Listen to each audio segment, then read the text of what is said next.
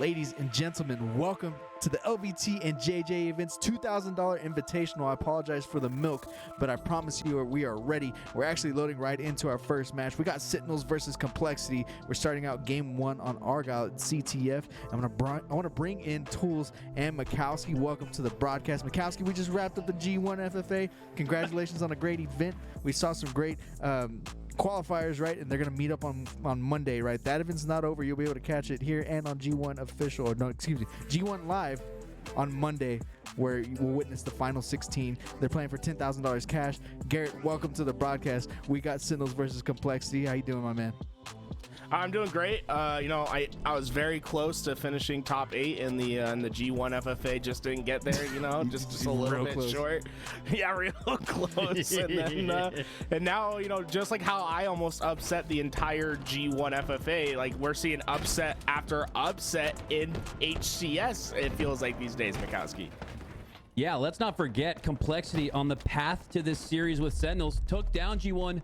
Not only took down G1, but in 3-0 fashion. Garrett, it just feels like we're reaching that point in Halo Infinite, right? We've got a year under our belt, an event in year 2 under our belt in that major at Charlotte. And it feels like it never has been mixed here. It feels like there's never been more parity. I felt like 1 through 6, or maybe we'll say 2 through 6.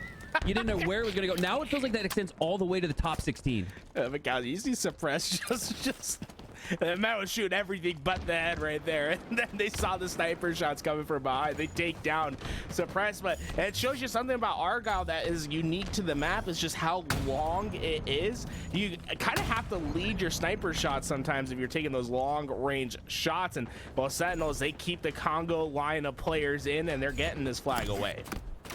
Yeah, this map, if I had to pick a classic map, almost reminds me of Narrows, but you don't have those lifts to get you across. You do have things like the repulsor and the grapple hook, though, as we see Sparty with nothing but the snipe in his hands, but that's all he needs to earn the assist. Has the cankle spotted there of Jazero, misses almost between the legs like a basketball player, dribbling to the hoop as Sparty goes down. 2 down for each team. Lethal looking to make a push out of his base, playing some defense though, but look at this, Jazero sneaking to the back, playing some cheeky offense here, grabs that grapple hook, but at this point he's just looking to maintain his life. Jazero with a nice flank there, not sneaky enough to get away with his life. Oh, interesting combination from Suppress. Dropped his battle rifle to keep the bandit and sniper single fire only for Suppress as he pushes into this base, and he's starting to figure out where that sniper shot's supposed to go, hitting bodies. And looks like this counter cap is on its way. Flag is pulled, and Sentinels, they're struggling on playing forward.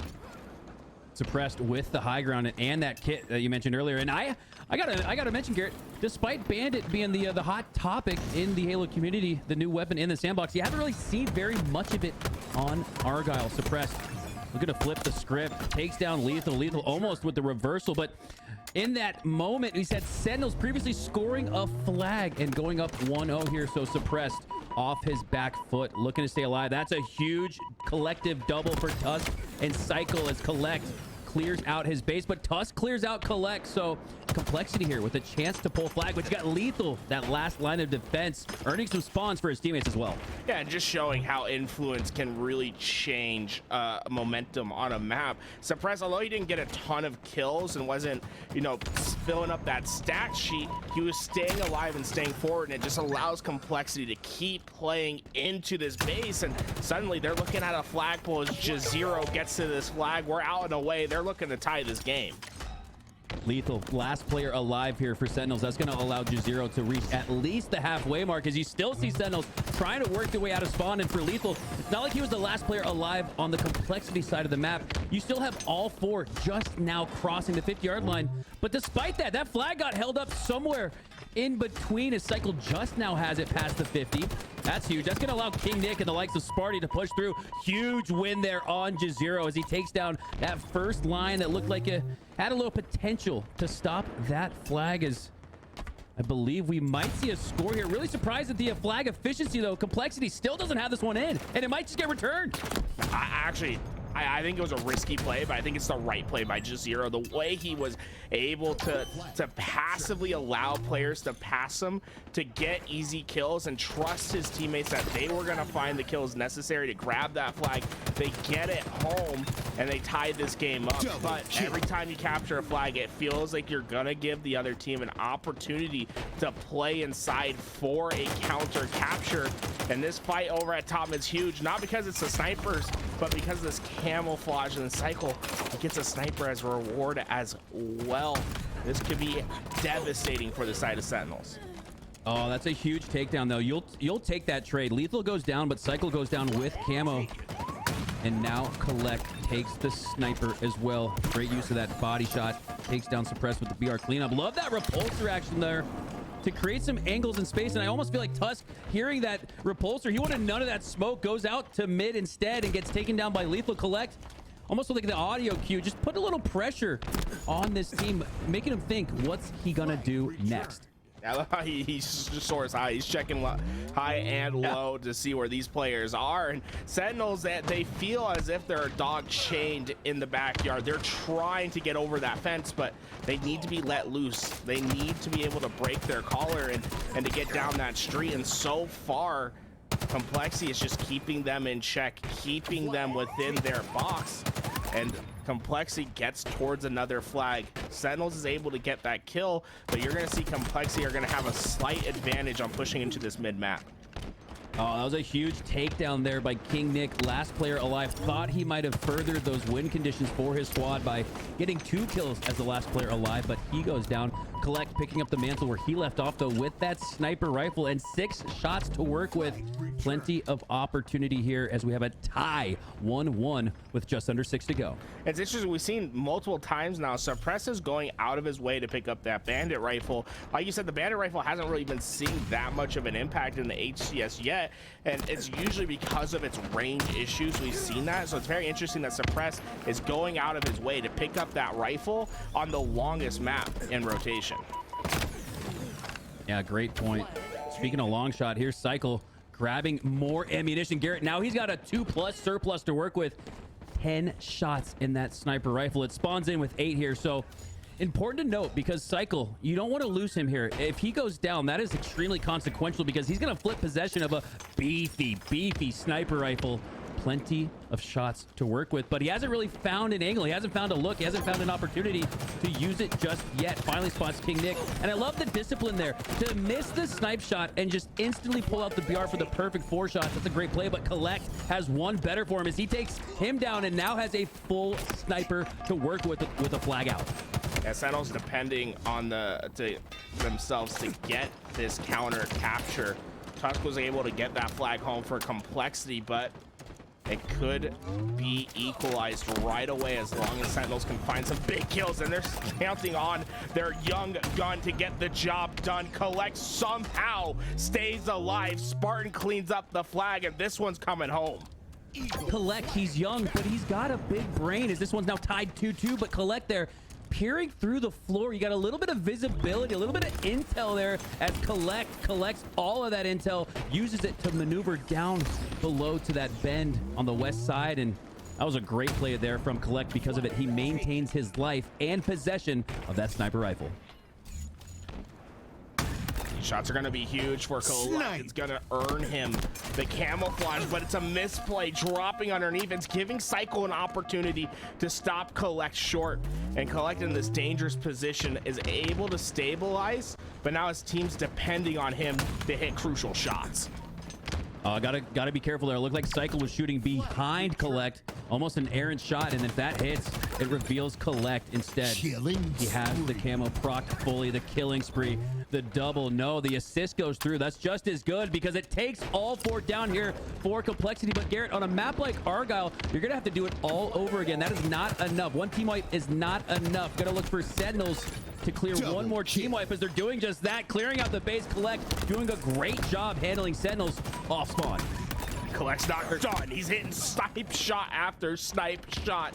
He was an absolute terror to deal with. Complexity just get away from what could have been a dangerous and game-losing situation. Cycle is able to get this sniper rifle. This is the only one on the map right now. It's really going to have to push Complexity forward in this game. 3 minutes left. We're officially in crunch time, but because of this tie scenario, you're not going to see the desperation and push like you would if it was a one flag game. Instead, we're tied here. Both of these two teams looking to find some separation, and for Cycle, he could find it in the form of that sniper rifle, but he's got Lethal on the other side. Lethal with those grenades there is going to pull flag because he uses that grenade almost as like an extra teammate. Says, hey, why don't you go check out Cycle here, get some damage on him so I can grab this flag. Lethal using that grenade to perfection to get this flag out pretty considerably far.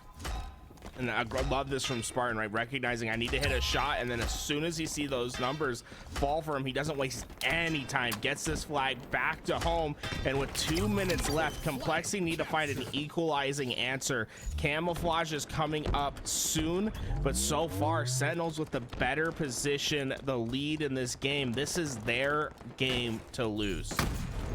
Yeah, and Complexity, just at a glance, looks like they're slightly slaying out here, so seeing some of that flag efficiency for the Sentinels instead, as Complexity had control of this game, was up, got that first score, and then I believe went up 2-1 as well. So you had Sentinels tying it twice and finding the answer to take the lead in the end game. Now you have Sparty in a clutch situation. 2 players on each side of the map pushing through. Taking down Cycle is huge. One of the top 3 KD performers from HCS Charlotte. You want to make sure he sees the respawn screen as much as possible in this last 90-second run.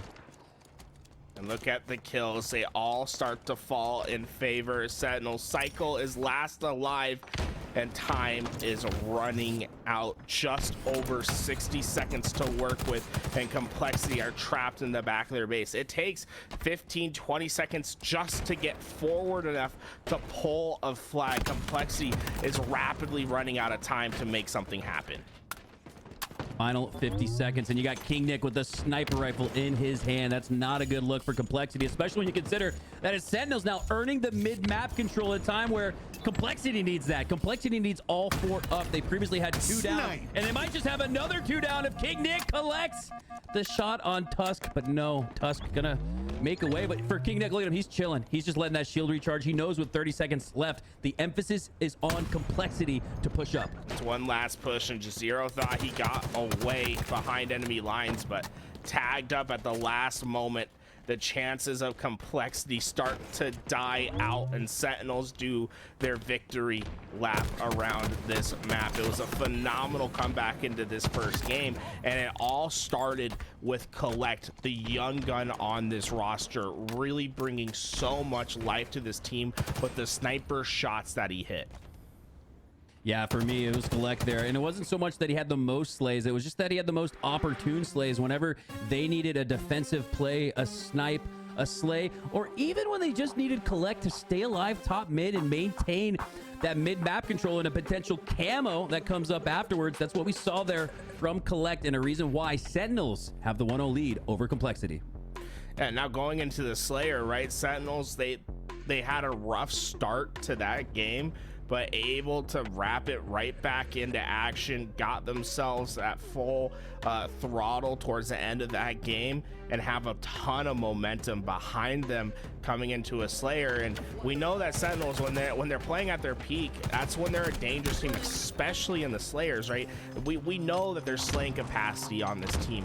Players like Spartan and Collect can just take over a game by themselves. I mean, Collect's hitting crazy shots left and right, this time on a much faster paced map like Streets. Expect to see those 2 players in particular really pick up the pace for Sentinels and try to keep this Complexity roster on respawns. Yeah, that was really huge there for Collect, because it was the teamwork that got the team wipe on Complexity, and then it was all Collect really going into the back of the base, taking down 3-4 more with that no-scope to finish it off as he secures that 3rd cap. And that was the difference in game 1 as we now set our sights to game 2 on Street Slayer. Collect not missing a beat. He's pushing forward, but he goes down and drops the shotgun over next to that Stalker. That's a dirty combination. If you, just in case you don't make it away with rockets, that's something else to consider on the sandbox. And Cycle's able to recover this red gun for his team. but now Complexity has to find a way of how they're going to push. You can see Sentinels, they have control of the other side of the map. They're spreading themselves into each lane, covering everything, and it's going to make this push much harder for Complexity. They're going to depend on their young gun of Cycle, one of the youngest players, if not the youngest player in professional Halo, to really lead the charge. Yeah, Cycle, one of the top performers, a guy that I'm not even gonna lie, I was considering potentially as a player that would have looked really good on G1. Cycle, one of my favorite. We talk a lot about the up and comers, the young up and comers in Collect, Carmea. I gotta say, Cycle deserves to be right there in that medley mix of incredibly young talent we have here in Halo. Cycle looking to show us why, as he's got the red gun in his hand, has a shroud screen to work with as well, but doesn't spot anybody pushing through the seaside. They're all going above, and I like that there from Cycle. Didn't wait too long. I thought he had maybe been in his scope a little too long towards the seaside. Once he realized it wasn't there, he switched, repositioned, focused on Lethal. Lethal goes down, and now because of that decision making there, Complexity has a 4-kill lead. And look at that shroud screen usage. It's going to try to keep Cycle alive, but a well-placed nade from Spartan is going to open up the floodgates. Double kill, and while he's not done, he's earning himself a triple. Cycle, you're going to the respawn screen. It's an overkill for the Spartan. Oh my god, we have seen Sparty hit a rampage on this map. Now he hits an overkill. Not only an overkill, but an out BR pin. Perfect 4 shots for the overkill. Despite that though, Sentinels only up by the margin of that overkill. So it took Sparty popping off, and now even after that, only a 2-kill lead. Those are sometimes moments in time that almost like lead to a little bit of frustration, despite the fact that Sparty just popped off. And now you can't let this game get out of hand if you're Complexity, right? You can't let Sentinels ride this high. And so far, Spartan, he's feeling himself. He's got the power weapons in his hands as well. This is where things are getting dangerous. Look at Sentinels push. They're putting 3 players over towards Cafe to make a play. Well, Lethal there, recognizing that Tusk has that high ground, has the position to put some great shots down, has the position to get a lot of intel. He says, yeah, right, pops a shroud screen on top of heaven, turns it into a hellish landscape, and provides no intel or damage opportunities. Tusk is going to have to rotate off of that, and it disrupts the game plan, it looks like, for the moment, for Complexity. King Nick so effective at staying alive just a bit longer than he should. It's going to give Sentinels an extra kill, but Complexity are starting to win some fights, starting to gain some much needed ground on this map. Collect looking to earn that ground in the mid-map position. Such an important part of the map to really dominate and own in Halo, and especially on a map like this where the rockets sit through mid. You've got this top C with the Stalker as well. You got the A looking across. The mid-map is such a strong suit here on Streets. It's a position that both these two teams are going to look to control and hold for, as we have Sparty. What does he have for us after that incredible overkill? Looks like he might have another spree, but elects to just play his life here instead. Try to get away, does not though. And I got to give credit to Complexity. They're hanging in here, but just as I say that, that 2-possession streak starts as they are now down 5. And so far, I mean, for Sentinels, it's what everyone expects, right? It's Spartan and Collect keeping them in front of this game. But if Complexity can find an antidote, if they can find a way to shut those 2 players down and force Sentinels to depend on King Nick and Lethal to come huge and win some big fights, it's going to open up an opportunity for Complexity to win this game. But they need to stop this rampage that Sentinels is going on. It feels as if they have free reign on this map. And in a blink of an eye, this game is now spread to 10. This is a little bit of what the eye test to me showed after Sparty got that overkill. I kind of figured they'd have a 2-team wipe, an 8-kill lead as they do now. Looking to extend it even further is Sparty once again putting those shots down onto Jazero, but Tusk has his back and reclaims that B positioning. But no, they don't have the slays, they don't have the time or the looks to rest there. They've got to continue to push forward. Yeah, Tusk is truly an X factor on the map. A player who didn't quite get his opportunities that he was looking for in Season 1, teamed with G2 for a little bit of time, but just never came to any fruition. Now it's becoming a namesay part of this Complexity roster. They really like the aggressive slaying style of Tusk. They think he fits in perfectly, and I think we've seen a total shift in this team since adding adding him to the roster, they seem to be getting better and better, and it's because of this guy right here. Tusk can absolutely take over the slaying power when he needs to, but there might not be enough space for Complexity to make up this differential before the clock runs out. That was unbelievable there from Lethal, sneaking that grenade onto Tusk, where Tusk looked to be completely sucked up into that boom blocker. I thought he was for sure going to block the damage, and despite Tusk going down in a pivotal sequence there, Lethal finding that kill with the grenade, it's still just a 5-kill game. If not for that pin from Sparty, it would only be 4 kills separating these two teams. But Garrett, at the 42 mark for Sentinels, Complexity is starting to run out of deaths.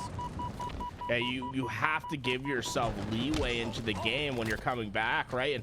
And only having access to 4 more deaths before you have none to spare is probably just too little to come back. And I think this is where you're going to see teams that just don't have that experience or that top level metal are going to start falling quickly in games. And you see it's a clean wipe, and Lethal looks to put the finishing blow in. It is going to have to back down for now, but it's just a matter of time before a player on Sentinels cleans up this final kill. There it is, wrapped up. Sentinels wrap up game 2 and now have a 2-0 lead in the series. And Garrett, I gotta say, we teed it up at the beginning. Complexity got here to this upper side of the bracket against Sentinels after a 3-0 sweep from Gamers First. Previously, Gamers First sweeping Sentinels in one of the previous open series. When you talk about the levels to this, you figure that means that Complexity should have what it takes to not only compete, but even win this series, as we see the unbelievable replay. Like a heat-seeking missile. He had to have had the comms knowing that Cycle was down there at Red Street, and he takes the piv. Look at this, confidently dropping down 4 perfect shots on Cycle, and Cycle had perfect shots as well, getting Sparty down to no shield. So unbelievable overkill. That's honest, I gotta say, Garrett, it might have been the flashiest overkill, but that is one of the more higher skill ceiling overkills you'll see in Halo Infinite. Yeah, it's an overkill that plays to Spartan's strength, right? And that's the one-on-one fight. He has full shields, the other player has full shields going into that 4th kill, and he's always going to make you miss a shot. He has one of the best strafes in the game, and he backs it up with one of the best shots, so steady with it. And really, there's not many players who can have more than a 50% win percentage in one-on-one fights against Spartan. When it's you versus Spartan, there's very few players in the game that are more adept at getting the kill. Yeah, Sparty, not a piv you want to take, because he'll likely take your soul. And I gotta point out, I really like the way this sets up for not only just Complexity, but overall the landscape of competitive Halo. I think this game 3 favors a team down 0-2, because you talk about some of the strategy to make it back in a game. A lot of times the decision is to slow it down. Well, here we have a slowed down game type combination where on recharge oddball, we'll probably have 15 to 20 minutes of Halo. This is going to provide Complexity the time they need to figure it out. Well, it's last chance for this Complexity roster, right? And so far, the games, other than the start of game 1, I feel like we've just been on a wave of momentum for this Sentinels roster. And if you're going to see a comeback, you're going to have to rely on some of your key players on Complexity. Who's going to step up to the plate? Who's going to start putting the team on the back and give them a much needed boost? Or are you going to shrink away and let the Sentinels roster continue on their rampage? King winning is one there, winning the camo as well. And now he's starting to roll through a little bit as he's got the full kit, camo shock rifle, and he took down Cycle as well. So this is gonna allow, oh man, this is like an A-hold over here on the elevator side of a King of the Hill match. This is almost like what this looks like here for Sentinels, as they're really just baiting this out. They're not going for oddball time. They want to, I guess, really make sure that they lock down this A and needle side of the map. There we go. There we see a little bit of ball time, and I'm surprised it took so long, because immediately off rip, I thought Sentinels had the ability to milk maybe even 30 seconds, which they might end up getting anyways. Yeah, it's inefficient, but I don't really mind it just because of how powerful the Slays have been. I mean, they're making a statement with how they are constantly cycling Complexity throughout this respawn screen. And although they take care of the power position player, they're going to have to rotate all the way back through this map and take on Lethal and Collect. Oh, he tried to, oh, that was so smart from Suppressed. He almost got it. When the movement tech bites back, unfortunate there for Suppressed. And something I'm just thinking through my head right now, Garrett, Sentinels, they're up 2-0 in the series, but in game one, it was an individual just slay out from Collect, which earned them the win in that third capture. And then in game two, it was Sparty popping off with that overkill, perfect shots on cycle. So I'm noticing a lot of just individual prowess here for Sentinels. Not to say that they don't have the teamwork, but on the flip side, it offers an opportunity for Complexity where if they can find that form, if they can find that efficiency, they can come back in this one. Right. I mean, teamwork makes Halo, right? It's everything. It comes down to how you work as a unit, how you play with your team shot. But I'm not gonna lie and say that overwhelming power doesn't help when you can just win your individual fights over and over again. There we go. It just makes the team aspect of this so much easier. And King Nick has come to life in this game right now. He just can't lose a gunfight. He's looking for number 10. Cycle finally stops the reign of terror from the Mad King Nick, but not before Spartan's able to pull this ball away, and the time just keeps going to Sentinels. Yeah, and he's pulling it with camo, so he's going to continue to hold on to it until the push comes on from Zero. Finally there, as 3 go down for Sentinels, King Nick with a well-timed play ball, knows the pressure is on. I love that here, especially up 42. And I got to give him credit for reaching that 30-second check mark despite the lack of efficiency, showing that Sentinels has a game plan. They have, well, it may not look conventional, they have this Complexity squad figured out for now. Jazero finally is going to get that shock rifle, but Spartan able to shut him down, and that's been the big difference between Sentinels and Complexity right now, is just control of the power weapon. That shock rifle hasn't really been in use for Complexity, and this fight is going to determine whether they can run away with that shock rifle. Yeah, and for Complexity, I'm kind of looking for Tusk to be like the strategist. He was the coach for FaZe Clan at the Halo World Championship. He was in the coaching role instead of on the sticks. Now back on the sticks with Complexity. And I'm looking for Cycle to frag out. Now Suppressed with that sniper rifle. Has a little bit of an X factor on him. And he takes down 2 with it. And because Tusk has positioning at gold, they should be able to spawn close on that gold side. There you go. 2 players Cycle. And Suppressed down there, so they should get the shock rifle back. Complexity now with an opportunity with the sandbox and the oddball in their favor to put up more of a fight. And right now, Sentinel's not really worried about this ball. What's on their mind is that is this camouflage that's coming up, and Lethal's going to lead the charge into bottom A. He takes down Jazero, and now there's no one really in position to stop this camouflage right away. Cycle needs to clean this one up, but King Nick can save a life. Oh, Camouflage survives. Collect is still on his run, and Spartan picks up the shock rifle. Oh, and a trickle of that shock rifle interlink hit the camo player with no shields. I thought that was going to be enough damage to potentially take him out. As we see Collect, love the emphasis there to push up with the grapple and camo on Lethal. Teammate cleans it up, and again, this is bad for Complexity because we talked about how Sentinels was playing more, you know, they were really playing for the pivs. They were popping off individually. Now we see in 2 instances, players, they don't care that they have camo. They don't care that they have a potential to earn more slays. They're grabbing oddball with camo. We saw Collect do it once. We saw Sparty do it once. So starting to see a little bit more teamwork from Sentinels. But just as I say that, Complexity is only down 10. And now they're looking to get themselves into this lead. They have to play early, but the spawns might just favor them onto this reset. Oh. It's 4 that go down. Tusk is flying to this ball, trying to get it to the safety behind this wall before the spawners can take him out. That ball, the key to win. It's in the favor of Complexity between all these players. All they have to do is stop one more push of Sentinels. Not surprising to see the heads-up play there from the strategist on this roster, Tusk.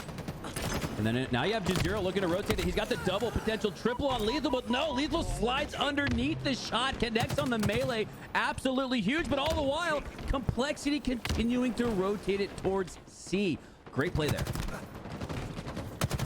Trying to get as much damage down for his team, but unfortunately, there's just no one there to stop this ball that's in the hands of Complexity. And well, This is starting to look a little dicey in round one, but count on the young guy to get the job done. Double kill and a massive one at that. It stops the play, and now Complexity have to work into this C hold in order to take down this ball, and you have Collect who's going on a rampage with this shock rifle. Collect the pixel perfect play, the pixel perfect shot as he watched the UI icon of that oddball trace across his screen, aimed his reticule at it, and the exact split-second moment that he could take down his opponent, he nailed that headshot and retained oddball possession and this lead for Sentinels. Tusk is trying his best to survive over at top gold, but it's a wave of red players that come to take him out, and now Collect can feast on the remains. He's able to get the first two go down for Complexity, make it 3, and well, this could be the dagger as Suppressed is going to be back down. Collect, look how patient he is. Not gonna take any damage because of how he approached his fight. 90 seconds, 91, 92.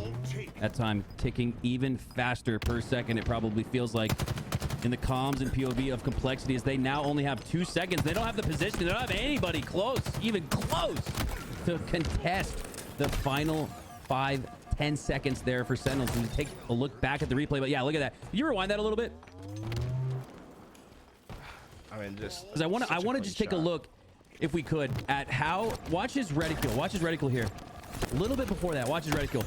Because Cycle has the oddball here, Collect is able to line up the shot before he even sees Cycle physically. That's why he was able to take his look, take his shot in a pixel perfect fashion, wasting no time and no space, because if Cycle gets any further towards that dice box over on the edge, he gets a little bit more oddball time. He probably, at the worst, gets an opportunity to reset the oddball and throw it out into the drink. Instead, Sentinels retain possession, and I gotta give shout out here to Collect, because he made the exact same play in game 1 to secure the CTF game. Now he's doing the same thing in oddball as well. This guy is up for Rookie of the Year. Now, unfortunately, our observer did crash in that game, so we'll have to keep you guys updated. In the meantime, we're going to transition over to Proton versus Cloud9. Proton up 2-0 in this game and are looking to close this out, but Cloud9 right now on the cusp of taking a round 1 victory on oddball.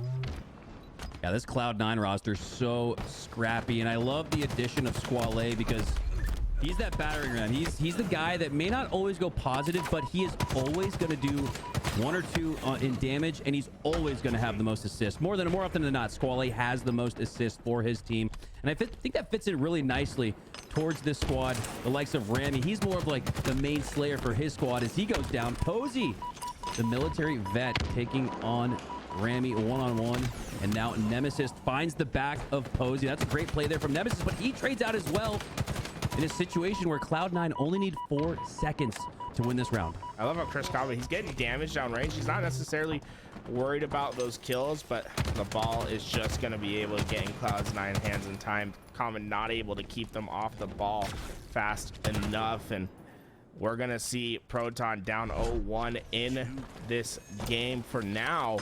But I really want to give a highlight over to Posey and Breaking Shot. These 2 new players to the scene have just been lighting it up for Proton, and we've seen upset after upset, it feels like, in these last 2 weeks, and Proton's been leading the charge for many of them, and these 2 Slayers have just been so impactful for their team. And if you want to know who next up is, we know about Carmea, Collect, Cycle, Neuronical, but Breaking Shot has to be added to that list. My God, the gunny on Breaking Shot is unreal. And the more game time he gets, Garrett, the more game sense he gets. And I love teaming with Posey. I think that is the perfect guy to pair with him. Such a calm, cool, and collect. He's a military vet, so you know in the heat of battle, he's going to keep his cool. Yeah, I mean, that's what you expect from those players, and it's interesting to think about how people's backgrounds can make a difference and how to prepare them for competitive gaming. And so far I think Posey's background has certainly helped him throughout today, and now we're gonna have to see how resilient they are throughout this series, because Cloud9, it feels like they're starting to get a little bit more momentum behind them, but right when they try to break in, it's 3 that go down. Proton get the kills and the ball in their possession, and look at this setup. They have everything they want. Yeah, Triton, the last player alive there, and he goes down right as the rest of his teammates spawn. A stagger potential here for Posey, and he's taking advantage as he takes down Squale. But he goes down as well, so it's a trade scenario in the feed. Common looking to maintain positioning here at gold. That oddball precariously on the ledge, just ahead of that. Monsters looking underneath, and Cloud9 are just trapped over towards that C spawn. And now they want to get to this ball, but they're in an awkward position because Camouflage is coming up. They have the better position to fight for Camouflage, but you have to know that Proton are going to play forward and try to stop you from getting it away. And if they are able to find the kills at the right moment, they can get away with this Camouflage. They've wasted all their resources, Cloud9, to get this camo. And Chris Common, he says, no, no, no, you're not getting away. They fly forward for more kills. Yeah, that camo there was all bait, Garrett, as Cloud9 did not have the numbers or the slays to feel comfortable and confident with it.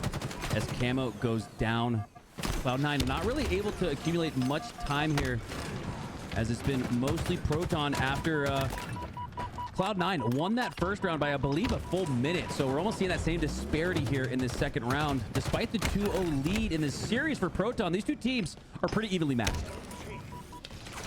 Breaking Shot's gonna be able to pop this one away, and Proton, they're just playing keep away, right? It's about getting the line, it's about getting numbers back into the front lines, and Breaking Shot's trying to do his best at this. Nemesis, though, takes him down, but did they get the job done? You can see Monster and his teammate ready to fight for this ball tooth and nail. They're not letting anything go for free.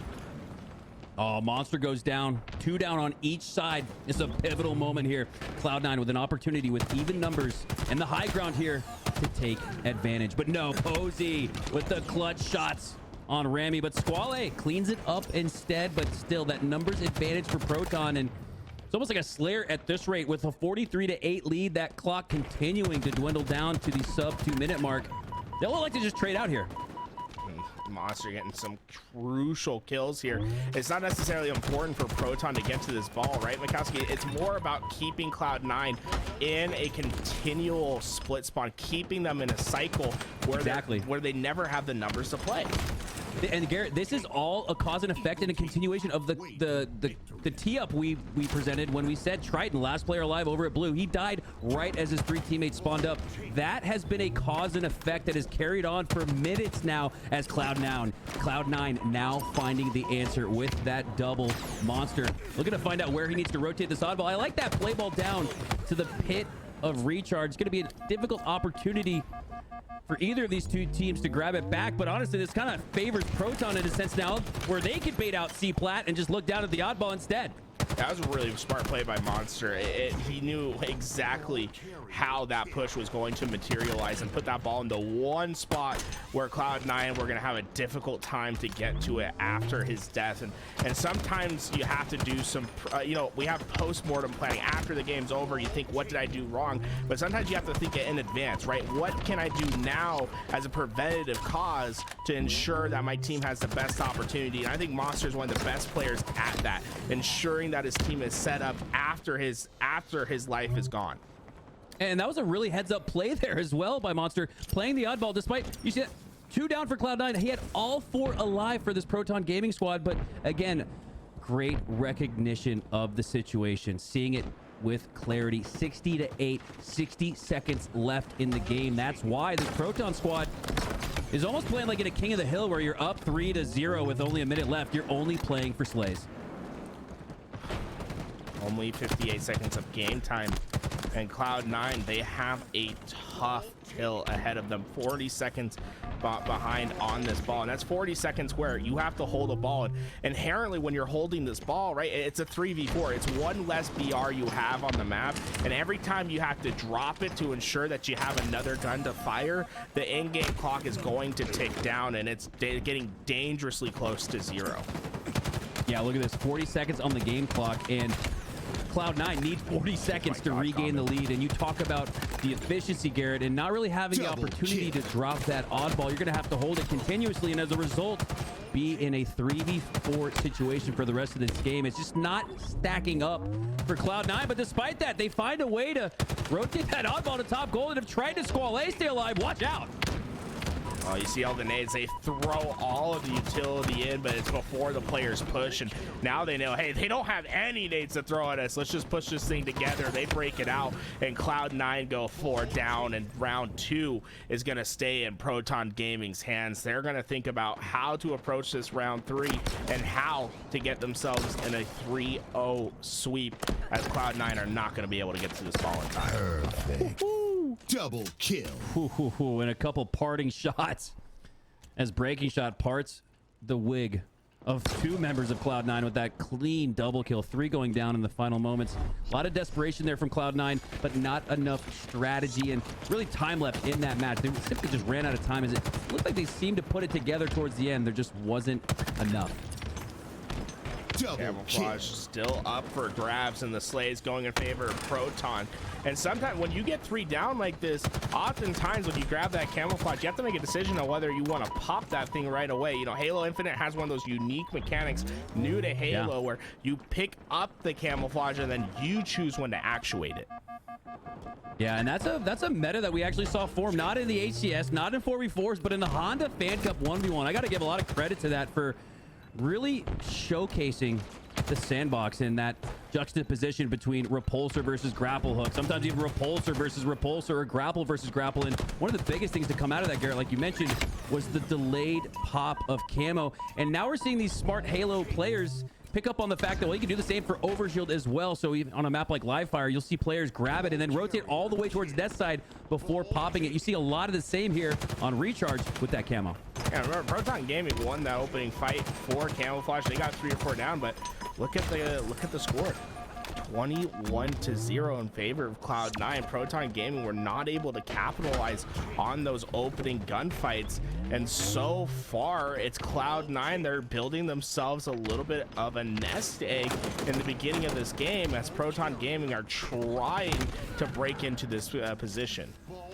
Monster had the looks on Squall, trying to rotate that oddball around to the A side. Kind of overexposed a little bit at that door as he goes down. Even gunfights though, 4v4 as the break goes down for Proton Gaming. They take down Triton. They're gonna push all the way through here, but no, it's Nemesis pushing through instead. He has Breaking Shot down low and camo up in 5. That's great recognition from Nemesis, knowing when to disengage and go help his teammates. Didn't get too caught up on one fight, but Monster, sometimes you just have to win the big gunfight, and he does just that. Able to break into this ball, and it's going to be Proton Gaming who not only get this ball, but get the ball while pushing Cloud9 3 down. They're going to maximize their objective efficiency on this possession. Oh, I love that decision there from Squall. It looked like Posey was potentially about to take him down, but Squall, noticing that Triton spawned behind him at the long haul, dipped back, grabbed his friend, threw a couple grenades out, and then took the kill cleanly. Common getting a clean stick. Looking for the double kill on Triton. If he goes down with camo as well, but most importantly, you have 3 going down for Cloud9, now all 4, and a stronghold opportunity on the A elevator side, excuse me, as Proton should regain the lead with this hold. And I love how Common just stood there and waited with that camouflage, and then while there's no one defending him, he went for the open bucket, looking like the Mavericks on the other side of the court. He was able to lay up that blueberry and get those kills, and it allows Proton Gaming to get to this break right away. 2 down for Cloud9. Chance to break through here for Proton, but Ramy's playing some great defense, taking down Common. Passes that MK on the wall, and I got to point that out again, Garrett. I have not seen a lot of MK usage despite that new addition to the sandbox on this map. Really only the likes of Sparty, who was begging for it to be put there. One of the few players we've seen utilize it. As Squall goes down, Nemesis down, Breaking Shot looking to push through from the needle side. We're gonna have a play ball scenario, a reset with a 7-second lead. Great bounce back there from Cloud9. Monster, he's trying to get into this fight as quickly as possible, but Nemesis almost got away. The grapple hook gonna save Monster's life for now, but he can't disengage quite yet. He wanted to play towards that camouflage, but Squall so heads up to find that kill, and it's going to be a crucial one as it allows Cloud9 to still be in the fight for this camo. And looks like Cloud9's Rami was able to grab it, but he wasn't able to pop it. It's still a fight in the pit for this camouflage. Triple kill. Confident shots there from Squall on Monster, but it's even more confident shots from his teammate Nemesis as he earns the triple kill. 3 down momentarily for Proton Gaming. How does Cloud9 capitalize on that triple kill? Not very much, because it's even in the kill feed once again. So those are the crucial moments in time where you're only up 7. You get a triple kill from one of your teammates. You got to make sure you're in the right time and place afterwards, where after the triple, someone's nearby to that oddball. All of the action happening away from it. That's why Cloud9, despite the slays here recently, have not accumulated any extra time. A shock rifle's up and it goes into the hands of Cloud9. They have ball away. This is a strong position to finish out a game, and I love how they're making sure that their shock rifle player is ready to find an engagement and work on this cross. Squall trying to hit the cross, get some damage out though, so it doesn't get the kill, but does enough to disrupt the push a little bit for now. Posey now. Oh my God, looking to take down Squall, and most importantly, that shock rifle. Posey using that pillar masterfully, but I got to give Squall credit, communicating masterfully, calling Rami over to help him out. He takes down Posey, and now Cloud9 building on that lead, nearly double, Garrett. I don't know. Posey didn't get that kill, but that might be one of the best plays we've seen from a player that didn't result in a kill. It's just such fancy footwork right there. Using clamber cancel animations to bait out shots, going left, right, playing that pitch perfect, but sometimes perfect isn't enough. Cloud9 still have this ball, and they've built themselves quite a lead. And now what was the problem for Cloud9 in the round 2 has flipped to Proton Gaming. They have to overcome a massive deficit, and there's just not that much game time to do so. Yeah, round 3 here, tied 1-1 and just over 1 minute to go as Monster looks to put a huge play on the board. Is not able to take down Rami though, but that's okay because it pushes out that Cloud9 spawn at an all-important time when camo is up. Rami though, did he just steal it from Monster? Yes, he did, but I got it. Wow, Monster makes sure that the heads-up play there for Rami is all for naught. Now suddenly Cloud9, they're not going to feel very comfortable with this lead. It's only about 20 seconds, and it's going to take them about that much time just to get in a position to fight for this break. You're rapidly running out of time. Cloud9, they get that first pick, and then now suddenly Proton has to play a very defensive position, but Monster equalizes the numbers. Common and Breaking Shot are in trouble, but they have a hero. He's a monster, and he comes in to finish everyone. Common and Monster team up, and Posey, he came right off the respawn, was ready to pick up this ball, and Monster's not done yet. Monster with a few clutch double kills has Proton Gaming up by 5, and most importantly, that lead is mounting, now up 10, and with 40 seconds to go, every second that ticks away for Proton is not only closer to reaching that 100 mark, but makes it more difficult, just like we saw with that previous round for Cloud9. They just kind of ran out of time a little bit. They just ran out of opportunity. Seeing more of the same here as 4, 3, 2, 1. Triton, the last player to potentially push, but he's not going to make it, as Proton Gaming look strong in this series and have looked really strong in these last couple weeks. They take down Cloud9 3-0. And a great answer back, right? Round 1 was pretty convincing for Cloud9. Round 3, it looked like they were in trouble, and they just put it together. And really, it's a credit to Monster and his plays towards the end of that game.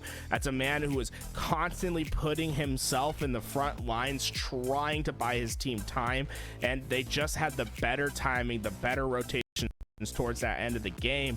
And now Proton and Sentinels, I think this is a little bit of an unexpected result through this bracket, but they're meeting each other in the winners final. I mean, yeah, we joined in progress, but I'm taking a look back at this bracket in the quarterfinals. Proton taking down Native Red 3-1. And I believe they did the same in the Open Series last week. So this Proton squad, with the addition of Monster, we know how good they're going to be online. Garrett, can it carry over to LAN? I mean, I want to say that because we saw Proton Gaming already perform on land at Charlotte, right? They made upsets. They beat Shopify Rebellion in pool play. They got further than I think a lot of people expected them to, and now adding Monster, it should theoretically put them over that edge. But we have seen Monster have problems on land before. It's just a question that will get answered in due time. In the meantime, while we get this winners final ready, we're gonna go to a quick ad break. You know, it's everyone's favorite time. Let's watch some ads. We'll get right back into the action after this quick break.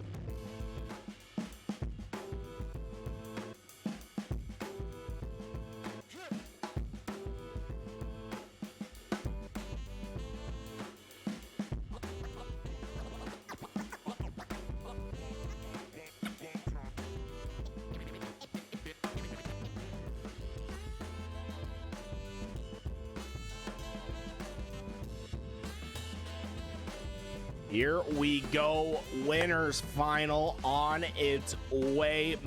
Mikowski, I don't think we could have predicted this winners final if we tried. No This is an interesting one. Sentinels versus Proton Gaming for our winners final.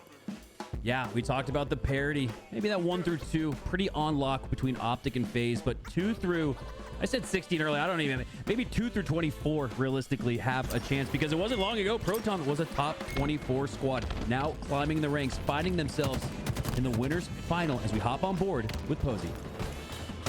And right away prioritizing getting to that repulsor and making sure that you have utility on this map. It's so important. And one thing we're seeing from more teams, and especially Proton, is valuing early hill time over the overshield. Yeah, I love this. Is probably one of my favorite maps. If only, wow, I thought Monster maybe hit that through this through the shroud screen. But that's one of my favorite kind of juxtapositions on this map is, do you go for that early objective time or do you go for the overshield? Rarely do we see teams get both, and that's a bet that goes down for Sentinels as they play for overshield, go down, and it's Proton on the other side already with half the score. Right, it's so cool to see how metas develop throughout the game, because I think there's a lot of value in having half of a hill to work with right away, but you are seeing the risk side, the risk factor in which you're giving up an overshield that can be used to break their way in. And Sentinels, well, they've got themselves control and they have plenty to work with. Spartan almost gets the ninja on Monster. Yeah, and I saw a little bit of that commando usage from Sparty, and even just based on the looks of it, that thing looks much nerfed from where it was before. I know it's only one extra shot, which doesn't sound like much, but if you look at the overall percentage points that is, it's almost like an extra 15% damage that you need to get that final finish, and you saw all of that from Sparty as he was putting shots into two players, but not able to take them down. Now in another 1v1 here with Monster. That's been a continual battle here over on the sniper tower side. And now, Garrett, these two teams are just about tied at the 80% mark. Ringshot needs to do his best to stay alive, but what else? Look at that spike grenade. He's up high, but shooting the pads gets the job done, and this hill goes in favor of Sentinel. So Proton Gaming getting that opening time, not going to matter, but look at what Monster has on him. A couple extra shields to get the break over towards tower. Yeah, and if you don't get that first hill, you got to make sure you grab something like the overshield in the early rotation. Monster able to do that, but not execute as he goes down with the overshield in hand. And it's Lethal and Sentinels who have the early rotation and hill time on the second hill. Collected's just getting behind everyone, and they're finally able to take care of him, but not before the damage is done, right? No one from Proton Gaming is here to contest this hill right away, and Lethal has a shroud screen to use to get their way in. And look at this push. Proton sending all their numbers towards B. Yeah, really heavily emphasizing this left side of the map, but hey, if you're going to commit to it, commit 100%, as we're seeing that here from Monster and Proton Gaming as they're pushing through. Posey has help from Monster, and Monster with Posey pushing out towards the river is gonna milk some time. I love this play here. Monster able to milk some clock while also playing some defensive positioning, and if he takes down Collect, he is playing extremely well. Extremely smart Halo as well. As look at this, now he's helping Posey out back, or Common out at the back of river. Monster doing it all. Yeah, and there's just so little Lethal can do right there, because he sees the repulse on Monster's forearm, and you see the player pushing forward, you just know it's a matter of time before you get pushed off the map. So he tries to take a player down with him, but not successful at that. And Sentinels just don't have the numbers to really facilitate a coherent push yet. And with Common having that sniper, it's going to lead to all of the players on Sentinels getting wiped once again. Spartan, that last line of offense, and Posey shuts it right down. Proton playing a very effective game at the hill. The previous hill, highly contested. This one edging out a little bit more towards this Proton Gaming roster as they now need just a few seconds. 5, 4, 3, 2, 1. So hey, that's close. 1-1 Hey, in the books.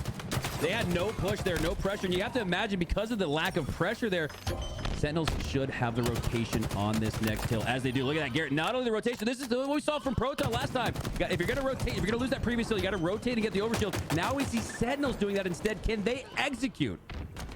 And it's gonna be tough because Lethal has taken like no damage at all. He still has plenty of overshield to work with, and he's gonna be a pain to deal with. And Proton, they're trying to get their numbers together to form this push, but you have to find an opening pick. You have to find your door to break through. And so far, Lethal is a security guard trying to get behind all of these pushers. Lethal in a 1v1 with Common with the MK out. Love seeing that usage. And you got to imagine the Sentinels, in spite, can you imagine Sparty and Scrims, Garrett? You know that he is pressing his teammates to utilize that MK starter. We saw it earlier today in the free-for-all. Moosh, you're almost using it exclusively to get to the semifinals. So I'm looking to see more and more use of that sidekick, as it's a little bit of an adjustment for these players. All throughout year one, they were so predispositioned to just run right past that. Now you got a valuable utility on the wall. Still seeing some players get used to that change. Yeah, I think as time continues on, you're going to see utility picked up more and more often as the weapons that were problematic have been taken out of the game. I want Common to reload his VR at some point. He's going to be out of ammo. He's trying to take that fight, but he had no ammo to really fight Spartan.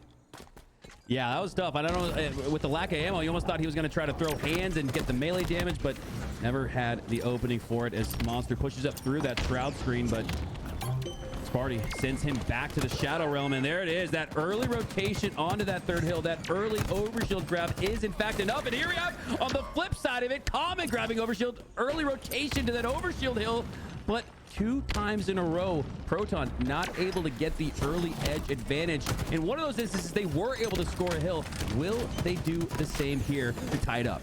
And Seto's been very effective with their shroud screen usage thus far. And even going back to that play that Spartan had, it gives information, void of information that Proton can't use, and then they have to play reactive. You have to rely on your reflexes to get you through. And when you're talking about players like Sparty, Lethal, they're going to be some of the best at capitalizing on reactive play.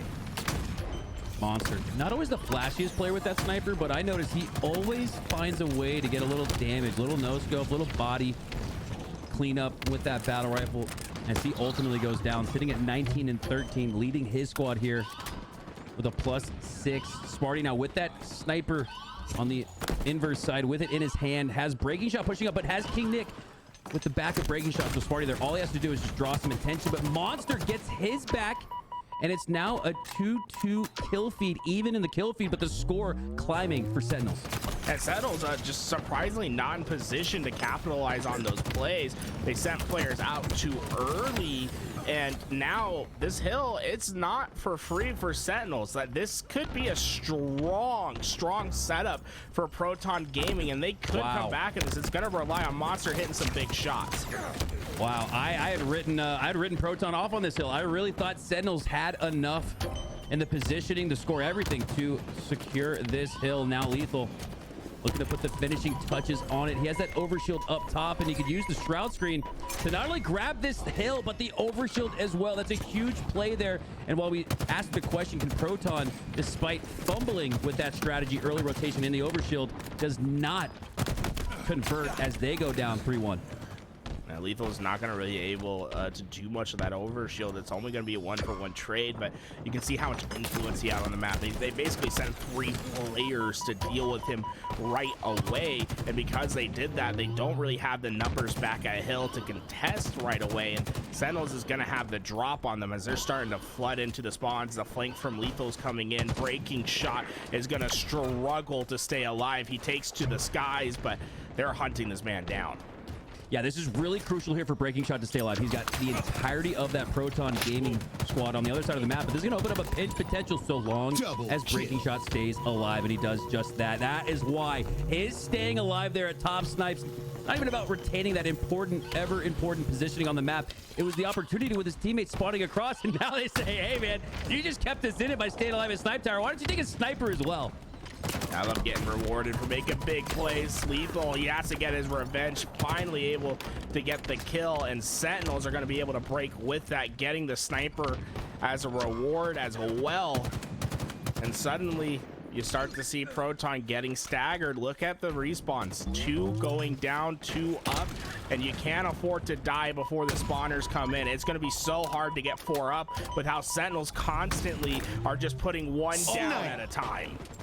Wow, Young Lethal, looking like Young Lethal at least. With that back of the headshot on Posey, puts him back on the respawn screen. And back to a 3-down scenario here for Proton Gaming. So despite that great play here from Breaking Shot, you have Sentinels putting the finishing touches on this hill. A few more shots from Lethal. He's not even gonna need a few more shots. Where was the push from Proton? I imagine all on the other side. We said on the overshield side of the map, they went 3-4 down, and Sentinels look strong here to start the series. Yeah, I mean, phenomenal plays from Sentinels throughout that game, and I think the biggest difference in that game was their shroud screen usage. I think when big moments were arising, their ability to use the shroud screen to give themselves just a bit of an advantage coming into those fights was the biggest difference maker in the hills that were closely contested between them and Proton. Taking a look back at some of the replays, really mixy encounter there in the tunnels. And Breaking Shot just, ooh.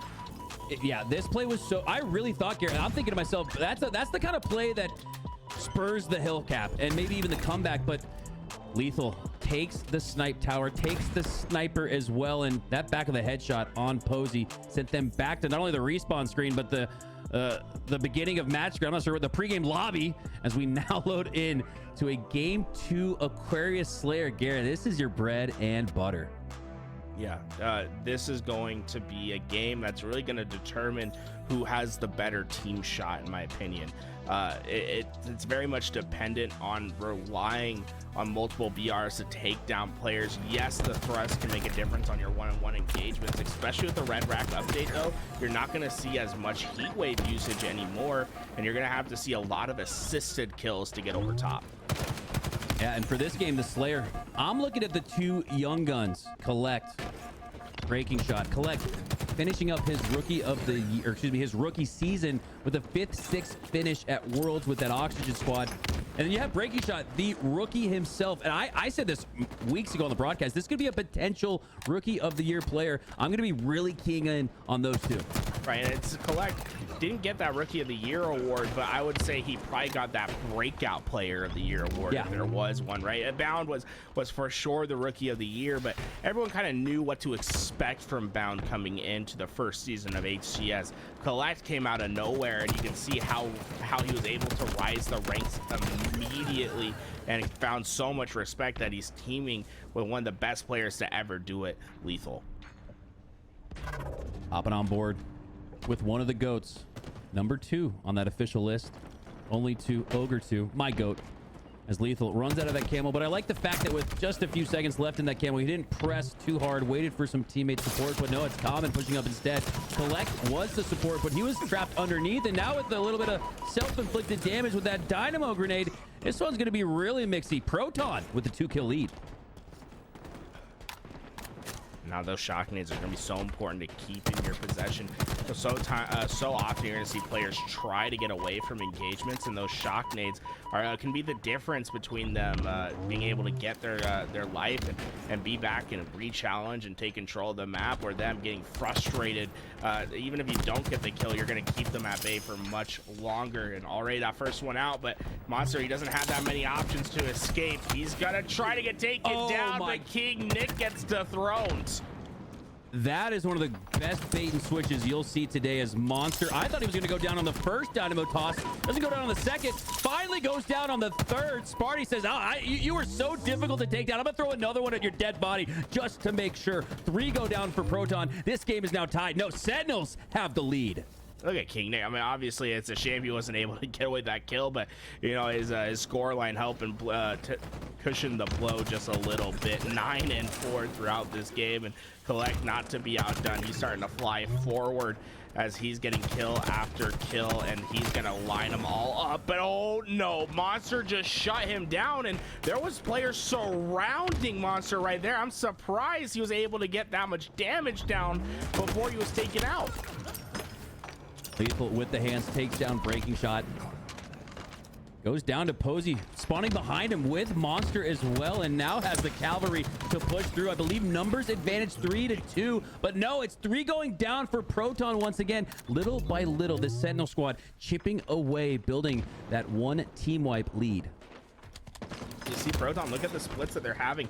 They're very separated on the map. They're going to rely on the duos, a 2-2 split in order to win these fights, and that's something you saw a lot in Halo 5. But in Halo Infinite, it's been the team fight, the 3-1s that we've seen a lot, where you roam as a triangle on the map, and you can see Proton getting cycled onto the respawn screen because of it. It's so imperative that on most maps, I think you have to ensure you have 2 other teammates with you.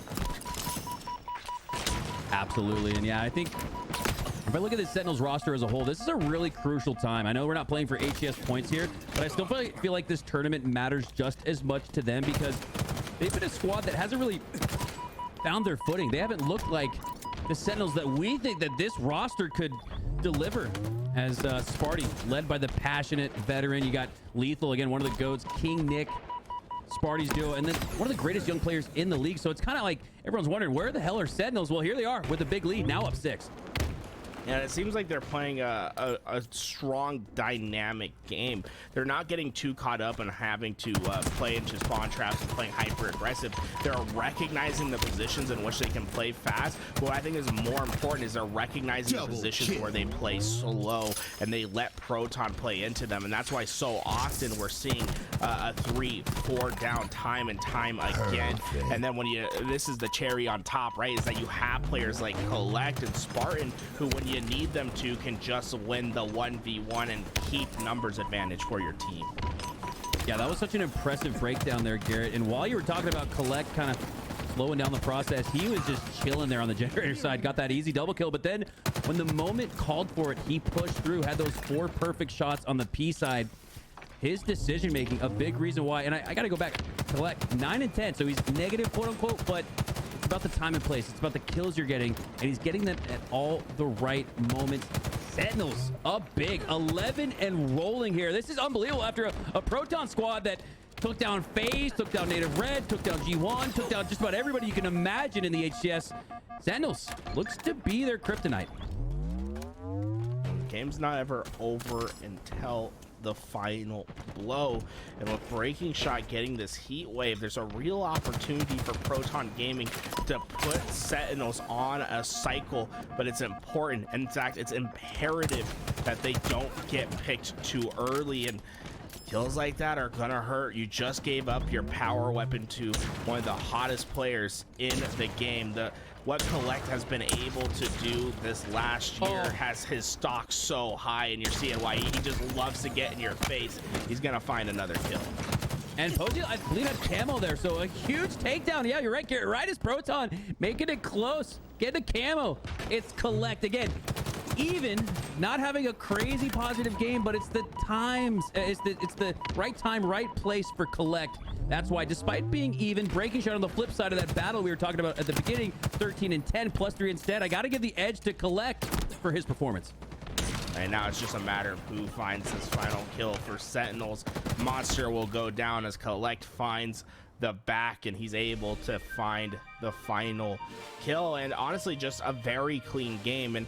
And I really want to put emphasis on Sentinel's ability to play a dynamic game. What I think happens so often in Slayers is that teams try to ride momentum too often. They get too caught up on playing aggressively over and over again. But sometimes you have to recognize when you slow the game down in crucial moments and let the opposing team push into you. And that's how you make a 4-5 kill lead grow into a 9 kill lead. It's when you give that change of pace. It's the change up in the pitching order, right? And those 3-4 downs are more valuable than the constant cycle you could get while playing aggressive. 100% there, as we see that big play from Collect. And I got to throw this out here, Garrett. This is kind of interesting to point out. Proton Gaming, we've seen them win 3 in a row against the likes of, like I mentioned earlier, some of the best teams in Halo. So we know that they're good when playing from ahead. We know that they're good playing off the front foot Now they need to put 3 in a row off the back foot, down 0-2 to Sentinels. What kind of resolve does Proton have when things aren't looking good? Right, and well, we're going to one of the fastest maps in the game, right? Streets on street strongholds. You're gonna see a lot of pushes for trip caps. Imagine this map as a pendulum, right? You're gonna see it swing in one team's favor, and when it does, it's going to swing hard. The question is, can you win the game, or can you get a lead that's large enough to counteract the counter push that'll happen? Because both teams are going to have opportunities to get trip caps to blow this game open. And off rip, you have Sentinels getting the early advantage. They grabbed rockets. They had shotgun as well, but Proton do a good job stopping the bleeding for now and the scoring. Lethal recapturing C. It's a potential trip cap if they can take down Posey. Oh, but he barely edges it out by the pinky toe, preventing the triple cap for now. This stalker rifle is just such an important weapon on the map, and you can't afford to let it go like that. Breaking shot gets a massive kill, and although he's not going to capture C, I think that's fine because he knew that Collect was there, and he's getting ready to take this fight with a teammate. But Collect, look how well Collect played his position. Wow. He's in between 2 players, but making it a frustrating shot for Breaking shot. Yeah, just as you thought Breaking Shot has the positioning and the big brain play, it's Collect who has one better. What an annoying nuisance he's been. If he comes back and takes down Breaking Shot, oh my God. There we get to see that gunny Breaking Shot in a situation where he looked like he may have gone down, takes down Collect instead. And I love this dueling juxtaposition between the 2 young guns as we have the OG veteran, now Lethal, pushing up, looking to reclaim B. But before he does that, he needs a few more slays. Proton now 2 down. A couple mounds in front of Collect that break off those that line of sight, and now Sentinels, they have a great position to play for rockets. They have C and A control, a straight line through the middle of the map, and Proton's gonna have to find a way to kill these rockets before Collect gets them away, and they make him waste 1, but that's really something that Proton wants to use as a catalyst to get back into this game. Instead, Sentinels are just gonna keep piling on with the kills that they get and looking to find another trip cap advantage in this game. King Nick on the PD side. A little split spawn potential here, maybe. Yeah, you have Monster and Common on the C side. You're gonna have Breaking Shot on that PD side, pushing up with a great chance to pinch. So we now have a 2-2 scenario in the feed. Lethal just making sure he resets A, pushes out towards BC. It's a potential trip cap for him and Sentinels, but all the while it's Proton capturing B and C simultaneously. However, Sentinels with a strong start to this game, up by about 75 seconds or so. And Lethal was up 1 mine, right? He was going to see, and he was going to put damage and contest this, and the rest of his team starts to follow. King Nick getting an important double kill, but the Flood, it might not be done yet. Can he hear these players that are walking towards this trash? And well, King Nick finds the next kill, and he's gonna secure the home, and suddenly this PD spawn is going to be a dangerous position for Proton Gaming. King Nick can work himself as an island because of that power weapon, while the rest of Sentinels start to collapse on the spawns. Yeah, and almost like overextending in an oddball match for 5 to 10 seconds, which aren't the consequential time, isn't enough consequential time you need. I'm seeing a lot more of the same here from Proton as they're able to get a few here and there, but oh, just like that, it's a trip cap hold for Sentinels. Important to note, Garrett, because a lot of times those in these HCS high level gameplay, those trip caps don't last very long. This one is sticking though, as we finally have Breaking Shot breaking that triple cap hold here at C. And now Proton Gaming not only off their back foot in this series, off their back foot in this game. How do they respond? And it's just, you can see why trip caps are so effective in this game. They got a 3 down and were able to find some momentum, but the 3 down only results in them getting a home base. And then Sentinels are going to have increased timing to go find power weapons, to have more time to respond to the actions of Proton Gaming, which allow them to put the stranglehold back on it. This is really just a snake of Sentinels starting to constrict the blood flow of Proton. They're squeezing the life out, and Proton needs to find a way to muscle through, but time, it's just running out. The pendulum is still rising for Sentinels. Yeah, and in strongholds, you're really in it no matter what. As long as there's 2:49 on the clock or on the scoreboard, you're in it. But I don't know. I'm having a hard time conceptualizing how Proton comes back in this one, as they now have some scoring, but they've got to lock down C. King Nick looking to disrupt that, and he has help with Lethal. You're gonna see a little bait and switch here, but looks like Proton gonna rotate away from that C position and come back, and the timing is not there as Posey splits with Common, and Posey's wig gets split instead. He goes down 209 and rolling. Proton, they haven't not been able to hold two hills, not only for momentarily, just a few seconds. They haven't done anything really. This 32 seconds, it's all fool's gold. It might as well be 220 to nothing. Yeah, it's showing that Sentinels are having power in numbers, right? They're constantly ensuring that there's 2-3 players on top of each other. On the meantime, Proton, they're really relying on individual heroics to try to break them out of this position. And with Streets, it's so hard to do so because of how fast players can get towards each other's help. And Sentinels are never far away from each other. Every kill feels like it's being traded, and when you look at the stat sheet, it reflects that everyone is within a couple kills of each other. They're all sharing this burden equally, and Proton Gaming are just struggling because of it. Wow. I gotta say, Garrett, we've watched a lot of Sentinels together this year. This is the best they've looked, and I know it's online. I feel like I always gotta preface that. I know it's online, duh. We're not on land, but Sentinels looking really good online in the last couple of weeks, and I gotta imagine with the players on this roster being so good on land, they're probably gonna get that land buff.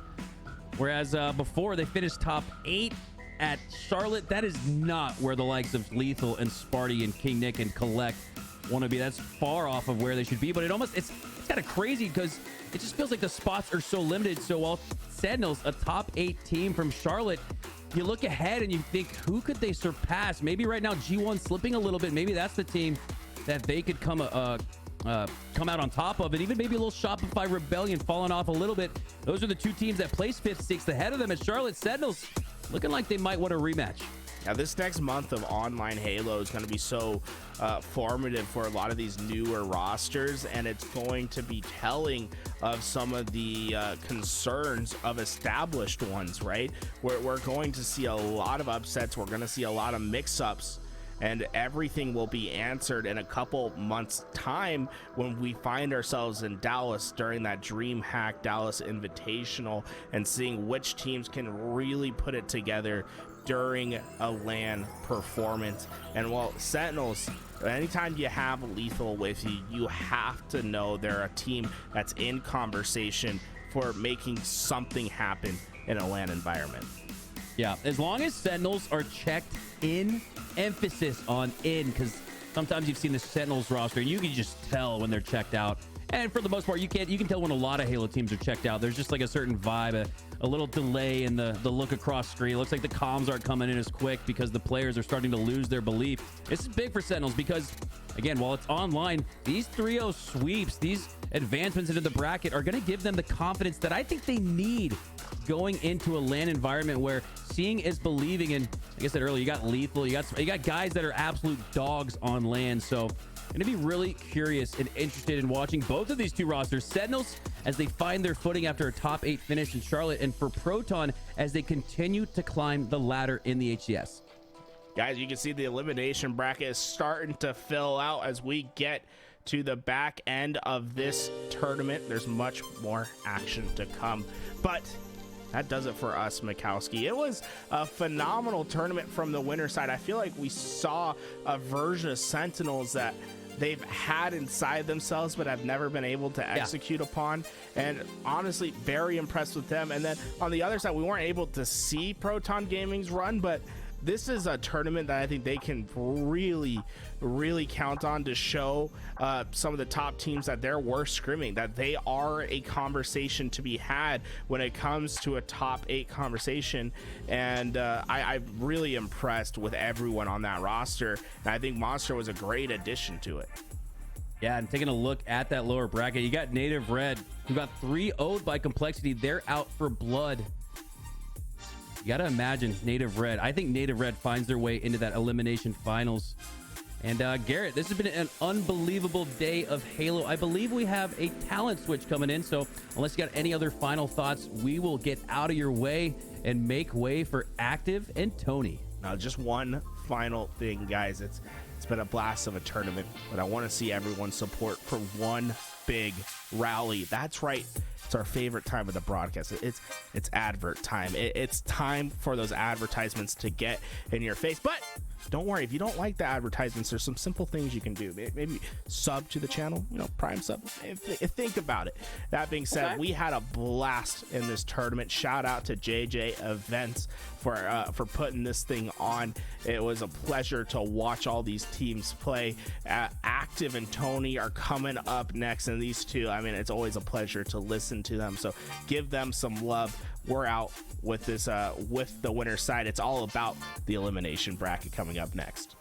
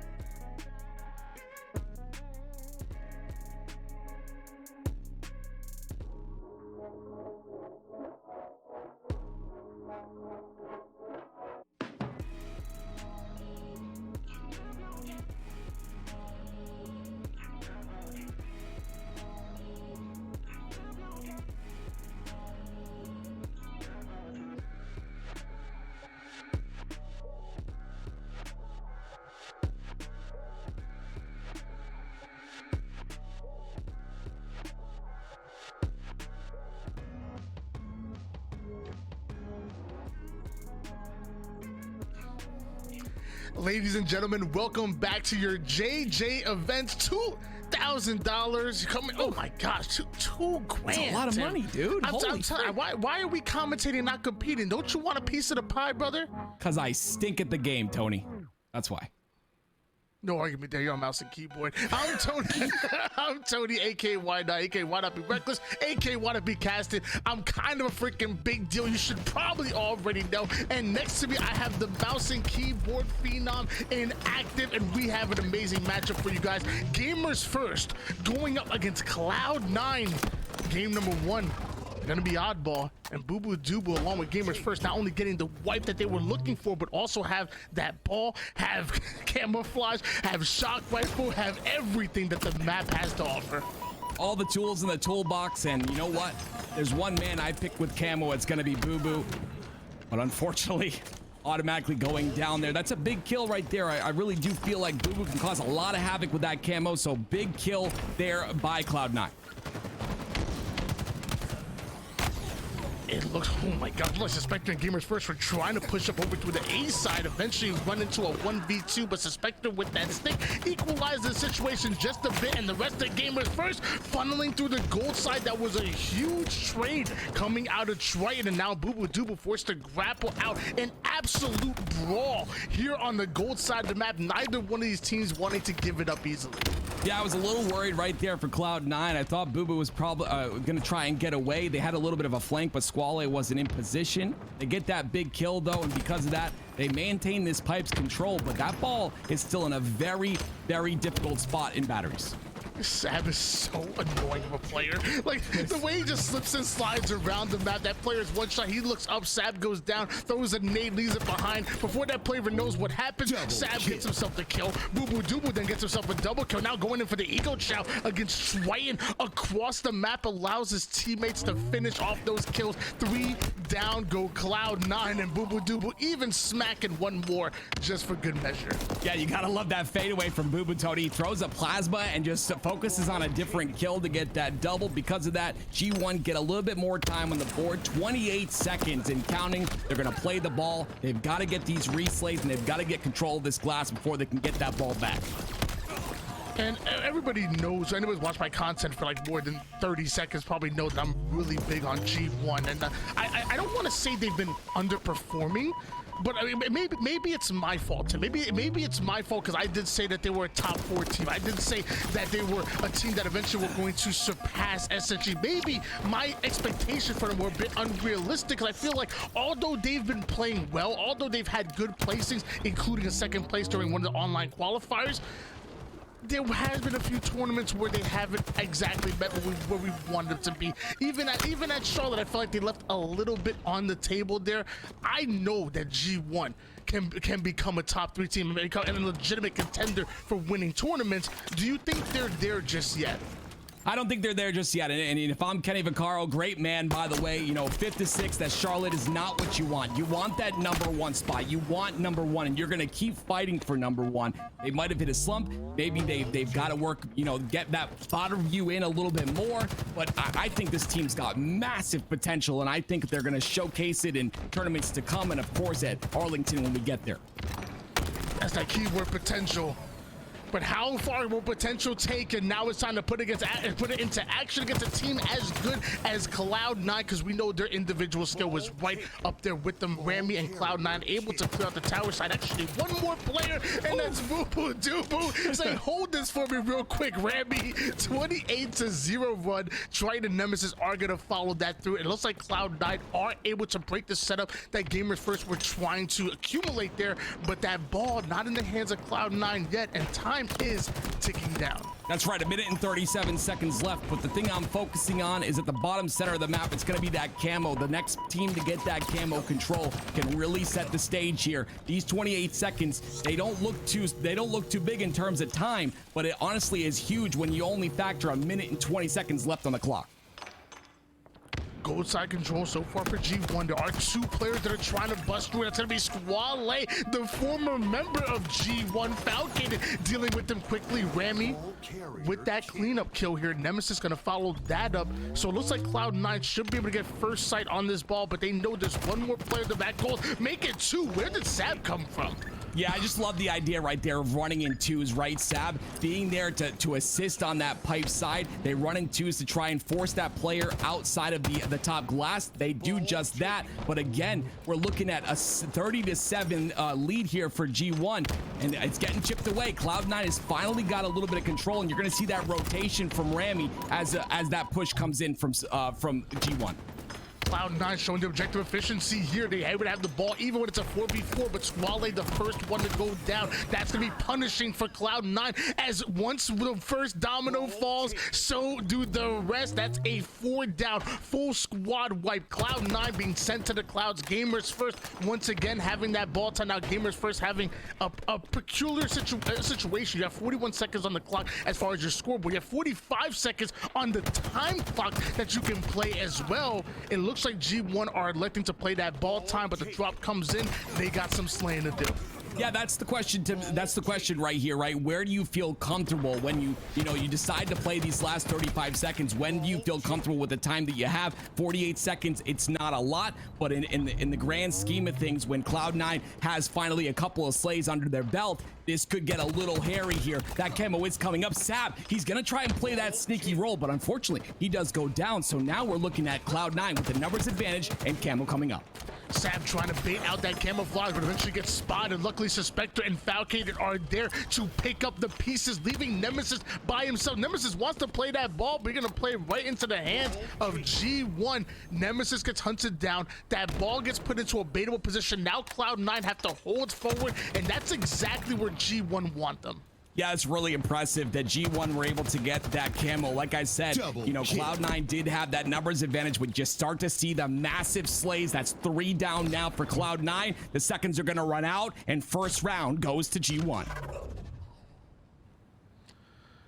I feel like Cloud9 were able to compete in the slays in that round quite a bit, but for the most part, as far as map control, as far as the teamwork, as far as objective efficiency, it kind of all felt like Gamers First. It felt like Cloud9, although they were able to slay, although they were able to compete in those individual gunfights, it still felt like they were kind of a step behind G1. Maybe that was just me. How did you feel about that, Tim? Honestly, Tony, you're right. I felt the same way. And as one player I want to highlight, and it's this player on your screen right here, 17-6. The slays on G1, you're absolutely correct. They were there, and some players popping off like that can be a really big sign here. It looks like our observer did crash, so we're going to watch from Boo Boo's point of view. If there's any point of view you want to watch, it's this man right here, a very intelligent player, and honestly, someone we can learn a lot from. I'm not mad at this whatever, man. Like, look, they got the good hair right now. Is he wearing some? I like he wearing some accessories. My man is gaming in a necklace. Probably got a couple of rings on. Like, who is this He's guy? ready. This ain't the same little guy that busted onto the scene some odd years ago. You know what I'm saying? Like he done grown up before our very eyes. Boo Boo Doo quickly becoming a veteran here. So far, G1 have looked good, but Cloud9 looking to answer back, and we know they're capable of doing just that. Yeah, Cloud9, a little bit of time on the board here, but unfortunately they're getting outslayed once again. That's going to be 2 dead momentarily. Boo Boo gets down to no shields, but you see that he pushes out front tower to kind of, you know, show one direction that he's going and then kind of doubles back. It's not going to help though. He ends up going down, but G1 grabbed that ball regardless and trying to form a setup now. Nade's coming in here, Nemesis opens up with a huge double kill as Gamers first try to rotate that ball and ultimately look to play that ball. They are stopped right in their tracks, and now Cloud9 continue to add to their lead. The same lead that Gamers first kind of started off to begin with is the same thing that Cloud9 does. I guess they just like, they both these teams like this side of the map, you know? They like this starting strat. They do. You know what, Tony? I kind of want to go in on a listen-in with Gamers first from the point of view of Boo Boo Doo Boo. Communication is a big part of Halo. Let's see how they're communicating in this game. Enemy halfway to victory.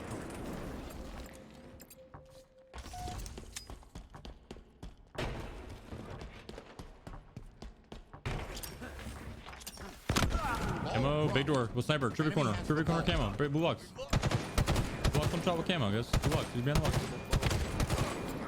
Camo dead. Ball dropped. Enemy has the ball.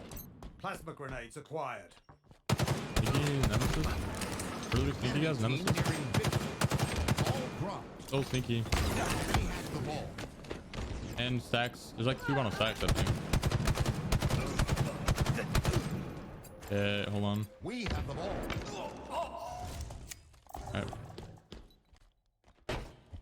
He's on you. Ball dropped. Ball incoming. Flat.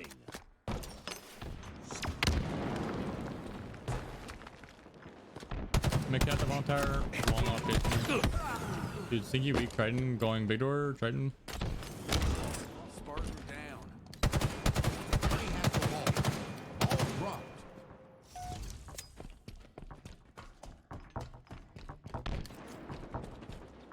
R1. Eagles. Triton. Ball dropped. Enemy A has catwalk. A catwalk. ball dropped. He's not. Enemy has the ball. Half ball, 1 shot. 1 shot turbine. Oh, did we need to push ball.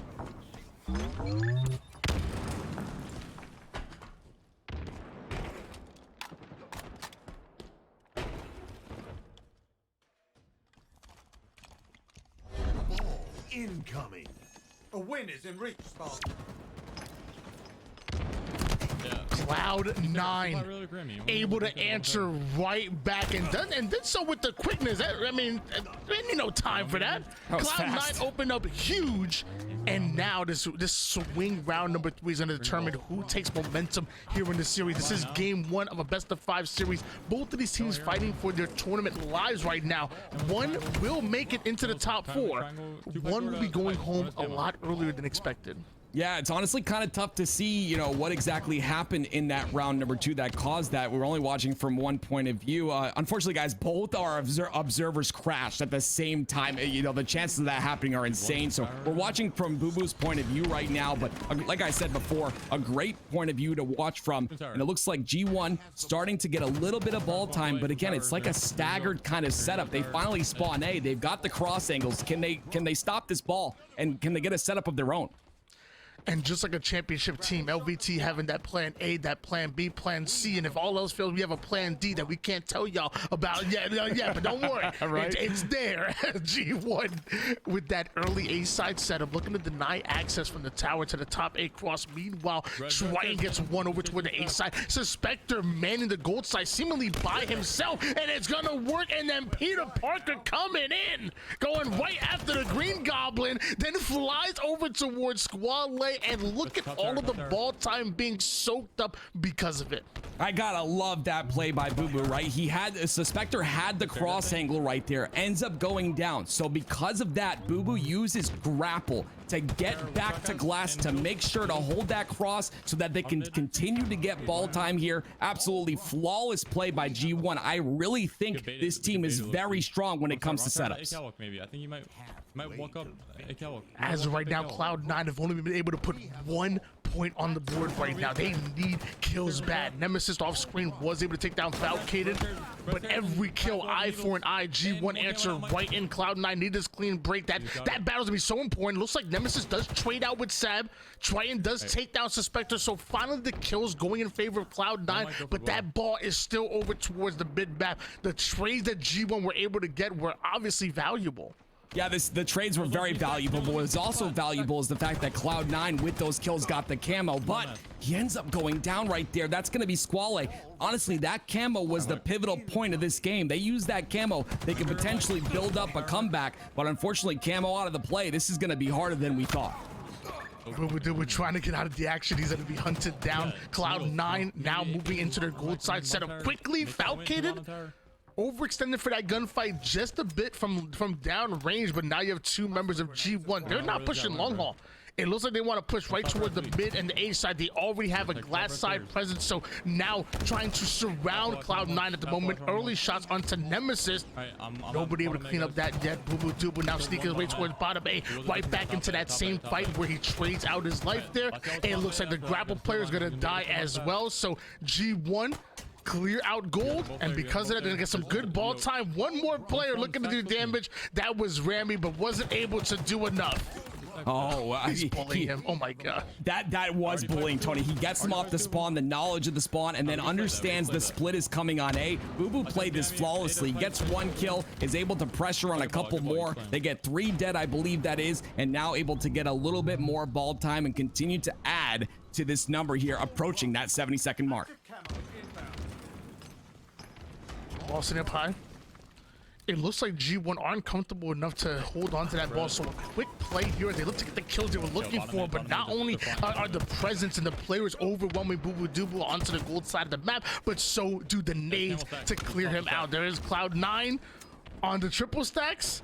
Sab and Boo Boo Doo are going to use this ball as bait a bit. Rami goes in for it a bit early, is able to toss it over towards C, and I don't know if anybody's able to stop him, so Cloud9 might be able to get a few seconds of ball time there, and hey, sometimes those seconds will add up. Yeah, it's that cross right from glass, and I believe they do pressure glass. Now they're pressuring the other side along.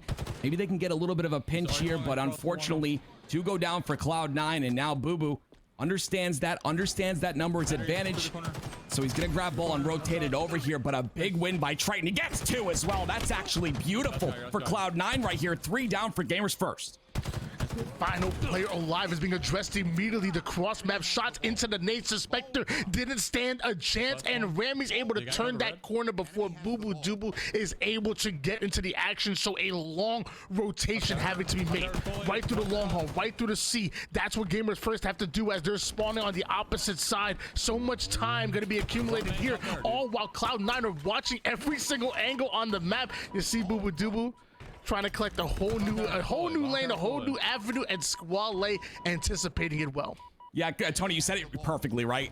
Cloud9 watching every sight line on the map. They're watching every lane possible, making it very difficult, you know, for G1 to break the setup. But there's the grapple usage once again.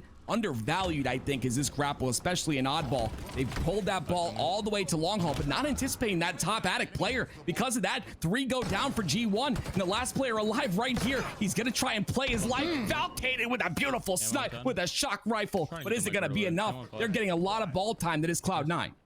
That'll wake you up real quick. Falcon also getting the stick onto Squale as well. Boo Boo Doo now into the action. The nades are going to force that ball to rotate over toward the gold side. Triton dribbling, you know, crossover left, crossover right. He's going for the fast break, and he has the help in. Rami with the bait and switch. Boo Boo Doo not the fight he wanted to take here, so he's going to back down. Does have help into Sab as well. Eventually, this ball will end up being played as Sab takes down Rami. one more player to deal with over on the gold side, and looks like there is a cross-map player in Squall A. Those kills finally come for G1. Cloud9 once again gonna have to spawn up and find some kills of their own and get over here. Says Booba with that ball.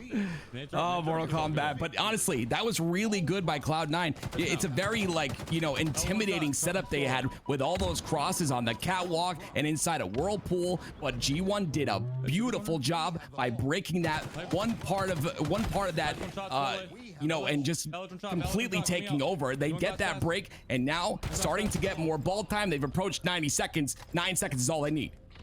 Yeah, I feel like Cloud9 aren't playing. They're not playing bad. I mean, I just feel like G1 have been able to find an answer at every single turn. You know, whether it was a double push or single push. I feel like Cloud9 definitely want to get into a lot of these 1v1 scenarios. I think they feel comfortable with their BR, but G1 are sending 2 at a time. And even in the slight individual battles they think they're getting in, you know, one player just sneaks right out and just drops a nade. And they're so creative with their movement and the way they're able to stay alive. It's almost like, you know, they're trying to play chess, and as of right now, Cloud9 still looking for the board.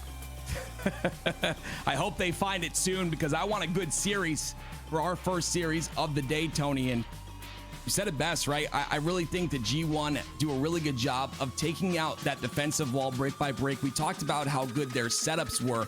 Once they get that setup locked in, it's locked in for a great amount of time. I think they got 60 seconds of ball time off of one setup, which is pretty much unheard of, because you got to go through multiple spawn cycles there. But even at the very end of that game, like I said, when you have Cloud9, they're on Whirlpool, they're on Catwalk, you're not really able to make a push whatsoever. But then you're able to just take that wall down brick by brick, just like that, you know, isolating each part of it. I think that's just beautiful by G1.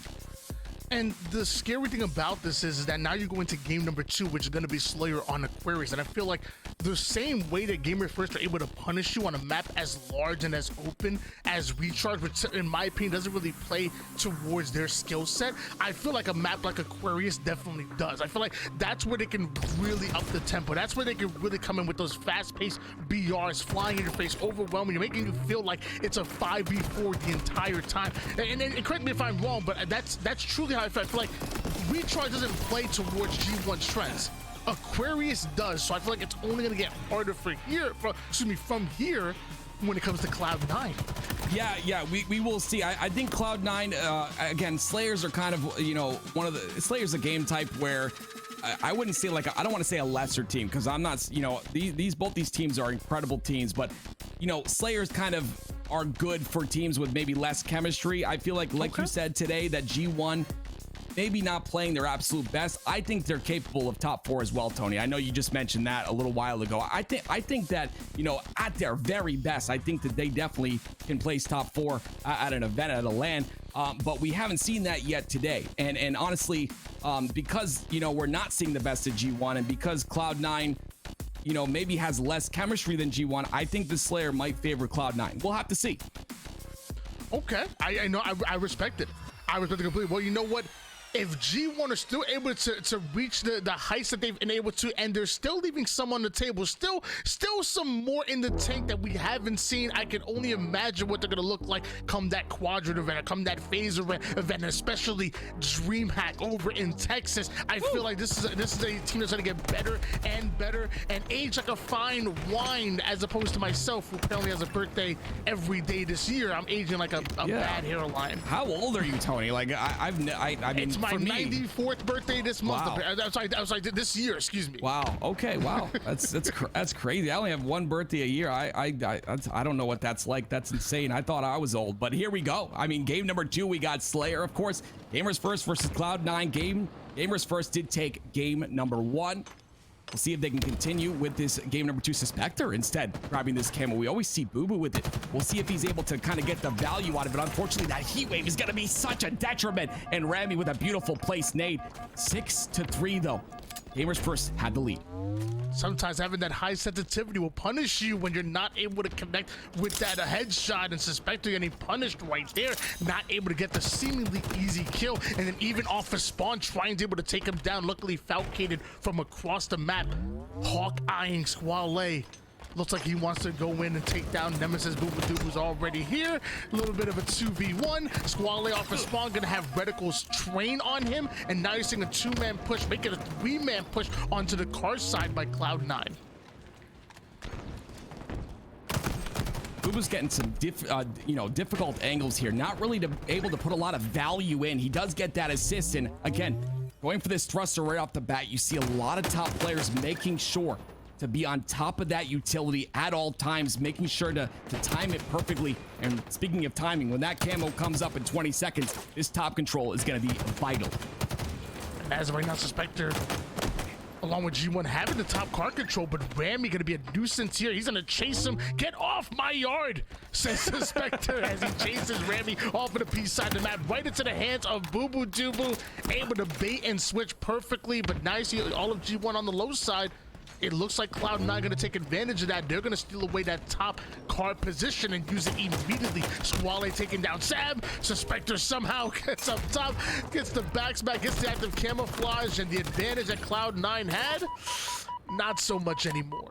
Yeah, I mean, 19 to 10, G1 have really taken over here. And again, the second camo in a row, and all that's gonna do is add to the pain that Cloud9 have to face. Suspector, let's see if he's able to get value out of this one. That first one, not so much.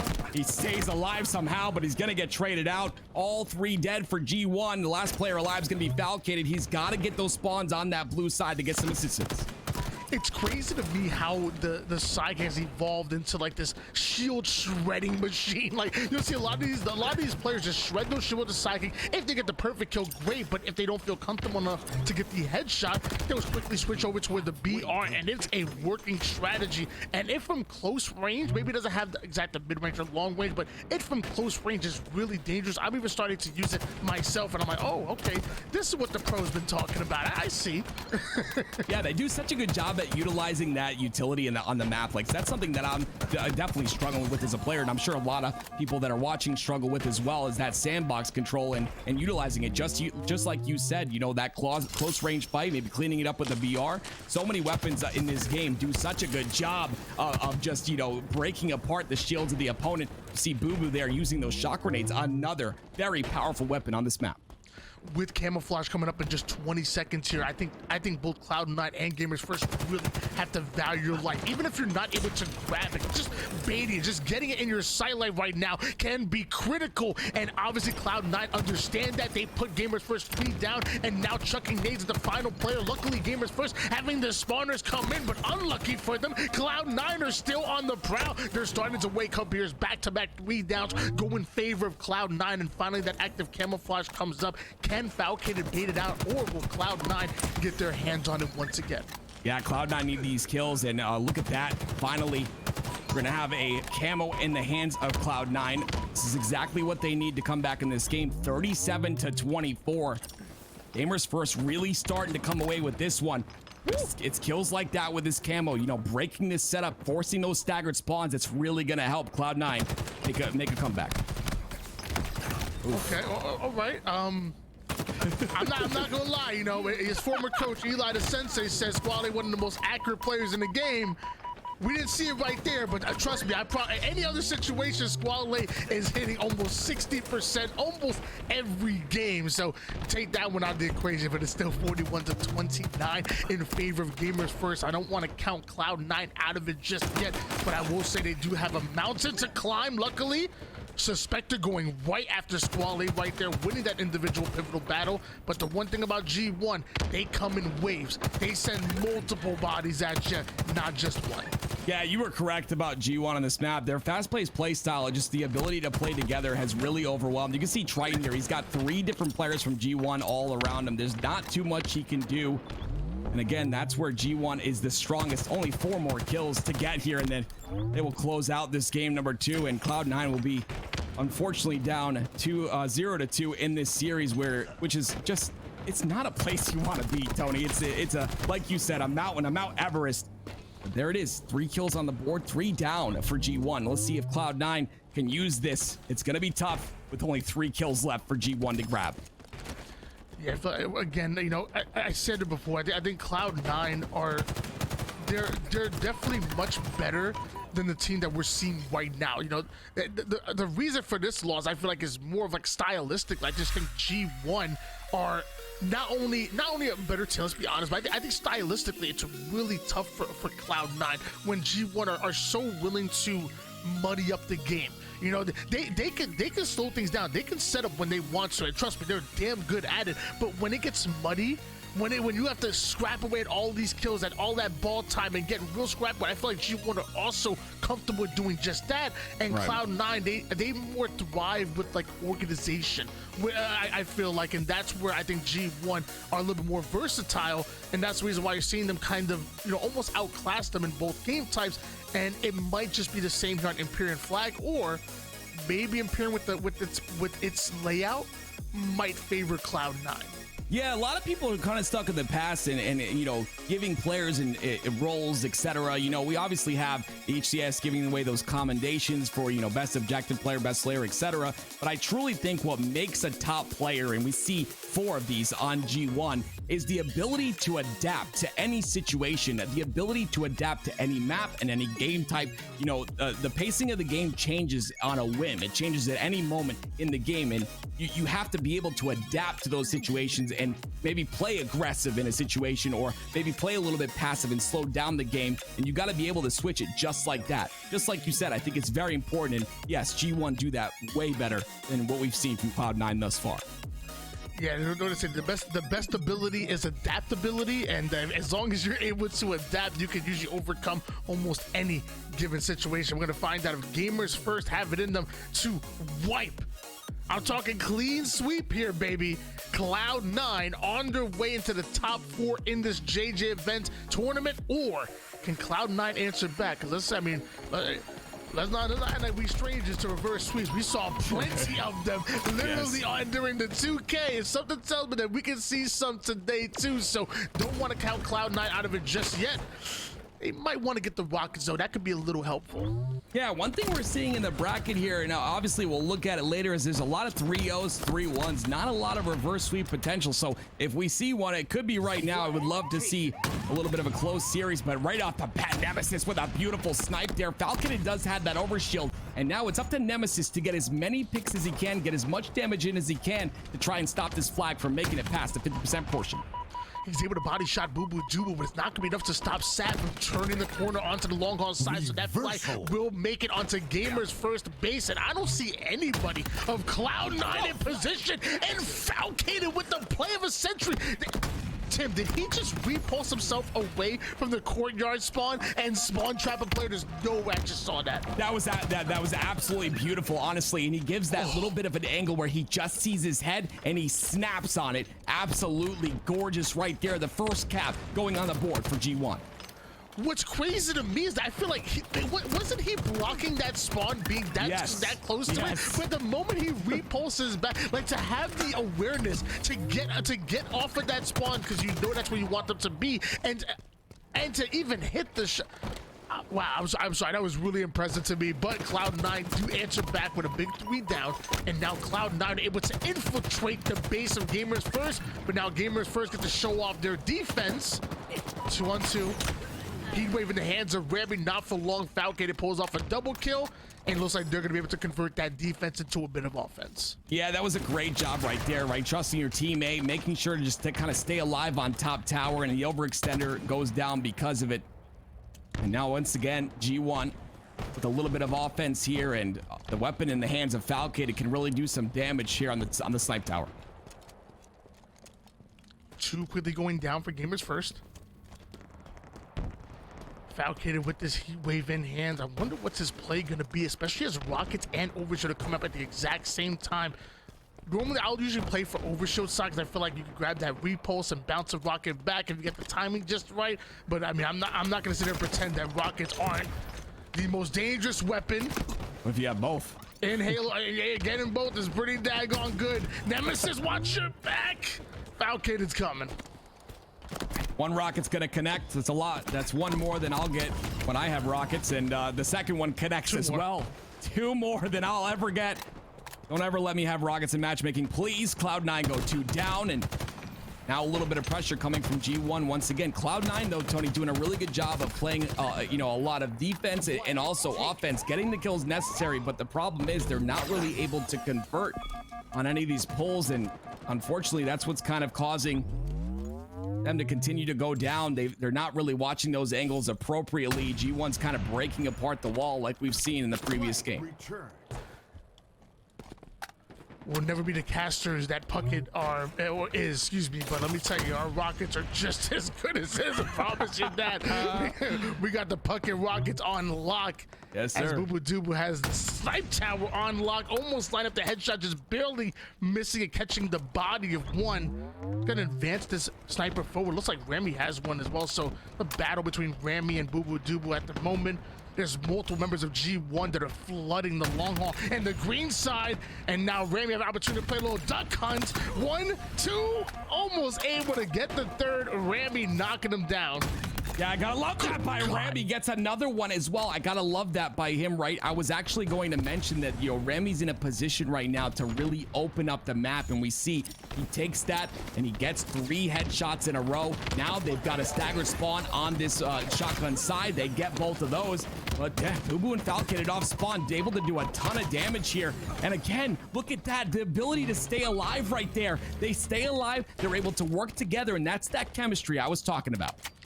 It's crazy to me that G1 will go 3 down, and somehow they play so fast to get themselves so fast back into the action that it feels like you have to slay them multiple times before you're able to secure a cap. Look at the Cloud9. They will slay them off the clear side, slay them off the shotgun side. Before they knew it, they had more players flooding the flag than not allowing that flag to get out. G1 just plays so fast, get themselves right back in the action, and they do damage to the point where you had to slay them 3, if not 4 times, even on Empyrean. You know what the rough part is, Tony, is the fact that Sab, once again, the last player alive for G1, but the amount of damage that Sab is able to output while being the last player alive should not happen. You've got to make sure, if you're Cloud9, to kill that last player so that you can establish control and potentially pull a flag and then spawn trap.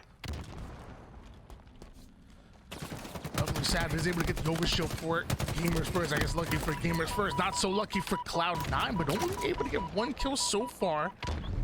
Backs down, doesn't want to overextend here, so gets his shields right back in, and now we're right back in the action. Looks like sniper rifles coming up very soon here as well. Targeting Trite over toward the tower side. Target prioritization, trying to find out what damage can he do. Falcon trades onto the tower. It looks like Sab wants to get the S7 for himself, but Nemesis just snuck on by. Okay, Nemesis, I like this play by him. Can he get this flag over towards the mid map, despite the fact that Gamers First are still 4 up at the moment? Yeah, G1 though was on Cloud9's side of the map. They got the slays and they pulled this as well, but once again, it's gonna be a boo-boo doo-boo that you have to get by in order to put this flag in. And he's a player with a snipe in hand. We know what he's capable of with that weapon. They get 2 down for Cloud9, and once Boo Boo gets his shields back, G1's gonna push it down this advantage. 1-0 lead still for Gamers First. 5 minutes on the clock, so plenty of time for Cloud9 to answer back, but you don't want to see them fall 2-0. Empyrean is a tough map to cap on. Usually, we never see 5 caps total. We don't see 5 caps total between 2 teams, let alone 5 for 1. That's how tough it is to cap flags here on Empyrean. Yeah, there's so many lanes to watch and so many power positions on the map. Makes it really difficult. Boo Boo, he hits 1, he wants to go for another. Look at that confidence out of this man. They finally get 3 down for Cloud9, and something I've learned about G1 is once they get 3 dead, the conversion rate has got to be very, very high. They consistently are able to use that 3 down to have that objective efficiency. They get it almost the halfway percentage portion of the map. We'll see if they're able to capitalize. But how was Boo Boo Dubu able to get that flag so far? Boo Boo Dubu was the only player on the side of Cloud9, so you would imagine that Cloud9 can spawn up and kind of shred him off spawn, but Boo Boo Dubu, one of the fastest flag runners that we've seen, he gets it almost toward the long haul side. Luckily for Cloud9, eventually they do get the return they were looking for. Rockets were swallowed up here by Sab of G1, and nobody on Cloud9 in position to get the overshield. He's gonna rocket that player, and now this is gonna be an overshield and rocket launcher combination here for Gamers First. Sab is the most dangerous player in the lobby. Cloud9, you have to get rid of him. Yeah, I want to go back to that last play real quick. The play that got him the rockets in the overshield, and that was basically the fact that Boo did get that flag as far as he did, being the last player alive. But when Cloud9 went to go return it, G1 was able to get so much damage on Cloud9, and it opened up the map for them to get these power weapons. And look, now they convert that into a potential flag cap. It's the long game. You got to play for the long game, and G1 is doing just that. Taking 2 steps ahead right now, and it's going to lead to a 2-0 lead out of Gamers First, making it that much harder for Cloud9 to get their first on the board. Mind you, it's still a 2-0 series in favor of Gamers First, 1 game away from sweeping this very Cloud9 squad on their way to the top 4. Cloud9 answer right back with some crucial kills, taking down both Sav and Suspector. Falcade is going to go down as well, so now Cloud9 has the opportunity to play through this, but as we talked about time and time again, they're going to need another round of slays. The timing just isn't on their side right now. Yeah, the time in between kills. That's very right, Tony. The time in between the kills is what's killing them. They're killing one player, but by the time, you know, that player respawns, they're getting the second kill. So constantly, G1 is just able to put pressure on them off a spawn. Finally, we see a flag coming out, but it's up to Triton to get this kill on bottom snipe, and he does just that, but he's got to convert on more. Only 1 dead for G1, and Cloud9 only have 2 alive. Oh, trying with the body shot, not quite able to take down Suspector, so Falcade gonna get away with that sniper rifle. Ain't no G1 weapon skins, but that phase sniper skin ain't too bad. All right, I ain't gonna lie, it's real good looking. And it has the, you know, the G1 colors on it, you know, kind of black and red. I'm not mad at it. 2-0. Here for Gamers First, same as the series scoreline as well. My gosh, the body shot allowing Sav to take down Triton. Suspector also having a sniper rifle as well here, so he's able to go after yet another one. Squale hits the ground, so now G1 should be able to grab rockets and get a flagpole at the same time. That's multitasking at its finest. Gamers First might just put this out of reach right here, and everyone on G1 are hitting shot after shot. That's Squale. See you in 8 seconds. My goodness, Suspector is popping off, and he's trying to get the ninja, but it's not going to happen. The amount of just power coming out of Gamers First right there. They get that 4 dead, but they also get control of rockets while they pull this flag in, and they utilize those rockets to get the 3rd cap on the board. Honestly, Tony, from what I'm seeing from G1, they're on the precipice of greatness right now. If they can improve and consistently get better, we've got a powerhouse team on our hands. But Cloud9 are able to get the 3 down they were looking for. Gamers First not in position to stop this flag, but Falcade, the only player extended, not anymore. Rami able to win the piv. Boo Boo Doobu goes right back at him. Looks like Triton and Nemesis are trying to set up for a double pull. Cloud9 are not out of it just yet. Ooh. Don't count your chickens before they fry. Isn't that the same? Don't count chickens before they grill? Something like that. Hatch? Before they hatch, Tony. Yes, before they hatch. And Boo Boo trying to hatch a victory right now. 45 seconds remaining. It's going to be very difficult for Cloud9 to get 2 caps in this amount of time. Got to be perfect halo out of him, and they've got to get the pick that is right in front of them right here. And as you can see, 2 go down, and they're playing very desperate at the moment, trying to push in. Boo Boo's going to take advantage of it with a beautiful nade placement. And that's all but over here. G1 is on the prowl.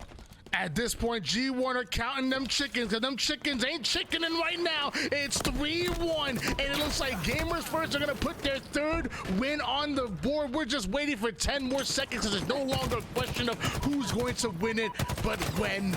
Gamers First are going to be advancing forward, and man, what a 3-0, what a statement to the rest of the teams in this tournament. Incredible job by G1. We're starting to see what they're capable of, but I'm going to be honest with you, that looked to me like maybe 70%. I think this team is capable of so much more, and we can see so much more out of them. They do get that 3-0 against a very solid Cloud9 roster, and now potentially in a loser semifinal, going to be playing the winner of Complexity versus Native Red. I'm excited to see if they're able to continue on this momentum, right? They're able to continue against a team like, you know, either Complexity or Native Red, who just has a very different play style than what we saw at Cloud9 there. Yeah, I feel like with Cloud9, when, and this is my opinion here. I feel like when they go to their film review, I feel like they need to address two things.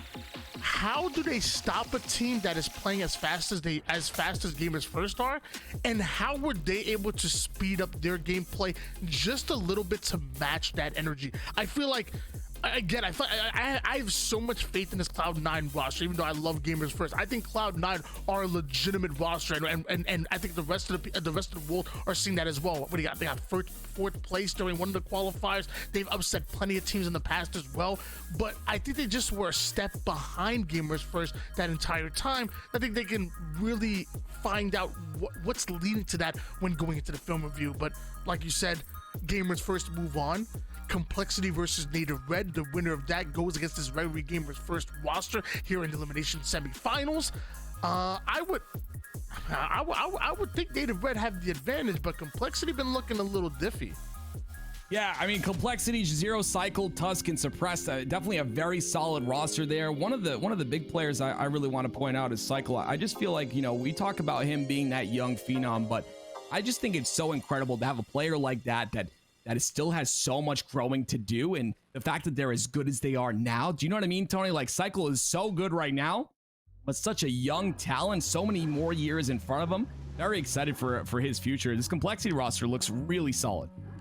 Yeah, I got the chance to sit down with Posey of Proton Gaming, the very team that's in the elimination finals, by the way, guaranteed top 3 in this tournament. Congratulations to Posey and the rest of the roster.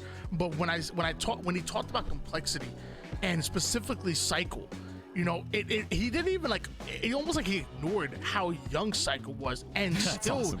And still said that, you know, Cycle is one of the best players in the league. And to be honest with you, when I think of like the best players that aren't being talked about at all, you know, when we think about those players that are super underrated, at one point in time, you know, we were talking about, you know, the Falcators, but not everybody's talking about them. We were talking about the Boo Boo Doobas, not everybody's talking about them. Even, you know, and even some of the other players that now are getting some shine.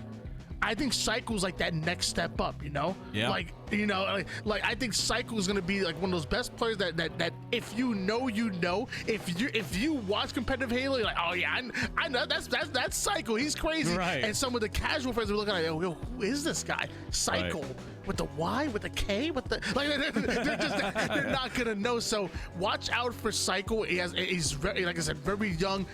He has so much more of his career ahead of him, and he has a bright future because he's one of the key pieces on why Complexity are pulling off these upsets. These are key pieces of why Complexity are really starting to come into form. Not just about, you know, stats and individual play, but also the teamwork and his unselfish gameplay that goes with it as well. And we can't not talk about Native Red. I mean, placing 3rd at Worlds, I mean, that's going to be a really tough road for Complexity. You know, we'll see if they're able to kind of stomp that monster, right? I mean, it's a David and Goliath type thing. I think Native Red is a roster that really impressed me. You know, just thinking that they reached their ceiling, but they just haven't. And it's crazy to me to see, but it looks like we did get updated here, Tony. G1 versus Complexity in the elimination semifinal. Oh my.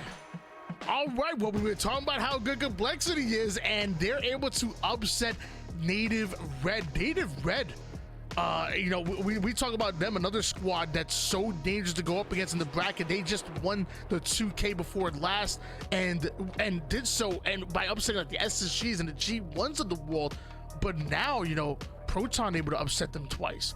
Complexity able to upset them. I think Native Red going to be hitting the drawing board and trying to figure out how they go up against some of these rosters that are just getting the best of them. Either way, when we come back, we're going to have Gamers First going up against Complexity. This tournament is coming down to the nitty gritty. We already know who our top 4. Gamers First, Complexity, Proton, and Sentinels waiting in the grand finals, but we're going to be crowning a winner very shortly.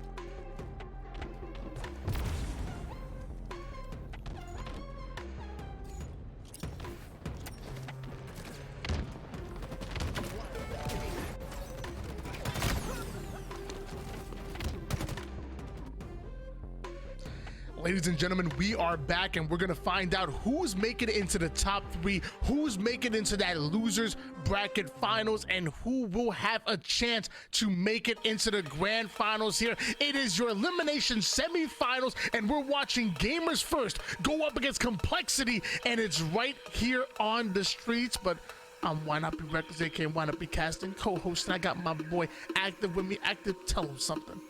I'm excited right now. I mean, Complexity beating out Native Red. That being said, it did go to a game number 5. I think the very first game number 5 of the tournament. So we'll see. We'll see if they can continue on this momentum swing. It's great to see the Complexity icon right there on that left side. Hopefully, we will see one for G1 one day, and a beautiful org, of course. And we'll see if the G1 is able to hit that 100% mark, right? I talked about it before. I really do think that this G1 roster is playing at 70% right now. I know that they are capable of so much more, and we'll see if they reach that potential today.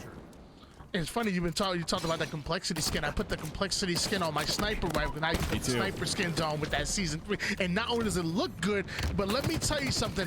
I missed only 9 out of 10 shots, where previously I would miss 10 out of 10 shots with the sniper rifle. So that's called improvement, as we have a double cap early here for Complexity, not G1. Strongholds might be their game type. They're even going at G1, and more importantly, they're keeping up with the speed, where that's why I feel like Cloud9 struggled a bit. Yeah, I mean, Tony, I have the same skin, and I don't hit any of my shots, and I'm on mouse and keyboard, so I think we have a little bit of a problem there. I gotta hit you up later and talk about that. But a 42-second lead already right off the bat, going for that triple cap. We're gonna get that triple cap, but it will be traded out for that C side. They've got one dead on the side of G1, so if they want to play aggressively here, they could potentially wipe once again. That triple cap can be deadly if it doesn't get acted on quick. We talk about streets being such a punishing map, especially when you talk about, the sandbox and how many weapons that are so viable on the map, from the assault rifle to the stalker rifle to the bulldog, and even with the red rack weapon update, jumps right over suppress. Even with the red weapon rack update, it still is a tough map to stop a team that's rolling on you. When they speed up the game, when they're controlling spawns and you're punishing you left and right, it's so hard to slow them down, and it really starts with weapons like the rockets, stalker, and the aforementioned bulldog.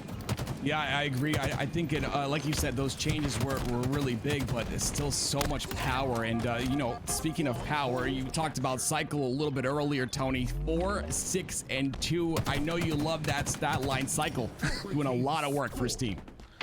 But with great power comes great responsibility, and as of right now, Complexity have the responsibility of making it into the top 3 and showing Gamers First that you're not going to allow them to set the pace. We know how good Gamers First are, whether it's online, whether it's on land. We know these players are the real deal. So for them to come out the way they are right now, 120-5, this is them saying, like, this is our house.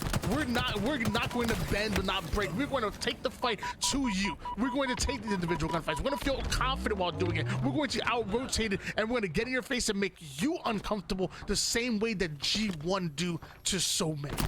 It's one of my favorite things, the mental tug of war, right? You come out, you're Complexity, you're coming out strong, and now you're G1, and you're answering back as best as possible, starting to put some points on the board. And you had mentioned it just now, confidence is such a big factor here, and Complexity definitely coming out with a ton of confidence and continuing to have that confidence as we go through this game. Suppress 7 kills, 5 assists, only died 4 times, and really taking the 1v1 against Falcated right there. But there's still 2 members of Gamers First that are going to overwhelm that B side. You see the cross map spike to try to do as much damage as possible. Sav cutting off that mid angle immediately. Tusk finishes him off, and Complexity struggling to get to one of the perimeters. They're surrounded. You had just Zero and Tusk wanted to push the B side, but G1 were on B, they were on purple, they were everywhere. And now because of that, Cycle gets rockets, but it looks like they're going to change hands right away. Yeah, that was a big kill with the rockets, though. They do get that 1 rocket kill. That's going to secure potentially this A cap. And on top of that, they get the last rocket to utilize to play a little bit of defense here. Zero is going to get this B side as well. So 4 points for Complexity here, 132 and counting. Tusk able to get a huge double kill off screen there, and when we hop on him, he's just staying alive and even able to take down the third one. He took down 3 members of Gamers First by himself right there, a pseudo triple, and because of that, what do Complexity do? They move right in for the triple cap. This is the efficiency that we wanted to see from a squad going up against G1. Jazeera's probably like, where the heck did that nade come from? Man stepped on a landmine or something. It's crazy to me is he still has this rocket. Hopefully he's able to utilize it before he died. He didn't. That rocket is still there in tires, Tony.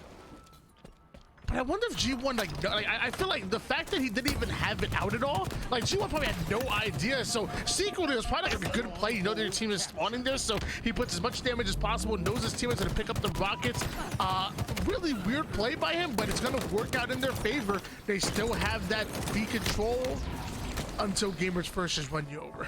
Yeah, I think the rockets are obviously very valuable, as well as the spikes you see being thrown into B there. Those spikes are so preventative of any cap happening, and we're in the hands of G1 right there. You see 2 kills already on the board. Cycle, though, going to get the trades necessary with his teammate Jazeera. This is what you need to see. They get the 2 trades. They're able to get A and B now, and now some more points on the board. I was getting a little nervous here for Complexity. They started to lose this. G1 was starting to get a little bit of momentum, and now it's being shut down. Complexity starting to win this tug of war. Yeah, I mean, at one point, this was 120-5 game in favor of Complexity, and Complexity kind of just blew that wide open. And I'm sorry, Gamers was able to catch up, but now we're hoping that Complexity can blow it wide open here and increase their gap. Suppress coming in with the rockets going right after Suspector. 3 members of G1 are able to push the B side. It looks like Falcon is feeling confident enough to go after his former coach. And Tusk waits till the right time, but you can't take Tusk in a 1v1 if you don't have the shields to work with the shot. It's just too smooth, even almost able to take down Boo Boo Dooble. But now numbers advantage for Gamers First. Can they take advantage of those numbers? Yeah, you can see Falcon having a little bit of a rough game right now, 6 and 13, and on that play right there, trying to be patient to maybe get his shields back and be able to push on that C side. Unfortunately, he goes down, that staggers the spawns just a little bit. He goes down first again, but the trades come out here. Complexity are now 3 dead. We're 3 dead. They are now 2 dead, and they're going to push on this C side. Boo Boo the only one here to make something happen. We talked about it before. Streets is one of the biggest momentum-driven maps. When things are going good, they're usually going great. When it rains, it pours, and Complexity are finding out the hard way. They may have started off phenomenal, but now we're seeing the bounce back coming from Gamers First, and it is very real. Luckily, Cycle with that well-placed grenade able to take down 1, and now it looks like they double-teamed the tire side. Once again, Complexity able to get the numbers they're looking for. Jazeera should be able to finish out that kill with Suspector. Looks like Tusk gonna help him out just a bit, and that's enough to once again get Gamers First half down for them to take over the A side and even start to set up here. We have a full setup now going for Complexity. G1 are gonna have to get some big kills, and look at the pressure. Yeah, the pressure's there, and they're stuck on the C. That is Gamers First, so now the kills are gonna come out, but there's Sab. That's a huge kill by him, right? It prevents that very first push, and because of that, they're able to do a little bit more damage. Complexity go 2 down, and with those rockets coming up, Complexity have a chance to get their 3 out of 3 rockets in this match thus far. So far, mid-map control for Complexity. Suspector trying to find the lane in, and it looks like although he wasn't able to find the kill that he was looking for, it looks like Complexity still end up getting wiped. All 4 members hit the black screen, so that allows Gamers First to get away with the rockets. Also allows Gamers First to play Bravo at the same time when they already have Alpha. Love this, but somehow Complexity still have 4 members up now. Somehow they're the ones taking Bravo here. It looks like G1 have elected to out-rotate and go A side and play a little hide and seek. They're like, where did Complexity go? Those are the first rockets for G1 just now, and I don't see the value that came out of them. As you can see, they are going to get a potential double cap here to put some points on the board, but all players from Complexity, they did a really good job, and I think it was more on the Complexity side, did a really good job of staying alive inside of PD. Knowing that those rockets were picked up, they were able to kind of play their lives and make sure that the damage wasn't really done. Stronghold captured. I didn't know bulldogs had tusks. I wasn't aware. Me neither. of this. Something new. But apparently Tusk has a bulldog. I'm that's still trying even to figure weirder. that one out. Suppressed the challenge on Defalcated does enough damage for Tusk to sneak in with that BR. It still has quite a bit of ammo in that bulldog left here. So looks like Bravo already taken by Complexity. Tusk wanted to clear that out so he could play the A side. It's not going to be possible here. Suppressed ends up running right into the middle of two different players, gets shredded down to one shot and chased away. And just like that, Gamers First put Complexity 3 down, and with that they might be able to take the lead. AC setup is already locked in, and Boo Boo Doo has already found multiple spawning players. Yeah, I mean, G1 have to do that more often, right? They were playing patient on Tram and just staying there waiting for a push. They get an isolated player, get the kill, and they're able to convert 2 more kills off of that. And now they're approaching that 200-second mark. They've definitely come back in this game, and with shots like that, that's what you need to make happen. It looks like Complexity have elected to rotate over to the Charlie side. Gamers First are happy to sacrifice Charlie to go after Bravo. 2 members there. Sab down to 1 shot. Has to stay alive with these rockets. He's going to be able to fire 1 off. Still has 1 in the chamber as Gamers First taking what is their first lead here in this game, but doing it at the most critical time. We are at the 4th quarter. We are at the end game right now, and Complexity don't have anyone on the map, and they're about to get trip capped on. Honestly, it's really the factor of the weapons on the map that are being utilized now by G1. You know, Complexity, the first 2 rockets were theirs. G1 have now taken the next 2 and has given them a lead here, 225 to 206. Finally, Suppressed does get a kill and is going to be able to secure B, but you know, the answer back is on the C side of the map. He's got to now rotate, and he's got 2 members of G1 that are preventing that on this A side. So Gamers First continue to put points on the board because they continue to hold on to that double cap, and it's all from kill after kill. There's no way that Complexity are going to be able to take hold of the objectives. They can't have that numbers advantage. They can't simply stay alive on the map. Look at Suppressed getting chased down by Boo Boo Doo Boo left and right. It looks like Complexity try to make a play for Charlie. They end up being backsmacked. You have 10 more seconds. Complexity have to go in. The J0 takes down Suspector. He's gonna fly in. It looks like Psycho has his back. Falcated is gonna push up here. So now we should see them stop the time. We should see them weather the storm. But it feels like it's only a matter of time for Gamers First to get the kills they're looking for. They have to make their final stance right here. Every single battle counts.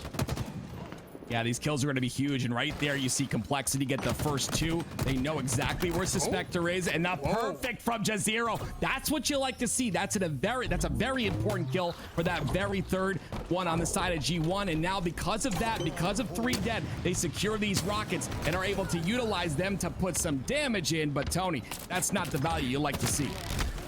Well, I said every single battle counts, and so far Complexity haven't lost the numbers just yet. But as I say that, they do go 2 down. Sab's gonna take down Suppressed. There is an answer back here, but we're seeing Gamers First prioritize this B side. There's 3 members of Complexity that are pushed up to B. They anticipate the push. They're diving bodies left and right, but Gamers First still somehow steal away Bravo. Tusk has to take the 1v1. It's not gonna happen. Boo Boo Doo Boo takes him down. Suppressed is just a second too late, and just like that, a 250 to 247 stolen game. G1 go up. That was absolutely incredible. A massive 1v1 win by Boo Boo Doo Boo there, the veteran. And he's a veteran for a reason. He's been there, done that, and he finishes that one off in incredible fashion. Honestly, in the very end of that game, you started to see once Gamers First were catching up, I just felt like Complexity just got a little staggered, right? They got a little nervous. Maybe they started to, you know, not play discipline like they were in the very start of the game when they had that huge lead. And I really think that's what cost them that game.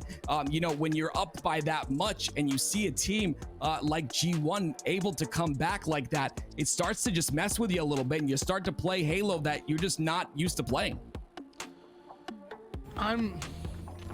I'm gonna be tough on Complexity because I feel like because I believe in it. It's not just me just being a jerk for no reason, but you cannot go up 120 to 5 and allow a team to run with that much momentum. You can't get all the way over to the 200-point mark with the lead and again allow G1 to get their first lead of the game and then take over. You cannot sit there and right when G1 has you on the ropes, you're able to weather storm, you're able to get back-to-back kills and slay out multiple times, and you're even able to get to that 247 point mark and lose the game. And I know how snowbally streets are. I know how influential those power weapons are. But somewhere along the lines, you know, you got to throw away the excuses, get your communication on point, find out what you're going to do, and execute. And sadly, Complexity weren't able to do it to put the nail in the coffin and to close it out. A great win by G1. I'm not trying to take anything away from them, but to me, that's Complexity's game. And if I'm Complexity, I'm pissed. Yeah, I mean, the big play right there was at the end when Jazero had the rockets, right? He had the shroud screen down. Of course, that addition to Halo Infinite that has been added, and that shroud screen allowed him to get those rockets for free. But instead of pushing backwards towards his teammates, he went towards the A spawn, played aggressive, and wasn't able to convert on any kills. I think that was the big turning point at the very end of that game. But regardless, it's done and dusted. Gamers First up 1-0 in the series. We're on to game number 2 now. It's going to be Recharge Slayer.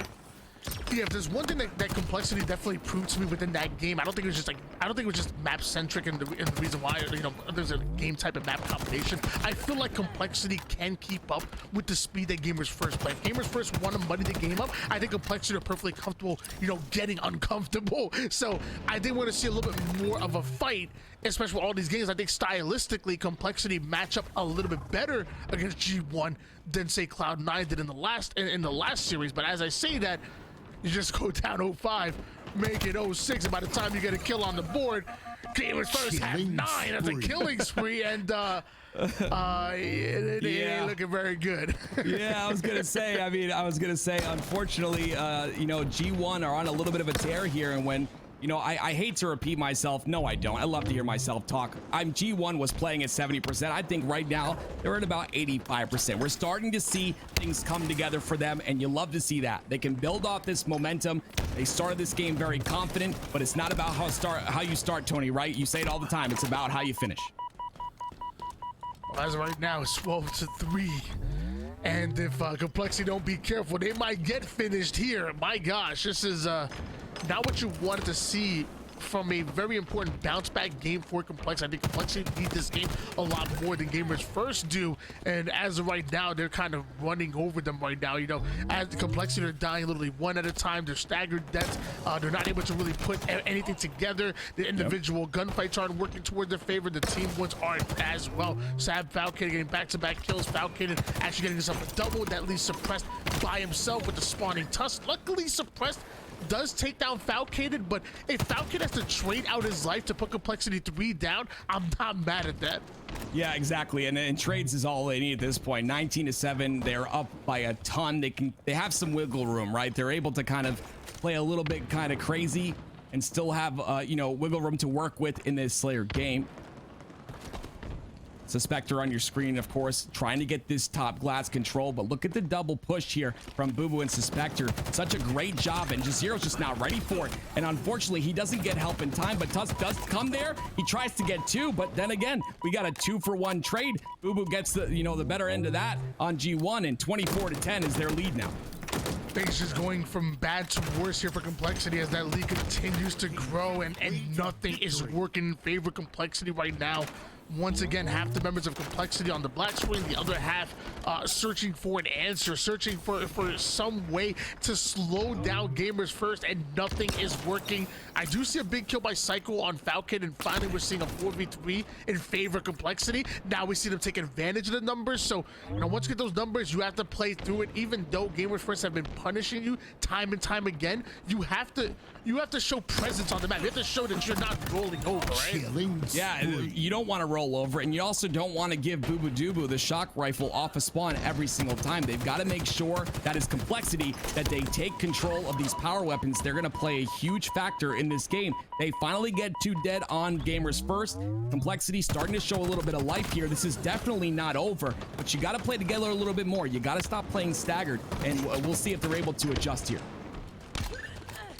Boo Boo Doo Boo throwing a well-placed grenade right over to the tower side, bouncing it right off the floor, landing exactly where he wants it, and allows his team to finish where he started. Sab backing down. They're gonna work right back up to Boo Boo Doo, but you don't see players alone for too long. They're always within elbows length of each other. So Sab starting to push.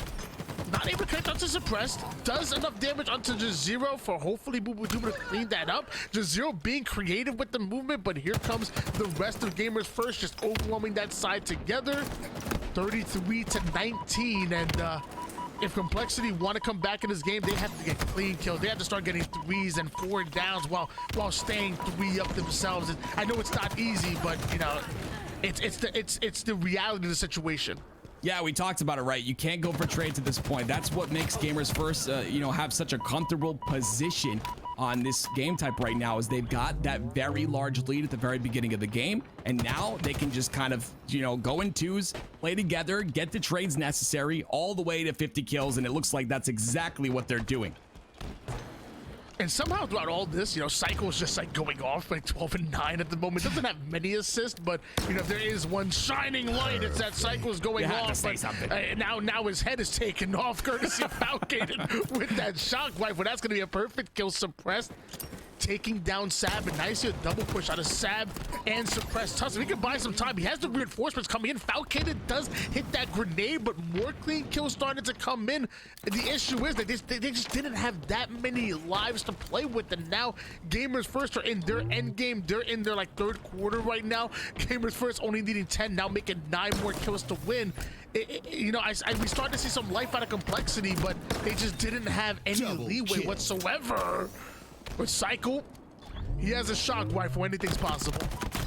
Yeah, I mean, you want to get as many kills as possible before G1 get to about 46. At that point, you're kind of, you know, screwed, essentially, right? 30-43 is the score line, and you know, although Cycle is having a very, very solid game, they finally got control of the shock rifle. Look where it is once again. It's found its home in the hands of Boo Boo Doo Boo, and he hits a beautiful shot jumping out. He also sees the camo. My goodness, I need to get my eyes checked. I don't understand how these guys can see this camo player so very easily. It's Cycle, and he goes down instantly. 4 kills left, and G1 make that 3. Will close this game out. The Cycle just slowly backing away. Just have 3 players just staring at you like, did you know we can see you? My gosh. Cycle with the big 17 kills, not bad, but it was not enough. Gamers First gonna be going up 2-0 in this series. Someone must have woken them up. Yeah, like I said, G1, I mean, you know, they've got such a very high potential and, you know, so much growing to do. And that's just what's great, right? You know, a decently new roster, just, you know, starting to try to get used to each other. And you love to see that. And I think over time, it will definitely, you know, showcase itself, especially on the LAN tournaments. But it's not over yet for this Complexity roster. We still have a game number 3 as we look at some of the replays. Yeah, and just to remind you guys, it wasn't too long ago in the winners bracket round 2 where Complexity were able to 3-0 Gamers First to knock Gamers First elimination bracket to begin with. So we've seen Complexity get 3 wins on this very squad before getting 1. That's kind of where they have to be right now. You have to reverse sweep. You have to win 3 games though before G1 have to win 1. So we've seen it before. Maybe we can see it again. Complexity have been this very Gamers First squad today. Now it's time to prove that you can do it again. Yeah, it's all about, look at this shot by Cycle, my goodness. I mean, getting 17 kills in a game like this, I'm not gonna lie, it's gotta be frustrating. Even though you're boys, you know, you got your teammates, you know, you guys are all friends and you're in this together, you're competing together. If I'm Cycle, you know, I'm just like, man, I just got 17. Can we just wake up a little bit here? We know what we're capable of. It's time, you know, have a little bit of a pep talk and don't give Boo Boo the freaking power weapons again, because this guy knows exactly how to use them. We're going to live fire oddball next, and honestly, I'm going to look for Cycle to continue the momentum that he showcased in that game number 2. I want to see if he can continue that, and hopefully his team will piggyback him and start to improve as well. All right, so I just think it's hilarious to put you on the spot. So you said you just give yourself a little pep talk, you know, get yourself right back in it. I'm gonna put you in. In the coach's booth, in the players' booth, whatever booth you want to be in. What's your pep talk for Complexity to come back in the series? We are Complexity. We are Complexity. Oh God. There's a reason that we are Complexity. No, honestly, Tony, it just comes down to, you know, playing together. we saw that G1 were able to play that chemistry and play that teamwork so much better, play that bait and switch. You know, we've seen Complexity do this. It's not new. This is foundational Halo. Go back to the foundational stuff. Go back to playing together, running in twos, making sure that to bait and switch, making sure you're not taking these staggered 1v1s. That's not Complexity. They've got to step up here. I know they're capable of more, but the problem is G1 is playing on a whole different level right now, and you've got to come up to that level. Brother, you're not wrong, but that had to be the worst pep talk I've ever heard. Let me hear you then. In my entire life. Go ahead, Tony. I'll give you 5 seconds. Go ahead. All right, so if I'm sitting there, I'm like, Cycle, you are an absolute animal. Tusk, we need to show Falcon that you ain't just a coach, that you're one of the best long-range players in the game. Suppressed, one of the highest damage dealers in the game here. Just zero, your play calls, everything, your ability to stay alive is the real deal. Complexity, Okay, you already 3-0'd to begin with. Now we just need to put 3 more wins here. Let's get it. I said 5 seconds, Tony, not 5 minutes. Okay, jeez, man. They're in the game already. It's over. They don't even hear you anymore. I'm gonna be heard. I'm loud. 5-0 start coming out of Complexity right now, but not really much when it comes to oddball. What's really going to be the telling factor is who gets a hold of that overshield. And as of right now, both players 2 down, well, teams 2 down right now. They already shrouded out. Tusk forgetting he has the second shroud. He has to go right back in. Able to get the overshield, so now Complexity have the advantage they're looking for. Able to take down Falcon in here. Tusk has that ball, but something tells me he might want to pass it off to his teammate. Maybe run around with this. Yeah, there we go. Let's trade. You get the sniper, I get the ball. I think it's a fair trade right there. As you can see, we have some listen-ins with the team of Complexity. I thought Tusk sounded way different than that, but here, it is what it is. You know, Tusk, that was a great play, right? We see that shroud screen being utilized on that OS so very often. It's such a powerful thing to have. If you can make sure to, you know, take that away from the enemy team and make sure to have that for yourself and time that with OS, I mean, that is just beautiful Halo here. And Complexity started off really strong, but we're starting to get slayed out right now. Tusk was feeling so confident with that heat-wave and sniper rifle combination. Falcon just sticks him with that spike grenade, and that's devastating right there. Luckily, Psych were able to get the big kill onto Sav. Can't quite follow it up, but the rest of the Complexity looking to get involved right off of spawn, and because of that, Gamer's first answer by just rotating the ball onto the green side of the map. Yeah, now they have an opportunity to play if necessary, and they're not going to really need that opportunity because they force Suppress back towards the seaside, but this OS is coming up, so a little bit of a trade might have to come out here. Resources might have to be split, but no one's looking at the OS, and Suppress is gonna get a free overshield. Starting this game 5-3, he's having a good start. Let me tell you something, everything tastes sweet, everything works better when it's free. Free 99 is my favorite flavor, and Suppress literally, like you said, just got himself a free overshield and is using it to put max damage onto the map. Love him shrouding out and be able to block that line of sight just for him to stay alive, get his shields right back up, and continue to put valuable damage on the board. Gamer's first force to drop that ball and hightail it out of there. Meanwhile, Suppress says, thanks for that early ball time. We already have the lead. Now it's time to grow it. Yeah, we're starting to see the uses of the shroud screen, right? I think on this map, most teams and players are comfortable with the shroud screen. It's pretty simple how you use it, but I mean, we're starting to see the cutoff angles, like you said, utilizing that shroud screen to block the angles on that nest bridge so very well. And you know what? They've got a little bit of a lead. That is Complexity. It's 34-13, but not really too much has been done with all the slays they've gotten on the board. And it looks like G1 is just able to freely walk around. Cycle finally has a sniper in hand. We'll see if he's able to convert on this first pick so they can get some ball time. Yeah, we've seen the Shroud used in very creative ways. In offensive, we've seen it use it like to grab overshields. We've seen it use it to shroud out this tower side of the map as you push it to block the line of sight. We've even seen it defensive, like you saw Suppressed use it, block the line of sight, and just stay alive. So really excited to see where the Shroud continues to go. Because I know we're just scratching the surface of this equipment. I feel like it's gonna get even better and better. Like Cycle, who gets better and better year after year, hitting shot after shot and still holding on to, what, 3 shots of the sniper rifle, even dropping off the heat wave for one of his teammates to pick up. Overshield is coming up. Complexity have to hold the goal line right here. They have to make their stance. Good God, Sav is pissed. Imagine sliding, you're just like, yay, and then all of a sudden a snipe right to your face. That's the second time Cycle's done that. But to go back, I really just want to quickly go back to the shroud screen. One thing I haven't seen much of is those one-way shroud screens, the one-way smokes. You see that in Counter-Strike, but you know, basically putting the shroud screen so you see the enemy's feet and you're able to know where they are, but they can't see you, and you're blocking their head vision. That hasn't been utilized yet. And like you said, there's so much more that can happen with this thing. You see the break finally coming through here. Jazero trying to get that ball out of A so that he can continue to rotate it towards C, towards the spawns. But he's not going to be able to. Ends up taking a lot of damage and having to play his life. Falcon able to use that green gun despite the fact that his teammate goes down. Still able to finish off that kill, but now there's two more. And as you see that shroud to really put Tusk on skates right there. Tusk like, where is this player? He was bouncing in and out of the shadow realm and somehow comes out alive. Eventually Falcon and Boo Boo Doo are gonna go down. Sab's gonna follow as well, so more time going in favor of Complexity right now. Already a 56-18 lead and only a minute and 15 seconds on the clock, which I'm sure eventually may become a factor. G1, they're gonna have to speed it up here.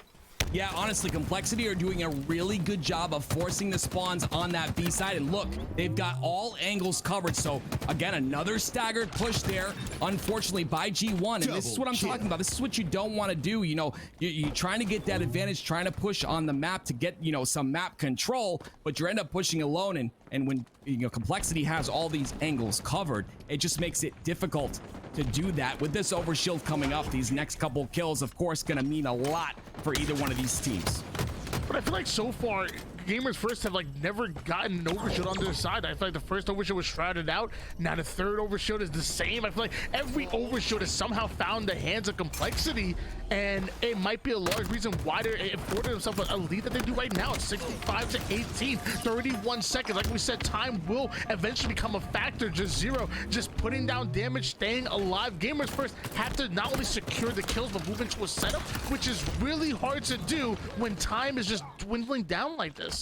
Now, I gotta talk about a player, right? Everyone looks at KD and says, oh no, he's negative, he's terrible, garbage, absolutely awful. Tusk has been on tower this entire time. You talk about how important that shroud screen is. Because he's been on tower this whole time, he's gotten control of that side of the map, making it impossible for G1 to get that shroud screen, which then makes it impossible for them to get that overshield. Complexity is going to win the very first round, and honestly, a very convincing one at that. Yeah, there's so many plays that don't come up on the stat sheet, so many kills that are more valuable than others that I sometimes feel like if players would stop looking at the scoreboard, they would actually play better at times. But that's another story. Either way, we see Suppressed not able to keep hold of that sniper rifle. Tusk dropping right down for the back smack onto Sab. That once again puts Gamers First 3 down right as the overshield is coming up. Falcated trying to push on the low ground. Boo Boo Doo having height. That's big kills for Gamers First. And now Falcated gonna bait this overshield. If he can get the kill, G1 should be able to steal it away. The problem is they're on this side of the map once again, so that shroud screen, if it's gonna spawn, oh my word, Falcated turns around, gets that double. What a beautiful double. That OS, I'm not sure whose hands it's in. It's in Suppressed hands, so Complexity still, with no shroud screen, and with all the slays coming out from Falcated, are able to get that overshield. That's unfortunate. And did Falcon just body shot Boo Boo Doo at the same shot to kill the overshield? I'm not mad. I mean, Boo Boo Doo was still alive. You're able to kill that overshield player. It's gonna work as Psycho tries to move this ball out of reach for Gamers First, and now drawing them in like bait, like moth to a flame. The Psycho as he takes down Suspector, but G1 answer right back. Falcon may be out of ammo. That's because he's busy planting into the skulls of Complexity. See if G1 is able to carry this momentum through. You see the spawns on to B, but look at this flanker on the bottom center of the map. It's going to be Suppressed. These are the players that kind of break things apart here. Suppressed does try to get through, but G1 is ready for it this time, and there's the change. There's the adaptation I'm talking about. That bottom center player has broke the setup multiple times, but finally this time G1 prepared for it, and look at that on the scoreboard, 25 seconds and counting.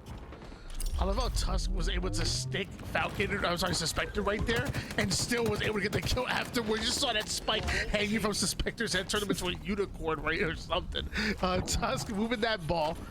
away from the spawning players from Complexity. Meanwhile, Suppressed with that overshield wants to get right into the action. He wants to do damage with it. That's exactly what he's gonna do. Flies right after Boo Boo Doo. Cycle's awarded the kill for that one. Somehow a bit of miscommunication. Didn't know that Cycle got the kill already, so he still checks it. Either way, Nade's going in. It doesn't matter. Complexity looking to come back in this game, and Suspector looking to slow them down. Yes, that was a big kill by Suspector there. He gets tower because of that, and he gets that tower control. Tower control so very important on this map. We'll see if they're able to capitalize on that, though. You can see Complexity playing a little bit staggered here. Tusk is all pushed alone here. He's getting a lot of damage in, but the problem is I would expect him to be double teamed, but he does not get double teamed. Instead, the rotation comes out. And Tusk right back up to that tower side that you talked about. It seems like he's always playing through it, but with that ball rotating over toward the A side, he has to maneuver on over. Suspector was able to take down J0. Psycho follows it up. Him and Tusk getting back-to-back kills, and with that 3 down goes Gamers first. Sam gonna try to do as much damage by himself, but Psycho not having any part of that. Complexity understand that even the final players of Gamers first, they try to get max value out of their life and try to do damage, so they're even anticipating the push even after they get G1 3 down. They're starting to download that information and starting to counter it a bit now. Gotta love that. You hear about downloading information in fighting games, but it's pretty much any game that you play at a competitive level. You start to see the habits of teams, or just the styles of teams that teams play, and then you're able to kind of counter that. It's just like chess, and such a beautiful thing to see at this very high level here. Complexity finally have the ball on the backside of B. Oh my God. Boo Boo Tubu takes off his head. What a shot by Boo Boo Doo. And it's as a player, like, things like that will check you, man. Like, you know, you're feeling good. You're ready to take your reticle's ready to take down anybody in a 1v1 fight with the BR, and then just a shot out of nowhere. You don't even know where Boo Boo Doo came from, and it really will slow you down. Really just takes away that momentum.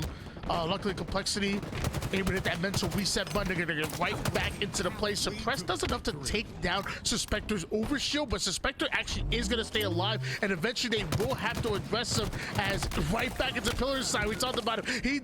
He stays alive, does enough damage to make sure that player ends up going down. G1 now continue to put points on the board. Complexity looking for that perimeter kill to start their push, but as of right now, they're not finding it, and Falcon is not finding J0. Yeah, unfortunately, J0 does come from behind, but honestly, Boo Boo does such a good job of just scrapping time there, and not really necessarily scrapping because they had a nice setup on the B side, but all the while there was so much chaos going on, and G1, they just got so much ball time. They get the lead now 71-38, and this is a must-win round for them because honestly, I mean, this is a chance for Complexity to kind of come back in this series, and we all talked about it before. Reverse sweep, start with this game right here. Let's see if Complexity can clutch it up or if G1 can close it out. And just to remind you, although Complexity were able to 3-0 Gamers First in the winners bracket, knocking Gamers First down to elimination bracket to begin with, it's Gamers First that are up 2-0 when it matters most. One game away from moving into the top 3 and being one series away from making it into the grand finals. They're looking to get their revenge on Complexity, and so far been looking good. Complexity, though, only needing one round to finally get on the board. Gamers First with their lead, leading 2. Suspector's going to use that shroud screen to stay alive here. That OS is up. I'm not sure exactly who did pick that up. It's going to be J0, so Complexity with another overshield in hand. But all the while, again, the time going in the hands of G1, 83-38. G1 just always prepared to scrap this ball up. But it's Complexity who answers back, utilizing this overshield and now having the snipe to work with as well. This is their chance to get some time here and close this game out. And you see how important the timing of slays are. Like, even when that ball resets, they're able to put Gamers First 3 down before Gamers First even come up on the map. Complexity of rotating that ball back to the C side. Timing really coming into effect right there. They followed the first 3 down with another 3 down here. Complexity, what a comeback this would be in this round number 2, and that would end it. 55 seconds on the clock. Gamers First certainly not out of it, but Complexity definitely in it. Yeah, Jazeera really making work of these power weapons this time. We saw what he did with the rockets on the streets that kind of cost them, but right now he's got the sniper in hand and really making work happen. But there it is. The first 2 kills come out for G1. They're going to be approaching that 90-second mark. This is going to be tough for Complexity to break right now. They don't have a lot of time. Yeah, at this point, Tusk, he wants to play a flank. He wants to play this slowly, but like you said, he just doesn't have the time to work with, so he has to fly in the tower side. Sab is watching the ball carrier's back, and it was an almost impossible situation for Tusk to make a play right there. Sadly, time just wasn't on their side. Gamers first, able to take that round number 2. And why don't we take a look at this replay real quick? Hold on. Oh my God. Goodness me. Thank you, Louie. I almost forgot about this. Start of the game, round number 3. Of course, a must-win for Complexity. They are down 0-2 in this series. We are in the elimination bracket. We'll see if they're able to clutch this up, but G1 doing a little bit of what we saw in that round number 2, just getting this valuable ball time. Every second counts in a game of oddball. And I feel like in round number 1, Complexity's bread and butter was playing through that overshield, and right off the rip, you see Complexity end up getting squad wiped, losing that overshield. And what happens? Gamers first get right into the early setup. Taking the Needler off spawn. Now, I thought it was like a Needler Heatwave combination. I was like, okay, I'm not mad at that. But 23-1 lead for Gamers first. Complexity are off of spawn and are into the fight here. Suppress taking down Suspector, Falcated, holding on to this tower side, even whipping the AR out, goes right after Cyclone, is able to trade out his life there. Numbers advantage for Complexity, but they're not able to go for the ball cleanly just yet. They're not going to be locked into their setup. They need to maybe 1 or 2 more kills before they feel comfortable. One of the big things, Tony, you mentioned it a little bit, is the fact that, you know, Complexity, especially in that game number 1, they had control of rockets pretty much that entire game. But then G1 come in, they start to get control of rockets on their own. They start to make those rockets work. And, you know, because of that, they're up 2-0 in the series. You know, it's that power weapon control that's really, I think, got G1 where they're at right now. But Complexity always starting, you know, with the control of those power weapons and then fading away a little bit into the game. I'm not too sure why that happens, but if I'm Complexity's coach at the moment, I'm going to tell them we need to focus on power-ups and power weapons right now. McBrain, you hear that? Start yelling at people. Tusk, you were former coach. Everybody start yelling right now. Everybody needs to start yelling. It's a 39-2 lead, and you're in danger of getting swept at the moment here. Complexity really finding themselves struggling at the moment here in round number 3, and this is not where you need to be struggling. You need to clutch up here. Hopefully, they're able to get a hold of the next overshield. No, never mind. Falcon already has it in hands, and he's ready to use it. Yeah, Falcated once again. Like I said, another overshield for G1. Complexity had overshields in that very first round, and unfortunately, they're not really able to get them in round number 2 or this round in round number 3. And if they lose this game right here, I mean, that's it. That's it for them. G1 is up 2-0, so all of this ball time, very, very important. They're playing very staggered, Tony. They're not playing together like we saw in that very first round. They're staggering. They're taking the 1v1s, and it's just not working out. Yeah, well, I'm even looking at the assist differential, and like I'm seeing like 18 assists out of Falcon and 14 out of Boo Dubu, even 8 almost double digits out of Sab, and 17 out of Suspector. Like it's not even just the fact that Gamers first are winning these individual battles, but what's leading to these clean slays are definitely the teamwork and their ability to play with each other, bait and switch. That's what Gamers first are known for, is flying together, putting down max damage on the map to the point where your teammates have no choice but to clean up. You just blow on that player the wrong way, they're gonna fall. Right. That's usually what ends up happening. They're just 4 high damage dealing players that it's really tough to go against. That's what I love when I play with you. You know, just everything's weak. Everything is just weak. I'm like, oh, look, I look like the best player in the world because I just get to kill weak players. I mean, it's a really good thing to have on a squad to be able to just kind of put that damage in, but also stay alive, play your life. And we see G1 starting to approach the 60-second mark, and they've got a little bit of a setup on A. Teamwork is coming through once again. The cross shot comes from Mud, and then Complexity just is not ready for these angles. Good shots come out of Tusk right there. but somehow Sab and Boobadoo were able to grab a hold of that ball, and they rotated quickly onto the green side. They're playing keep away with that ball, and finally when Complex were able to get into the fight, that ball gets played right off the map, and so will Suppressed as he's falling, takes down Sab, which is huge, but he had the overshield, Tim, he had the overshield. Yeah, that was Complexity's like first overshield in this round, and they weren't able to do anything with it, and that's got to be a blow right there. Hopefully it won't strike the Menta too hard. We'll see if they're able to recover from that one, but again, that overshield plays such an important factor. The idea that you're able to get that initial slay with the overshield and possibly a second one really grants you all of that ball time. You see right now G1 get a couple kills. They're able to get 15 plus seconds of ball time before the push comes in. And again, look at this staggered push there. The trades are really not what you want. You spawn across the map. You want to make sure that you're not going for trades, that you're pushing with your teammates, but it's getting desperate, right? Everything's desperate at this point in time, and it looks like G1 will play for that time. Even that play by Suspected, like instead of just throwing the ball which was the mid-map, he knows that Complexity are pushing through C, so he repulses it as far as possible. Every bit of time being delayed just causes Gamers First to come off a spawn, and we know how fast they're so fast, so decisive. By the time they get off a spawn, it only takes them about 2 or 3 seconds to get into the fight. So, and it kind of leads into how much damage that they're able to do. Every single bit of timing matters. Even small plays like that repulse just puts that ball right out of reach. They're not allowed to set up, and look at Gamers First, they're right back in doing the damage. Complexity have to slow them down. They have to set their feet, win those gunfights. Looks like they're able to find the kills that they were looking for. Overshield is coming up. Gamers First, if they don't get it, Complexity could make a run here. What was that shroud? I have no idea, but Did it miss the overshield? I think it did. The shroud's got there it is, the overshield in the hands of G1.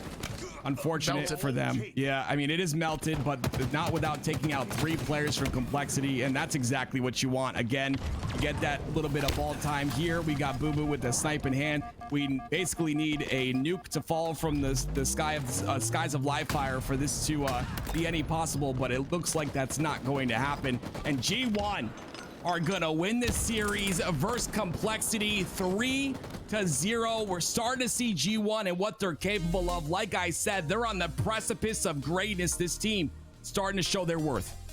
Complexity were able to 3-0 Gamers First in the winners bracket, but an eye for an eye. Gamers First get their revenge and sweep them right out of the tournament when it matters most. Complexity go home in 4th place. Gamers First now guaranteed top 3 no matter what happens here, but something tells me they have their eyes on making it into that grand final. Something tells me they have Sentinels in their line of sight. They're gonna have to go through Proton Gaming in order to get there. Yeah, Proton Gaming, of course, like Tony said, waiting in the losers final. Breaking Shot, Posey, Monster, and Common. One of the, Monster and Common, both players that see in matchmaking so often. You love to see players like that, right? You have the scrims that you're able to do, 1, maybe 2 scrims a day where you're able to really work on that teamwork, work on those strats, and just work on weaknesses that your team has. But then you've got the solo play, the play that you can improve yourself as a player in the matchmaking. I know, matchmaking is definitely rough for a lot of people. Oh my goodness, that snipe from Cycle. But yeah, matchmaking is definitely rough, but even with that, these players are still willing to grind. That was Sab twice in a row, by the way, Tony. Like, you slide in once, you get your head knocked off, and then you slide in again and get your head knocked off. Cycle hitting some great shots.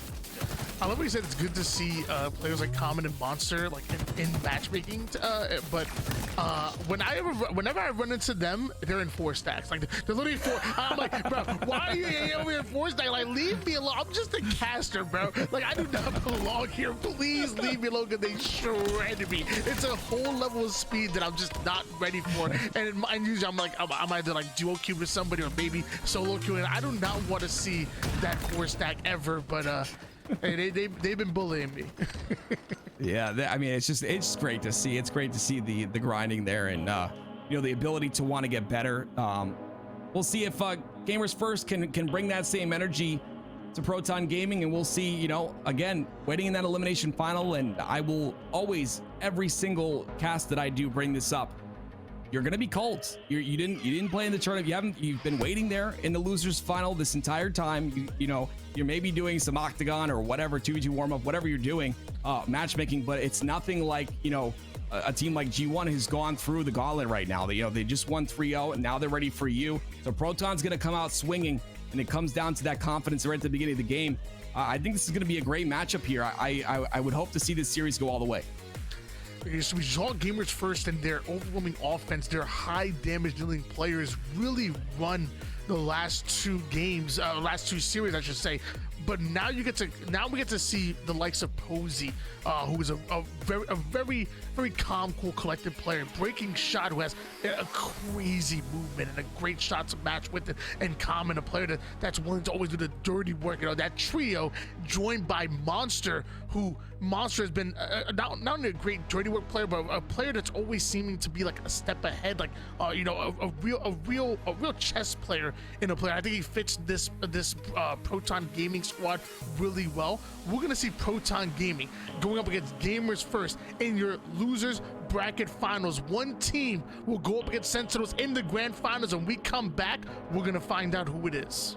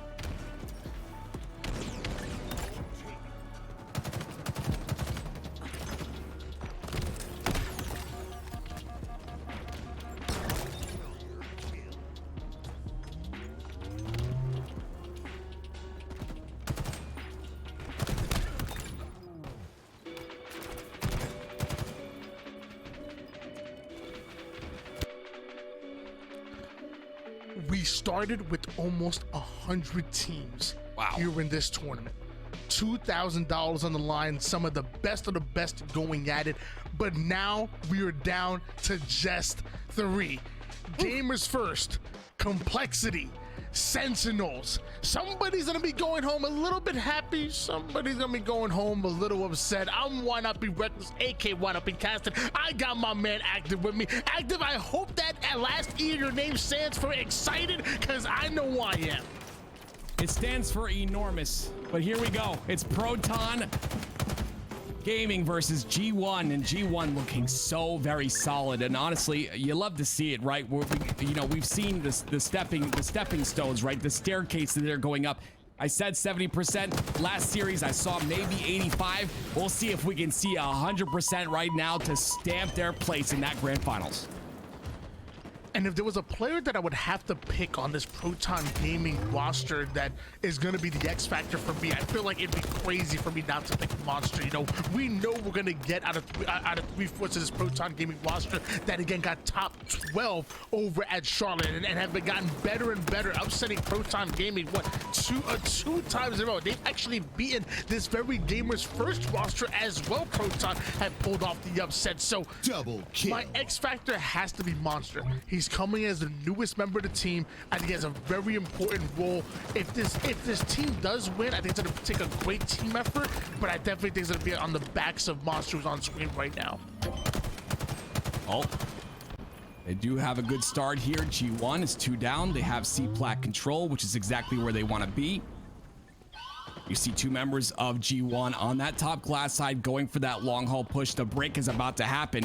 Are they going to be able to get past the defensive wall of Proton Gaming? And it looks like they do so with ease. All 4 dead for Proton Gaming. What a massive break for G1.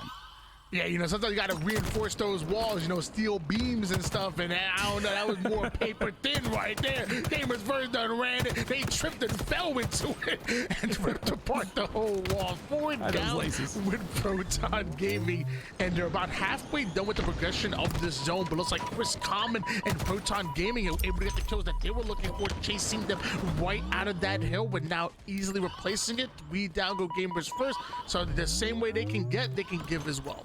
Yeah, you see in that lower thirds here, the winner of this is going to face Sentinels, who is waiting in the grand finals. And like you said, Tony, Proton Gaming has done this before. They've been there, done that.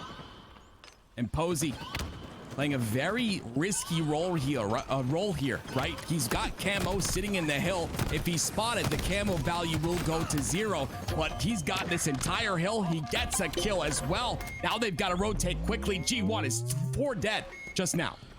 4 down, so not only Proton Gaming able to get the kills, able to get that first kill, but now they are set up on the long haul hill, which, mind you, setting up on that mid hill is a lot harder than this one. Sometimes 1 or 2 setups will be enough to get you that entire hill. Look as Gamers First are falling one by one. Samus Suspect on the black screen. Falcade is going to join them. Boo Boo Doobu, the final player alive, and he should be going down soon. Yeah, he does go down, but I gotta point out Posey right there, right? Taking 2 headshot angles on that turbine side. Doing such a good job of preventing that push from bottom tower. And unfortunately, because of that, for G1, Proton Gaming gonna get their 2nd cap in a row. They're trying to get control of A, but G1 is quick to act, and it's gonna be a 2v2 situation. Gamers First do have 2 members onto the A side, but here's the flank, and Posey gets the back smack onto Sab. Suspector immediately takes height. He can't worry about the hill right now. He has to get Posey and Proton Gaming out of the A side of the map, and it's not gonna happen. Numbers advantage to Proton. Posey even knocking that player back. Now just playing ping pong with them. Falcated eventually gets that kill, but Proton Gaming still have the advantage. They still have the numbers. They still have their butts in that hill, and now you have Monster watching this glass side, just daring anybody to challenge a shock rifle. Well, Gamers First shows truth. Tony, you know, you talk about it often how, you know, there's a lot of plays that don't show up on the stat sheet. Posey has been such a big factor in this game for me. He's only 5, 6, and 3, but the plays that he's able to make, staying alive, you know, putting all that damage in has been absolutely incredible. And because of that, Proton Gaming, 3 caps in a row, and they're already set up on the 4th. When you said he's 5, 6, and 3, I thought you meant like 5, 6 as in height. I'm like, oh, I've seen those. I'm pretty sure he's like at least like 5'8", 5'9". Like they're just taking inches away from him. 3-0 so far for Proton Gaming. Gamers first finally able to get those first few kills to allow them to get as aggressive as they want to be. Monster being the final player alive. He knows the Sab is pushing toward the spiral side, but he can't take him out. Gamers first clear out the C side, and you know what they say, it's not over till it's over. Yeah, and you know, right there is exactly what we need to see more out of G1. Honestly, if they're doing VOD review, the fact that Boo Boo was able to play patiently on that catwalk side, wait for the cross angle from Glass, that's why they're able to prevent that push, or I'm sorry, to break the defense, and that's why they're able to now have a setup here. They've got to do that, you know, slow, calculated play sometimes. Sometimes you can't just always play fast and try to stagger, you know, spawns and you know, go for these kills. Sometimes that slow play really works out. Boo Boo had a massive play right there on the catwalk, and because of that, they're halfway through this kill. And this is where Falcon and Gamers First are so dangerous. Like, you know, you're so worried about coming off a spawn and trying to get yourself as close to the hill as possible, maybe get a break, that you don't see the players that are in these unorthodox positions like Falcon over towards batteries, you know, bouncing from pillar to pillar, staying alive and putting that damage down. Now you're looking for what, just about a second for Gamers First to take it. Proton Gaming are the ones who slide up over toward the hill. They are the ones who get first advantage, but hold on. Breaking shot hiding in that corner over toward the long haul. Sneaky might be enough for them to steal this game. We need a 3-man push on the G1 to get them out of the hill, but they are falling here. And now you're just talking about 1, maybe 2 more seconds. Sab goes down. Monster gets him out. Falcon and Boo Boo Doo Boo do end up pushing over toward the front side. That was a bit worrisome.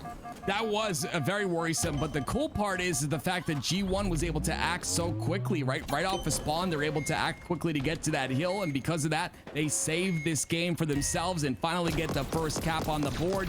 Boo Boo Doo Boo utilizing that disruptor into Monster. Monster's able to stay alive, but not without taking massive damage. That's the first kill, and here comes the push from G1.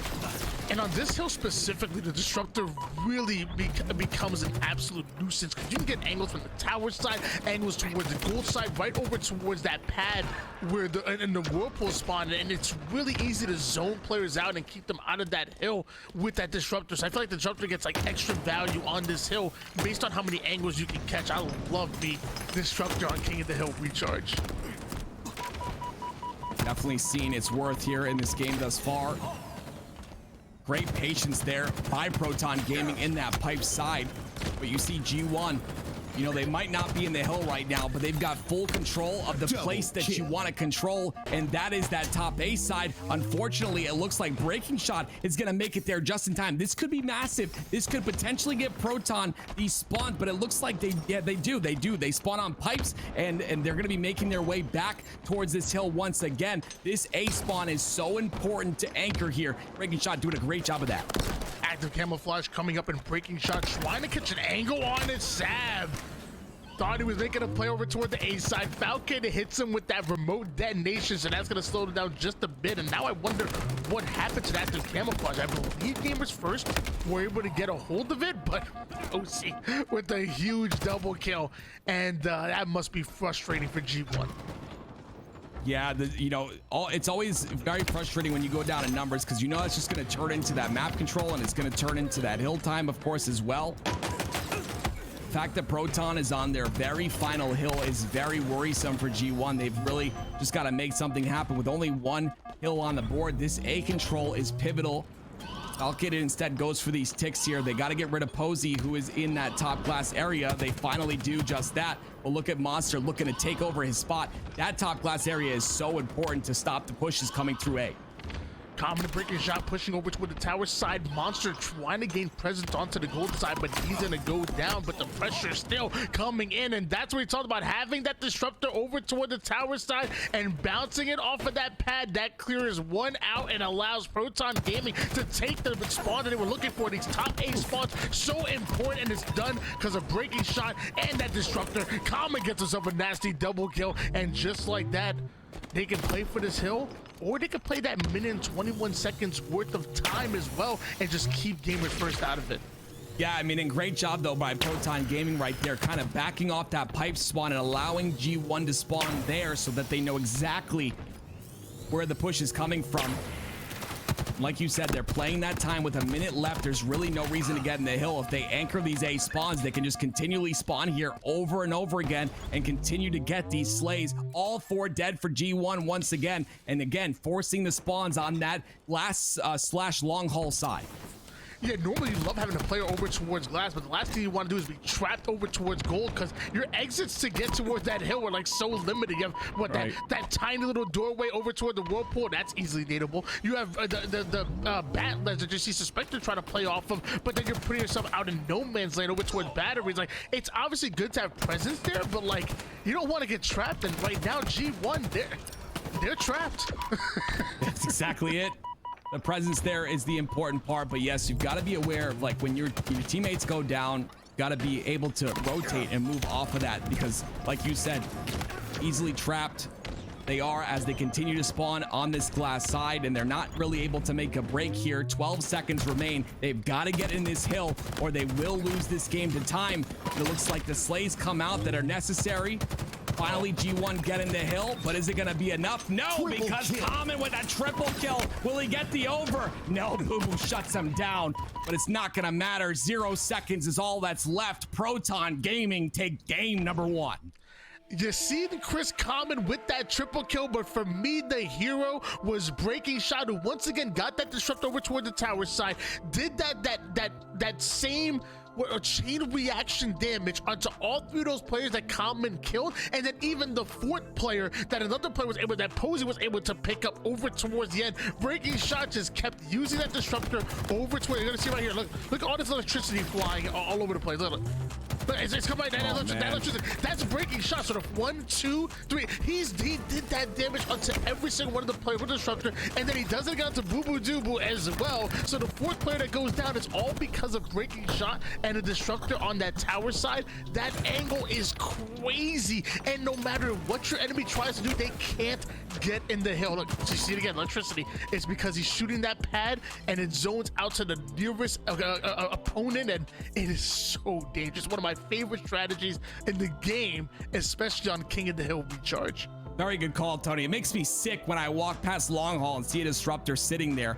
The gun just does so much, right? Not only does it do that where you can shoot the weapon pad and essentially, you know, get a whole bunch of players weak, but the fact that the dot damage also keeps you out of the play for such a long period of time. It takes 5 seconds for your shields to recharge. That's a good amount of time, but it's not a lot. When you use that disruptor, you're essentially able to double that time and keep a player out of the play, or multiple, as we saw there, out of the play, where someone could just come and clean them up. You can't get your shields back when that dot damage is going through. The disruptor, such an incredible weapon, and honestly, very underutilized.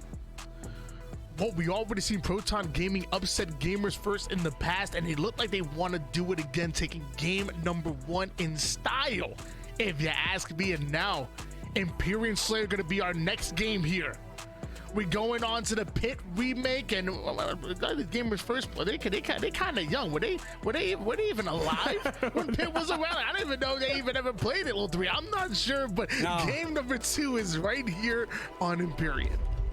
Yeah, honestly, this is one of my favorite maps of the game. This game type on this map, though, still having a little bit of trouble with it. I've seen some great matches, you know, that go to a 50-49 or you know, just very close matches, but it's so difficult once you're in that spawn trap to get out. And you know, if you make one mistake, you're essentially trapped here. But the snipe in the hands of Falcated, he's looking to get that very first pick. G1 have to answer. Right now, they've got a 1-kill lead, but they're going to need to really step up the pace here so they can potentially tie this series up. Sniper rifle in the hands of Falcated, looking for some easy picks while Sab chases down Breaking Shot. Looks like a trade happens. courtesy of Suspector's rocket. Sab gonna try to push up over towards the runway. Looks like Gamers First really favoring this sword side of the map. There is one player that's hiding in there. It's going to be Monster for Proton Gaming, and that's going to buy no time for the rest of the players to come in. Looks like Monster was able to steal the rockets away from Gamers First. A 6-4 lead now for Proton Gaming, and the long-range rocket is going to connect. Yeah, great job though by Monster, right? He throws some nades to kind of deny Sab from like pushing through, but you know, really gets that long range, I'm sorry, Suspector, but it really gets that long range rocket onto Sab, and that's what's beautiful, right? He knows that that push is going to come through from the box outside of Sword, waits to use the repulsor, and stays alive and gets both. Opposing Common now able to push up here. Sniper rifle in the hands of Chris Common. The spawning Gamers First members from Courtyard trying to break out runway. Falcade and Booba Dooba were able to cross. Falcade even getting a kill on some monsters. So trying to do everything he can not to get spawn trapped here. Gamers First have the option to try to clear Proton off their side or try to overextend. Looks like they're headbutting right into the final two members of Proton Gaming. Sab with the double kill. And just like that, Gamers First now can flip the map on them, only down by 1. Yeah, great job by Sab to stay alive there in that situation. And like you said, they can flip the map, can essentially apply the pressure now themselves. Sab is a little bit alone here. He's got to come back. His teammate does die in Suspector, and some great awareness there to know your teammate is down. Go back and get the perfect and make things happen. Breaking Shot is kind of trapped here, but here comes Monster to help.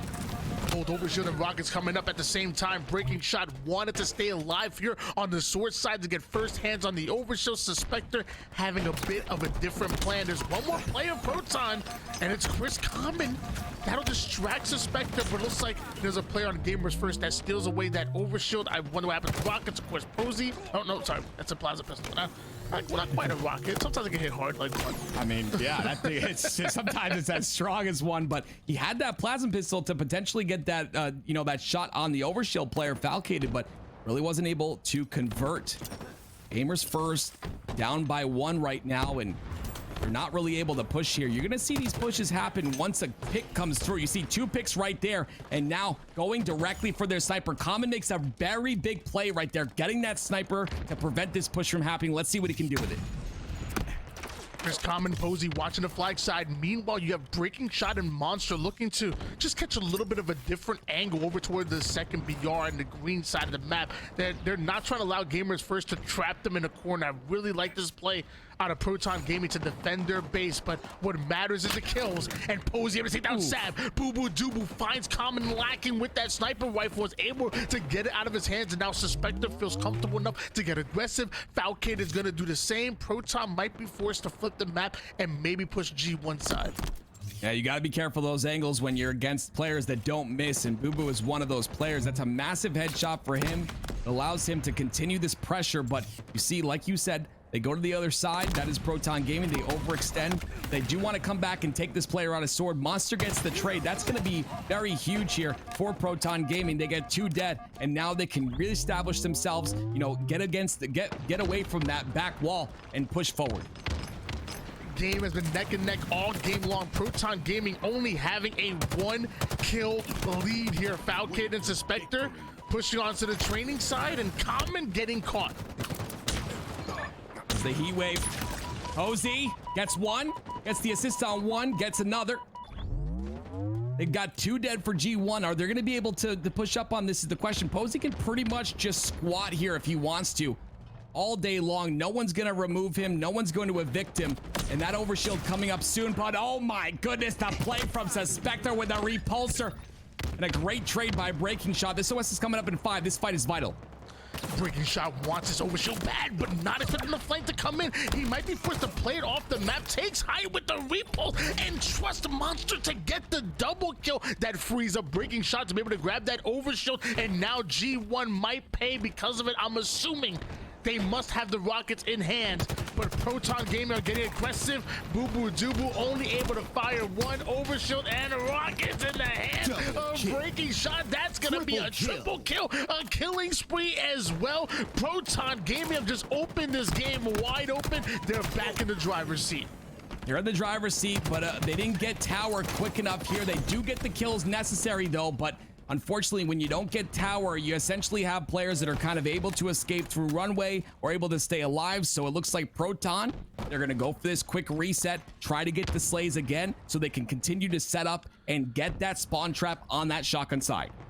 Both sniper rifles coming up, and if you feel like if Gamers First are able to slow down Proton Gaming, maybe they could play through it. But as of right now, Proton Gaming perfectly comfortable with trading out their lives, and that's because they have a 7-kill lead. Breaking shot right into the action, maybe a bit overextended, but sniper rifle in the hands of Suspector, and it looks like Proton Gaming have theirs as well. Yeah, that overextension, unfortunately, is going to push Proton Gaming back on their side and allow Suspector, the Wig Splitter. Used to play with a man named Wig Splitter. He was really good. But Suspector with a snipe making things happen right now. Gotta love this tower control here. They get 1 kill, but unfortunately that kill is traded. So you're gonna see him pretty much stay up here until they have massive numbers, and then they can push on the advantage. But Monster is gonna get the reversal, and the trades continue to come through. That was a big kill by Monster on Boo Doo when they already have the lead, but Suspector hitting snipe after snipe. He just telling the team, slow it down.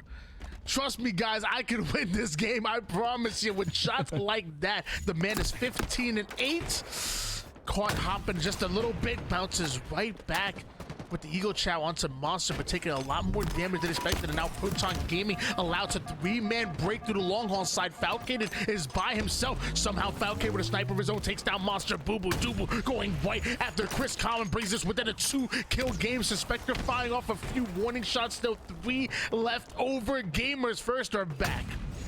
Yeah, unfortunately, they've got Proton in their base, but Suspector's not missing a shot. That's going to be a tie game, 44-44. And with these rockets coming up right now in the hands of Boo Doo, Proton Gaming have to slow down the pace of the game. We talked about adaptation. It's got to happen right now. A 3v3 scenario, and Proton on their back foot. They've got to fight out of this, but they've got to do it intelligently.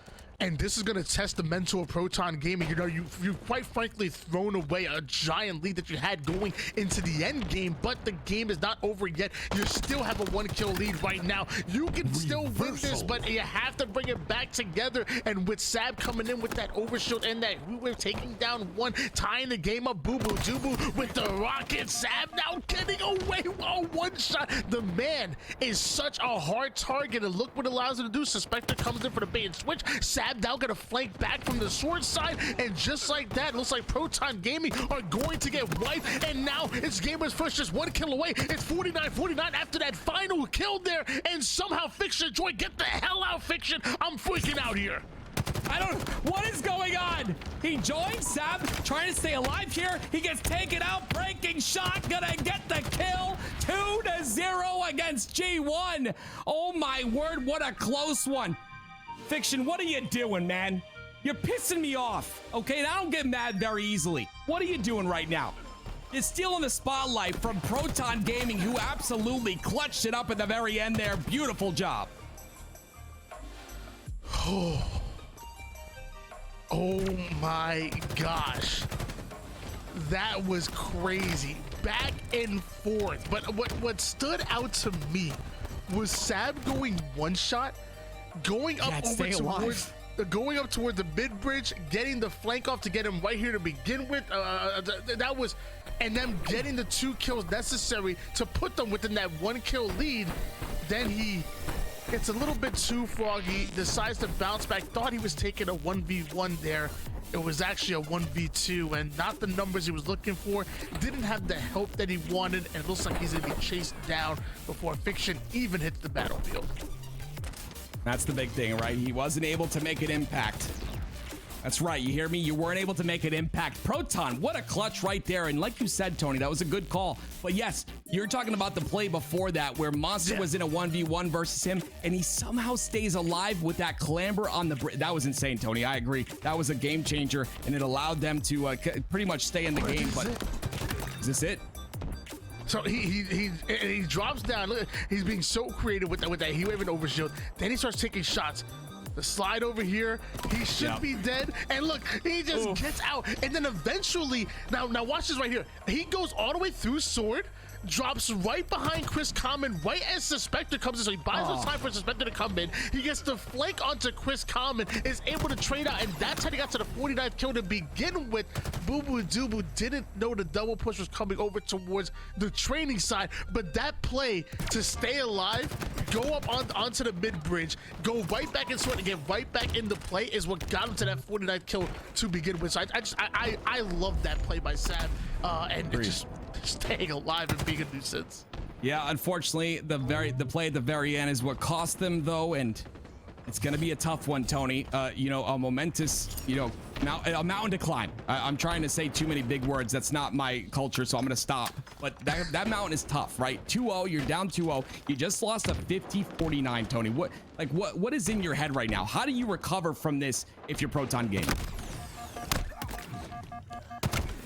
I mean, Proton Gaming definitely must be feeling good. But definitely must be feeling confident right now. I'm sorry, gamers first. Yeah, but they're definitely feeling confident. Definitely like, hey, look, we're already up 2-0. If I'm gamers first and I find myself in this position, it's really tough. If I'm them, I don't even start this game right away. I know it's late, but I take a few minutes to go get a drink of water, go get a breather, play with my dog a little bit, because I can never frown while playing with my dog. Like anything just to like reset the mental. But they started it right up, so it's one kill at a time, one cap at a time, one game at a time, and apparently one snipe at a time. I love how me misnaming the teams just kind of left you speechless right there. I've never heard you stop talking for more than 5 seconds. It was actually very peaceful. Maybe I should mess up the teams more often. But Boo Boo Doo, he wants to mess up this Proton Gaming roster with his snipe. Can he make it happen, though, is the question. This is kind of the opening on Argyle. You have the snipe. You're able to kind of open up the very middle of the map, force the spawns on the back flag. If he's able to do this, potentially they can get that first cap. But look at Monster getting that beautiful trade, and a good job by Boo Boo to make sure to trade back. And Boo Boo Doo was trying to hit every no-scope. My gosh. Breaking shot, playing a little dipsy doodle with them, and Boo Boo Doo is willing to play with them until that camouflage comes up, and now it's time to get right to business. Camouflage being grabbed, one more sniper bullet, but you have breaking shot of Proton Gaming in your base, ready to get a pull at a moment's notice. Oh.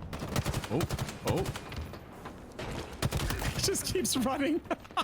I think he thought the shots were coming from the base potentially, but one of the things we see very often, and I think you had mentioned it, is you know, getting these caps with the camo. We're not seeing that right now. We definitely saw that at the very beginning of the stages of this map, but one thing I'm definitely noticing is that the cap number has gone up just a bit. You know, we used to see only games to like the first to 1 or maybe 2 if we're lucky, but I'm starting to see, you know, teams are getting a little bit more comfortable with Argyle, and they're able to kind of get these runs going and get the slays as well. And it really starts to, you know, turn up in the game. We start to see more caps on the board, 3, 4, and we, you know, never really seeing 5, but it's kind of reminding me of Catalyst. You know, the start of that, the caps were slow and then, you know, started to develop a little bit.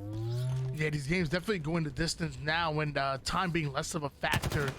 And as the meta really starts to get more defined, we're going to see these games start to go to 5 caps and more. Well, not more, but more often, I should say. Right. Posey did miss that snipe onto Suspector when he wasn't moving, and Suspector and G1 make him pay for it right away. Meanwhile, Monster did a little ring around the rosy. You know, he went from the flag to the snipe side to the basement, and now ends up here on the sidekick side of the map. Love that stick by him. 2 down, go gamers first. Proton Gaming having the numbers to at least relay this flag forward and inch it just a bit more. Monster casts confusion, and it works for just a bit. That flag is out, and they have 1 dead, so if they can react and get a couple more slays on the board here, they potentially can bring this a little bit further. You see on the right corner of your screen, that flag is about to return. It does, and now Posey does have the enemy team snipe, and he's gonna use it to take off the heads of G1. Can he stay alive, though? Posey trying to stay alive with the sniper rifle on the S1 side. He has the help that he's looking for, and Monster Suspector caught between both Posey and Monster. He's gonna get taken down here. Suspector with the double kill. That's gonna clear Proton Gaming right out of their base.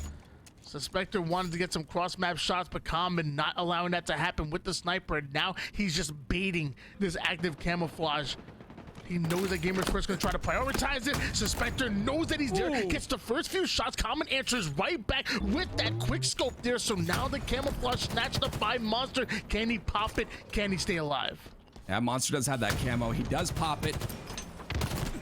He's not going to go down just yet. Common really impressing me, honestly. You know, I think he took a little bit of a break from Halo Infinite. Had a couple, you know, it's on a couple of teams. Had a you know, a little bit of a rough time in terms of rosters. And honestly, I think he's come back after his break, and he seems so much more improved. Just kind of like the plays he's making and his ability to kind of clutch it up when it's necessary. I'm talking about him, and he's starting to fry. Let him cook, Tony, as G1 spawns on the elbow. Breaking shot gonna start that flag and go right over toward the basement side. G1 not having any angle whatsoever on that flag, so he's gonna move it into the safety of Monster and the rest of Proton Gaming, while Common catches a bit of an off angle here. Curve slides it to try to minimize the damage taken, but he will be taken out, and so will 3 members by Proton Gaming. It was a good thought, but it's not going to work the way they wanted to. If Posey was able to grapple that onto the vent, that would have been sick, but Gamers First must have heard him grapple over there when we're ready for that push. Yeah, honestly, you know, G1 has been ready for a lot, but the question is right here is how is Proton going to come back in this game? Honestly, G1 is taking control of these camos constantly. They've got the power weapons at hand, and that's going to be the key right there. Monster with a beautiful double decides to back up as he is in a 2v2 situation. Try to get some control of the map. Make sure to not let any players sneak through. That's one of the big things on this map, right? There's so many places to enter. Sab trying to enter in, and the teamwork from Proton Gaming starting to look like it's clicking a bit. Yeah, breaking shot, and I believe it was Monster with that 1-2 combo, able to take down both players without either one of them going down. And now you have Posey just watching for the sniper spawn players. Not able to get the headshot into the first one. He's gonna relocate here. Meanwhile, Monster off screen taking down Suspector, continuing to keep Gamers First on spawn. Common taking down Sab. That flag is gonna be started. Falcon down to 1 shot here. The flag most likely will be relayed forward as Gamers First do not have the numbers to clear Proton Gaming out. Posey already looking for the final players. Finds Boo Boo Doo. Should be able to inch this flag forward. Proton Gaming might be on the board here soon. Yeah, Boo Boo Doo is not able to stay alive, and now Falcated, the last player, is the only one that's going to be able to stop this in any sort of manner. But look, he has no shields, which means he's out of the play. There's no reason to really desperate this stop, and they're going to tie it up 1-1. Proton Gaming, if they win this game right here, they will send G1 home and honestly move on to play Sentinels in the grand finals. This is your top 3 here, and as of right now, Proton Gaming has been playing like such. Gamers First started off well in this game, but the response out of Proton Gaming to tie things up. Camouflage coming up. Posey watching the vent-to-vent. Sab luckily dropping down to chase down Monster before getting his head peeled right off, and he hears Falcon right under him, able to get the body shot with the sniper, but can't quite finish him off with the BR. Now Suspector is zoning Posey out of this vent right as Camouflage is coming up. I believe Gamers First might have just stolen it away. One of the things that I think you and I talked about a little bit earlier in this series and other series with Gamers First is their teamwork, right? When they're playing well, they have that beautiful bait and switch. They're running in pairs of 2, and they're able to get massive amounts of assists. But you look at the assist column right now, Tony. We were only looking at 13 assists on the side of G1. But look at the side of Proton Gaming, being involved in so many more kills in their game. Their teamwork and chemistry just looks a lot better right now. And by the way, I thought it was Gamers First that stole that camouflage away, but it was breaking shot that was able to grapple it right away from Gamers First's paws, and now it's a little bit of a sniper battle here. Boo Boo Doo with the body shot onto Common, and it looks like that flag has already made it forward. A 2-1 start for Proton Gaming. 3 minutes on the clock for Gamers First to answer back. Otherwise, they're going home. Yeah, once again, it's so good to see this meta evolve, though, right? Where it's 2 minutes and 50 seconds left on the clock, and we're already at a 2-1 score here in favor of Proton Gaming. I don't think G1 want to go home at this point, but they've really got to step up the game, and it's going to be this man on your screen right here. We've seen him step it up. We've seen him take it up another level. They need many more levels in their gameplay right now. They've got to just play their best. They've got to kind of step up and get that momentum, and it might even start with that Hail Mary right there from Suspect. factor. They get one. That's going to be breaking shot, and that's enough, I guess, for them to pull this flag. But look at Posey. He's on the other side of the map. There was 3 members of Proton Gaming within that sniper side. He just chucks a wild grenade and catches one with the Hail Mary. And like you said, that was enough for them to start the pull, but not end it just yet. So hopefully they can relay that forward to tie things up. Active camouflage coming up. Monster immediately attempting to take height with the repulse.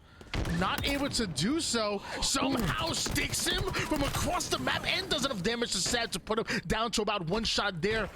Active camouflage should be gone right now. Posey immediately grabbing the sniper rifle, and somehow it's Proton Gaming grabbing yet another camouflage. 2 in a row so far, and that's gonna net him a sniper rifle. Yeah, I mean, this is the big factor here. Proton, you know, on top of these sniper rifles. You know, Posey getting the sniper rifle from the opposing team's base. Now the camo in the hands of Common with his very own sniper. And now they push on the aggression. The question is, can they hit these shots? And unfortunately, that's going to be a sniper in the hands of Bubudubu. Posey, the last player alive. He's got to make sure he plays his life here. His life is very important. He's got the last sniper that Proton Gaming is going to be able to utilize to potentially pull this flag. And clearly G1 know how important his life is. That's why they're trying to nade him out, trying to get him out of that vent.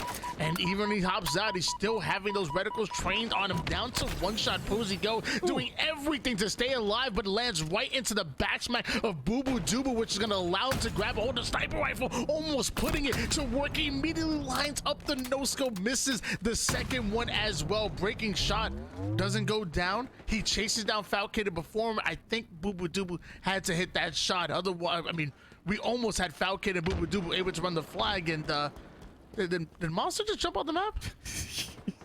Yes, he did. He was trying to grapple or something. Yeah, maybe, but we'll see if it costs them at this point. Common is on top, playing a lot of defense here, and that's pretty much all they need to do, right? 15 seconds is all that remain. Great job by Common being aware, just looking around to make sure that no one's sneaking, through his base.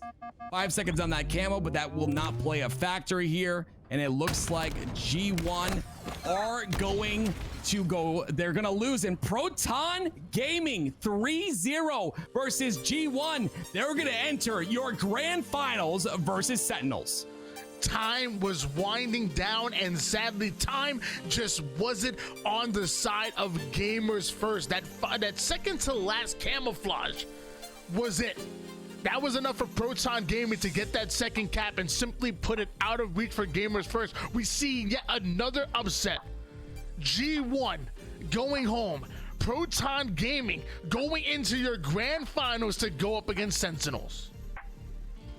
It's Sentinels ready. I mean, I watched a little bit of the Sentinels game previous, and they look really good. I even said at Charlotte when I watched them that I just feel like they've got a lot of potential. They've just got to kind of fold into their potential a little bit and kind of build that chemistry over time. And it's looking like that's the case. Sentinels look really strong.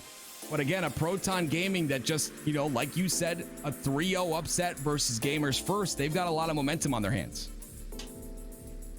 I'm still trying to figure out how did Monster jump off the map towards the end of that game. Like, I'm like, wait, what was happening? Everything was going good. I just see Monsters off the map as we take a look at some of the replays, and man, there were plenty of them early game. It was Bubudubu really running things with that sniper rifle, and even see him have that camouflage. Resources were finding the hands of Gamers First, specifically Bubudubu in the early game, but eventually it was Proton Gaming that just started manning every single active camouflage.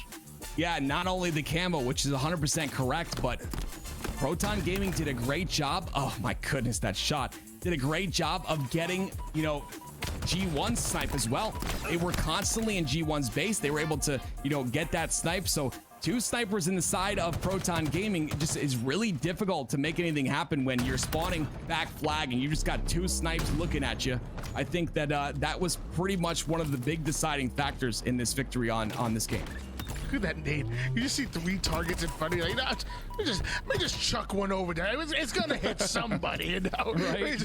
His suspector lands that nade, and I was afraid that at that point, that's when that flag would run over, and then you see Monster coming in with a stick of his own right there, taking him down, even doing that damage onto Sab, and then eventually that flag doesn't go anywhere. But one can only think that that stick leads to them pulling the flag. If they get 1 or 2 more kills, that flag makes it over toward the mid-map, and then we have a tied 2-2 situation, and we're going into a sudden death, maybe even an overtime. But I mean, that's hindsight, obviously. Right now, we do have a grand finals ahead of you, and it is Sentinels that have been waiting this entire time, and it's Proton Gaming that are coming out. If I were to survey the field, the audience, and ask them, you know, between Gamers First and the native and the Native Reds and the Proton, the Sentinels, and Cloud9s, and all of the teams that were in this tournament, would they have had a grand finals of Sentinels and Proton Gaming? I bet if I had asked all 1,500 people in the chat, maybe one of them would have had that Sentinels and Proton. It is crazy to see how much each team is improving week after week. We're seeing upset after upset, and I'm here for it. Proton Gaming have been putting in the work, and they deserve this spot. Yeah, and I love to see teams like Proton Gaming come up and kind of showcase their talent, right? You kind of go through a whole bunch of rosters, you go through a whole bunch of teammates, and then there's just one that just clicks. And once you get past that honeymoon stage, if you're still playing really well together, you know it's promising. You know it's a squad you want to stick with for the long run. Unfortunately, in Halo, we don't see that very, very often. But I think, honestly, you know, this Proton Gaming roster really has a lot of potential. You know, we'll see what they're capable of doing on LAN. Of course, I know some players on this roster, one in particular gets a lot of hate for LAN play, but I mean, I still think, you know, we're just going to call it how it is. I think Monster performs really well on LAN as well. I think he's a very smart player. You know, being in those lights is tough, but I think, you know, the more experience you get, you know, you just get better and better. And I think Proton, you know, utilizing their experience as a team could really go to the next event and just make fireworks. Yeah, I mean, I say it all the time. You know, playing online and playing on LAN is much different. I put myself out there where I feel like I'm a much better player online because I'm just more comfortable. I've been in my setup over and over again. Where if I go onto LAN, it's a totally different story. Like I'm not comfortable. No matter how much I play with my settings, I have it exactly the same. I come with my screenshots and everything. It just feels different. It's so not different. The same as when I'm sitting at home. I don't know what it is. I got the same monitor, same everything, same settings, but either way, Sentinels and Proton Gaming, they're gonna duke it out. One of these teams are gonna become your champions. $2,000 on the line, so don't go anywhere because we come back, we're gonna have your grand finals.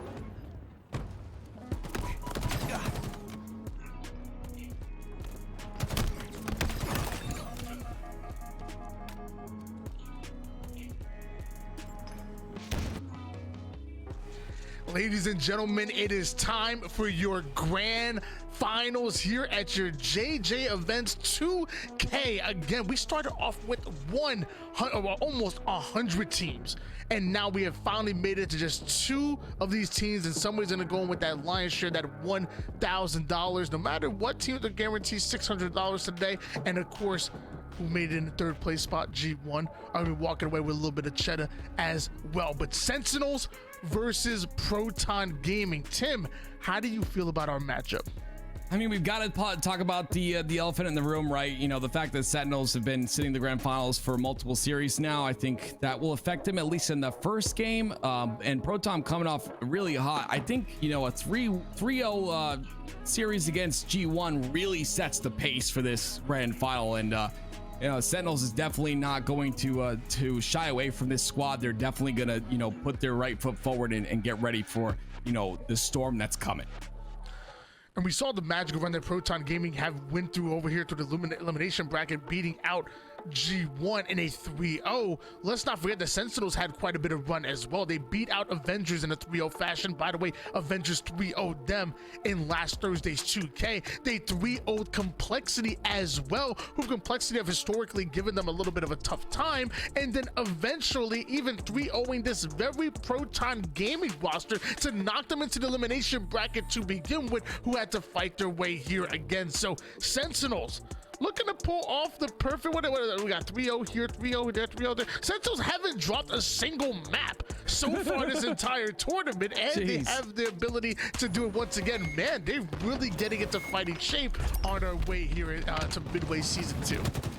Yeah, I love the Sentinels roster. I talked about it a little bit before, but to kind of elaborate, I think that they, you know, showcased a bit of talent there in Charlotte, but I definitely saw a lot more potential. The triple with the Rockets, that's called value, Tony. You'll never see that at, you know, when I'm playing. A triple kill to start off the game, then gonna swap out the empty rockets and grab himself a stalker rifle, already having that bulldog in the back pocket. You're starting to see why Sentinels have been 3-0 everyone in sight. King Nick started with a 4-1-1, almost matching Proton's gaming kills. Yeah, this is kind of what impresses me, Tony. When you're sitting in the grand finals and kind of waiting, you know, I always talk about the fact that, you know, a team is not going to be warm, but it always impresses me when they come out firing on all cylinders. Of course, you know, it hasn't really converted to much hill time here, but they did get a massive amount of kills, you know, to start this game. King Nick does go down though, so Proton Gaming have to react here, and they do just that. They get 3 down for Sentinels, and now they've got a setup of their own. And like you said, although Sentinels had got kill after kill and looked dominant toward the early game, they didn't really put much hill time on the board with it. Proton Gaming looked like they were able to tie it up and actually even take the lead as far as progression goes with this first hill. But it's not about how you start, it's not even about the midway, it's about how you finish off this hill in order to get a point here in Halo Infinite. Like trying to break into the arcade side. Thought that nade might have done a bit of damage onto Chris Common. Apparently it doesn't, and Chris Common with that stalker rifle able to take down 1, not 2.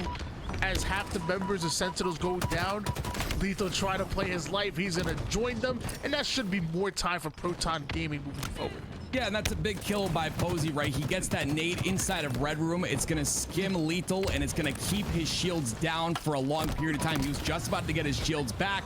That rocket, unfortunately, though, not gonna do anything there. Posey's gonna pick it up and be able to utilize it here. Unfortunately, he does go down. And now, of course, Sentinels taking advantage of these 2 dead. Gonna get some hill time. Yeah, both Posey and Collect have very similar like screens. They play on a very similar sensitivity. I love that high sensitivity in your face. They want to swing across to put damage onto multiple different targets, and then once it's time, swing right back in and get out safely with their lives. But now the double push by Sentinels enough to clear out the B side. Posey getting really aggressive, ends up getting backsmacked by Lethal, and that's gonna set Proton Gaming back just a few seconds there, a few valuable seconds that they don't have as Collect takes down Monster. Smarty going after Common, and now you're seeing Proton Gaming start to prioritize the C side. There's a chance they lose this hill here. Yeah, they potentially do, and you see right there, like you said, they prioritize the C side, make sure to get control of sub, and of course this stalker rifle and they're going to utilize that as well as the drop shield to potentially go for this first kill. You see, no one's getting in the hill just yet. They want to get that first initial kill, and then you'll see them start to get time. But that long-range shot from Sparty gonna put some massive damage in, but it's not enough. 4 down for Sentinels. And Monster really starting to go off with that shotgun. Look at him already applying pressure to the cafe side, and Posey's pushed up onto the planter. This is maximum pressure now coming in out of Proton Gaming. It starts with Monster right into the face of Collect, and now wraps right back after Lethal was one for the double kill, and is gonna chase down Sparty for the triple kill. And now look at how they're gonna just pull out, allow Sentinels to spawn back up, and hopefully do it again. Rockets coming up right now. That's a great call, Tony. It's called spawn control, and it's so very vital in Halo Infinite. It does not affect those PD spawns. The rockets are coming up. They've got to get a couple slays to make sure they get these, but instead, they get that shroud screen. They get 1 kill as well, but Sentinels get a couple on the board, and potentially they're going to utilize that to get a little bit of time on this hill in front A. And Posey coming right back in, keeping that same energy, putting the disruptor to work to take down Lethal. That's the first kill that Proton Gaming are looking for. Now they can get aggressive with it. Breaking Shot knows as a player that could be in PD, but doesn't check the right corner. Sparty. Is it Sparty the dog or Sparty the rat? And he ran it out just a little bit. Proton Gaming going 4 down. Sentinels right back in their setup. Yeah, it's a really big thing. We're 1 year into Halo Infinite. You've got to check those corners. Players really can change the game and the tide of the game by sitting in those corners and slowing down the pace. Sparty does just that, and not only does he get that kill, but he gets the stalker and full control as well, and he's able to utilize it to get a couple kills. Look at the chow right there. I thought he was going to die anyway, so putting that damage in is good, and you see right there, King Nick does clean that up. Posey going right toward the PD side. Looks like Lethal and King Nick able to 2v1 them. That's going to clear that out. And once again, Sentinels find more hill time and even find the 2 players from Proton Gaming that are starting to push up toward the purple side. A stray grenade by Sparty is going to deal with Chris Common. And now Sparty has to back down and play his life. It looks like he's able to do so, but there's multiple members of Proton Gaming that are now pushing into position. And somehow Sparty takes down Posey. What? Oh my! I don't know how he does it. Yeah, I mean, he's Posey did well there by checking his corner, but the problem is he didn't check the 4 other angles that Sentinels were holding, and unfortunately, when you have a setup this strong like the Sentinels do, it's gonna equal caps, and that's exactly what they get right there. But a ginormous kill by Breaking Shot, all 4 dead with rockets coming up. That's a massive wipe. 4 down on the Sentinels, moving on to the next hill and should be able to get a hold of those rockets. I think now is a perfect time to go in to a listen-in with Proton Gaming and find out how they're going to try to tie up this game.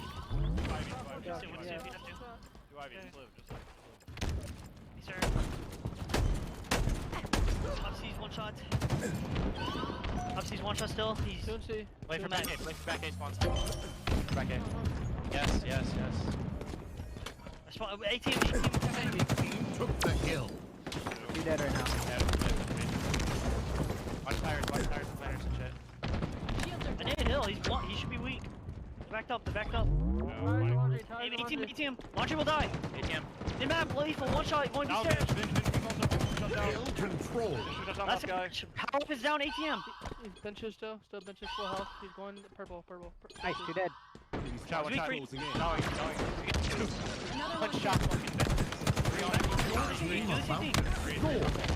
Go on. Mike should be up. Check your spike. Enemy team took the hill. I spawned dash benches. No purple. Hill control. My dad. ATM. They play B together. Tired in top A. They have numbers right now. One shot, hit purple. It's Argent. We got the backing. Mike's in 10, guys. Mike's in 10. Both weak, they're both weak. Weak for you, Posey. You're both weak, you're both 1 shot. Fuck. Just chill, bro. Mike's are up. Spikes. Playing mid. Rockets in 10. It's weak. Argent absolute. Spanker inbound. Stay alive for these rockets, guys. Score. huge kills out of Sentinels is gonna zone Proton Gaming off of this purple side, and Breaking Shot trying to find the entry with the rockets. It's not gonna happen, and Sentinels put their third and what might be the final hill of this game, because oftentimes with less than 2 minutes on the clock, Sentinels have the opportunity to just play a little bit of Slayer. Yeah, it's all about that bottom sub control, the bottom tram. They've got to get control of that. That is Proton Gaming if they want any chance of capping this hill. But very impressively, they're already halfway through. They're getting the slays on Sentinels as well. Sentinels playing a little lackadaisical right now. They've got to try and step this up, and it's lethal to do so. The #2 greatest Halo player of all time, getting the double kill and moving over to Tram, but he's got 2 to deal with. 2 members of Proton Gaming in the C side, and you know how important that subway side on this map is with that middle hill. You're almost like a rook on a chessboard, the way you're able to lock down a single alley just from being over on either the A, but more importantly, the C side, which provides so much cover. I'm really impressed at how much hill time they're getting on the board here, and you know they're gonna dogpile on the hill. I don't necessarily like this too much. I guess it's okay to kind of make sure you're covering that tires angle as well as that front A angle. You see they definitely had that bottom C control, and Sentinels is just not able to do anything about it. The cross shot from the bottom of Tram is really making things happen. Unfortunately, Breaking Shot is gonna have to move forward, so they're gonna lose Tram control here, but it's up to Sentinels to try and break this, and they do not. 1 minute and 14 seconds left. Only 20 seconds was taken off the clock just now, and now Proton Gaming have a chance to tie this up. And it's so crazy to think about, because that middle hill is arguably, I would say, is the hardest hill to capture that we hear in Halo Infinite, and Proton Gaming really making it look quite easy, just like Sparty with the Stalker rifle. Perfect kill onto 2 different players. That's going to be enough to allow them to push forward into the rockets, but it wasn't accounting for the shroud. The Breaking Shot drops early before stealing those rockets away. Proton Gaming once again finding themselves in the hill. Could they go back to back to tie it up? Yeah, time and time again, we're seeing Proton Gaming being able to grab these rockets right off a spawn. The power weapon control is so vital on a map like Streets, and honestly, Sentinels playing very unorthodox right now. This is not Sentinels-like, kind of going in and staggering themselves and taking these 1v1s. They're playing a little bit desperate here, and because of that, Proton is able to take advantage. But here comes King Nick with a power weapon of his own. The shotgun's gonna grant him 2. I was just about to say that Proton Gaming looking a little bit different, but of course it's King Nick opens things up with the Bulldog. That double kill critical, but now the last 2 members of Proton Gaming diving straight into the hill. Monster able to take down King Nick, but Collect with the follow-up, and now Collect with the Bulldog breaks right over and breaks Breaking Shot's ankles right there. The crossover too mean, you can't catch it. Collecting ankles and skulls. This is essentially a rookie. I mean, you can't call him a rookie. He's competed in season 1, but really starting to come into his own here in season 2 on this team of Sentinels with some greats, and he's doing such a big job. That was an incredible kill there by Collect, and he's able to continue to put damage in as he goes, and King Nick looking to clean that up. Wow, that play could have changed this entire game. 17 seconds left, and it looks like Proton Gaming might tie it up regardless. Proton Gaming able to get the 4 down they were looking for, but Sentinels getting the favorable spawn. Sparty ratting right now, waiting for Proton to push up. Collect taking down Common. Sparty coming in seemingly out of nowhere, and it looks like the 2v1 make it 2v none as Proton Gaming get wiped. Collect going right in for the rockets. He's gonna steal those away, and now wrap it right over toward the B side. Sentinels, they may have struggled over the last 2 hills, but as of right now, the gameplay is looking much cleaner, and Proton Gaming are feeling the pressure. Yeah, and again, this is what you need, right? You kind of lose that bottom center hill, which is not, it doesn't normally happen. But if you're Collect, you really change the tide of the momentum in this game by getting that big kill. I'm sure there was a lot of hype and energy that went into the comms after that one, and it looks like Sentinels is going to use that to carry themselves to this 4th and final hill, and it's up to them, and they do just that. Beautiful job. Sentinels going to take game number 1.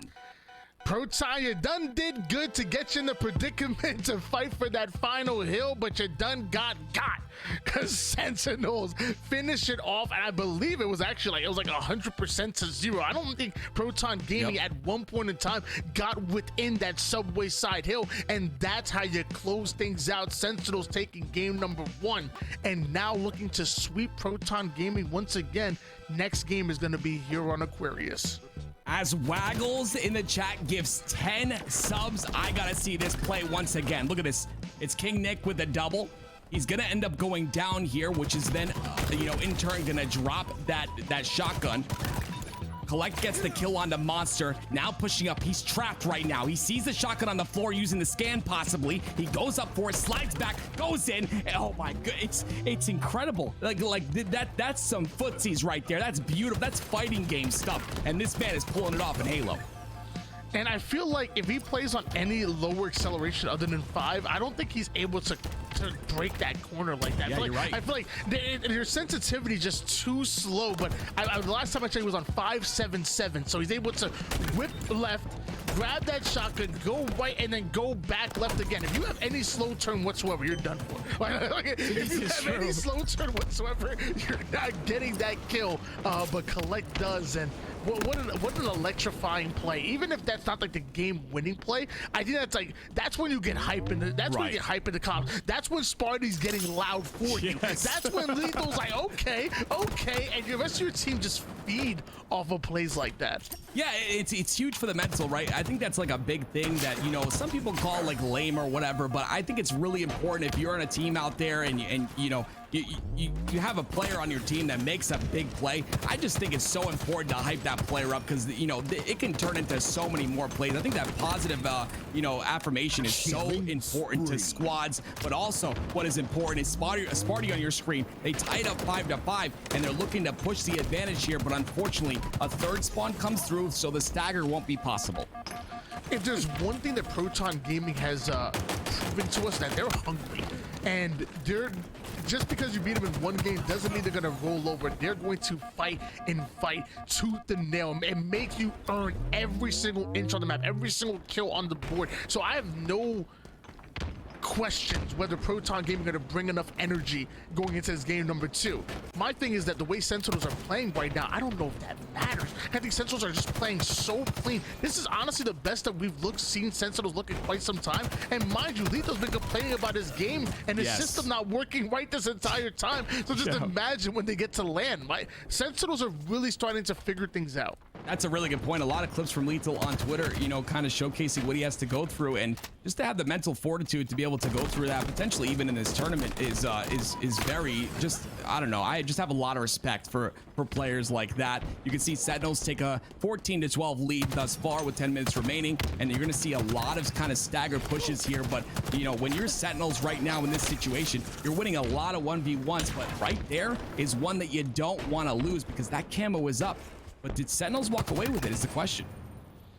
Posey able to get the long-range shots onto Sparty, and now you see the two-man push out of Proton Gaming addressing the car side. You even see breaking the shot and Common over toward the P side, so splitting their resources just a bit, but still working together. But those who push together die together. Collect gets himself the double kill with the active camo. Now finding breaking shot, doesn't get the kill, but gets the assist. That's going to be good enough for me. Sentinels once again taking control and claiming control of Proton Gaming's 50% portion, and now trapping them over towards their third of the map. It's a big kill here, and the trade comes out. 3 down for Sentinels. King Nick, the last player alive, and a good job by him to put that damage in, but unfortunately now he's going to spawn a little bit later than his teammates. Does not look like Proton Gaming is going to act off of that, so Sentinels is going to push forward just a bit. With that kill on the Monster, they can now take control of the map. Monster coming with 8 kills to his name. Died 7 times and no assist to go along with it, but really making sure that his presence is felt across the map, and clearly it has been essential. Going 3 down once again, leaving 1 player alive, but that 1 player in Lethal, along with the spawning members of Sentinels, are able to shred Monsters holding forward. Then if we immediately focus their attention onto Common and put them right back to the black screen, and you saw Proton Gaming starting to gain a little bit of traction, and Sentinels stopped that right away, increased their lead right back back to 5. That's the big thing too. That lead of 5 is actually going to be very just difficult to kind of break here. Like I said before, when you get a lead as large as 5 or 6 or 7, then you can start to just go for those trades. If you're Proton Gaming, you've got to slow down the pace of the game. You can't let this lead get out of hand. I don't know what the sidekick skin is. That looked real nice. I don't know what that wasn't no Sentinel skin. I can tell you that. But I'm kidding. 31 to 24 lead in favor Sentinels right now, and you have Lethal, largely known for his big brain play as play style, with his objective play style right now, 10 and 5, 4 assists to go along with it, leading from the front lines as Lethal as he pushes over toward the car side of the map. However, 3 of his teammates do go down. It looks like he's still comfortable to take the piv onto Common, and even though Lethal falls, he's able to take 1 down with them, and that's going to stagger Proton Gaming. It becomes a 3v3, and Sentinels were first to come up.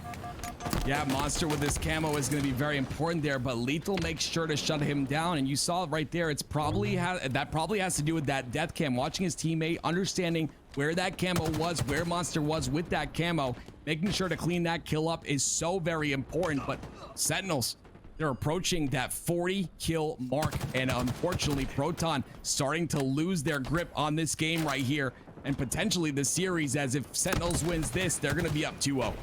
Something has to change for Proton Gaming, and something has to change right now, because Sentinels are fastly approaching that 40 kill mark. In fact, they only need 1 more. Breaking shot takes height, catches 1, but does he know there's 3 other players that are here on the fridge? But somehow him and Monster working together, Monster ends up going down, but Breaking shot breaks right out of that situation alive. There were 4 members of Sentinels over towards the fridge side.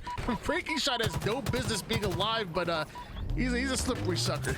Yeah, apparently so. Look at him go continually here. He's getting kill after kill. He just gets a massive double. We're now within 4 kills at this point in time.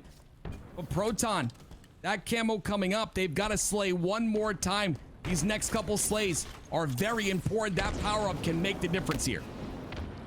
At the camouflage coming up, Breaking shot wanted to make sure this P side is clear, and Collect was trying to get away over toward the bottom mid. Breaking shot stopping that from happening, but 2 of his teammates hitting the black screen. Lethal should be able to take him out, and now that tells me active camouflage should find the hands of Sentinels, who are already only 4 kills away from taking this game here. Posey gets behind enemy lines, but ends up being spotted. Collect now roaming the map, feeding information over towards the rest of his team, and that's gonna be it. Wow. 50 to 40. Sentinels going up 2-0 in the series. They're 1 game away from pulling off the perfect bracket. I'm going to be honest with you. This is a Sentinels that, I expected to see at some point. I like I said before, I thought that I saw just a lot of potential in this Sentinels roster, but I'm excited to see where this roster goes, and maybe, we've got that story of Lethal previously on, Sentinels, of course, and being a part of that roster for, what it was, 12 years or something, in a very sad moment for him to have to, leave that roster, even Snakebite tweeting about it. But it would be very interesting to me to see that, Sentinels phase type, series, but, with Sentinels playing at their top game, and right now it looks like they're doing just that. Yeah, I mean, they say that you can't truly measure success until you've gone through pain. So I feel like the pain of having your teammates leave you behind, maybe he doesn't admit it, or maybe he does, but I bet in the back of his mind, when he goes up against FaZe, that's sitting there saying, "No, I want my revenge." This series means just that much more. If we were to say that, it might come in, the NBA professional media term, I don't know. No, it's just any other game. Now you already know.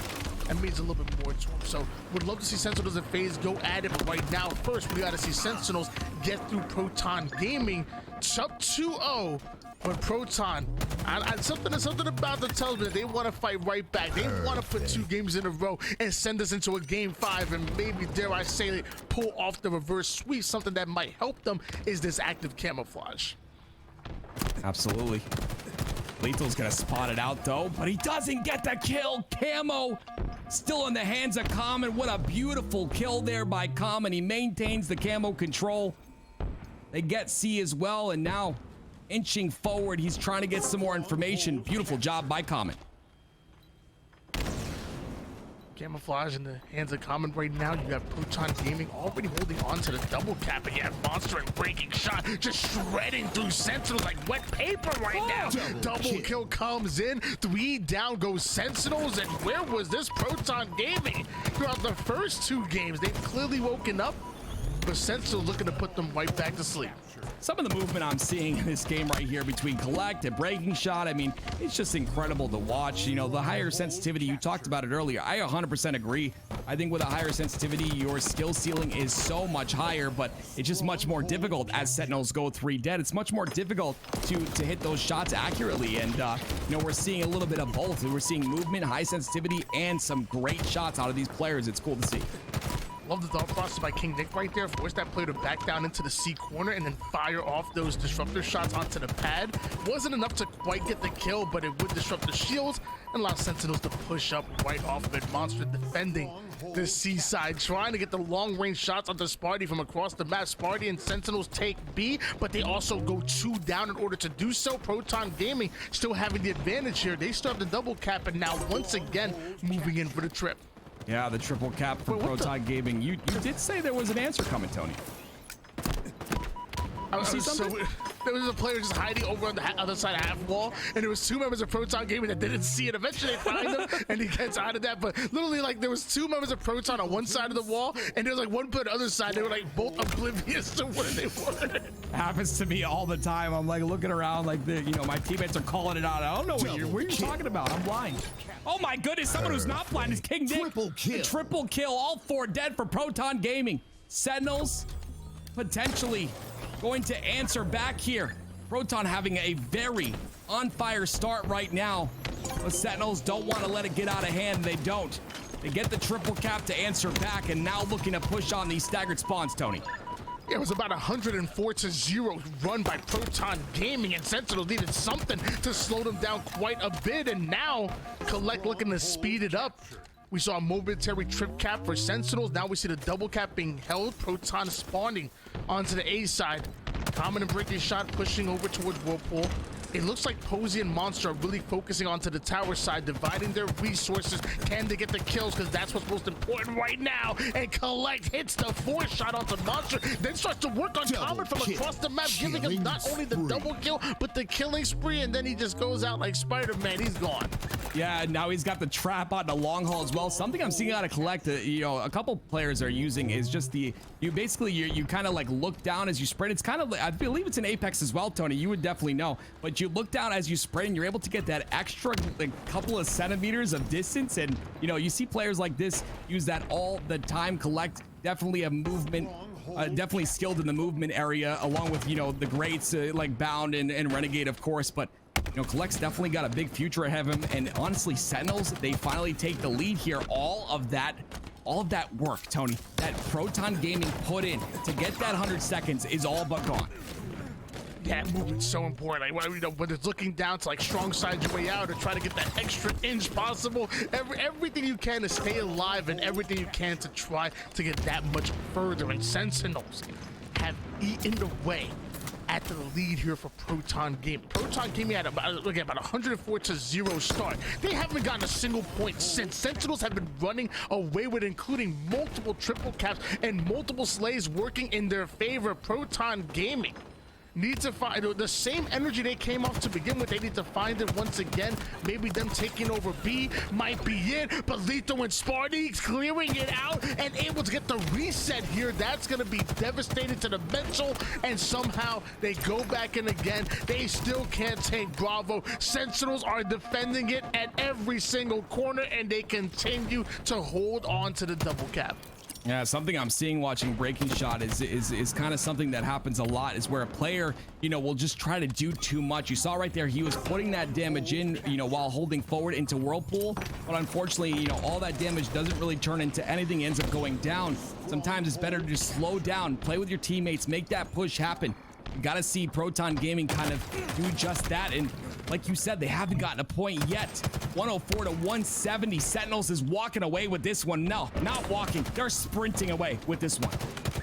You see breaking shot and Proton Gaming try to play toward the B side. Collect quickly, dealing with one as he's running away. Jumps right over Posey before he knows even what happened. 3 down go Proton Gaming. The only player alive is going to be Monster, who takes down Lethal, but it's not going to be enough. BC is being locked down here by Sentinels. If Proton Gaming don't be careful, they might get the slays and push quickly for the A side as well. It's up to Monster right here. He has to get this kill on to Collect, but look how slippery this snake is. He just constantly gets away.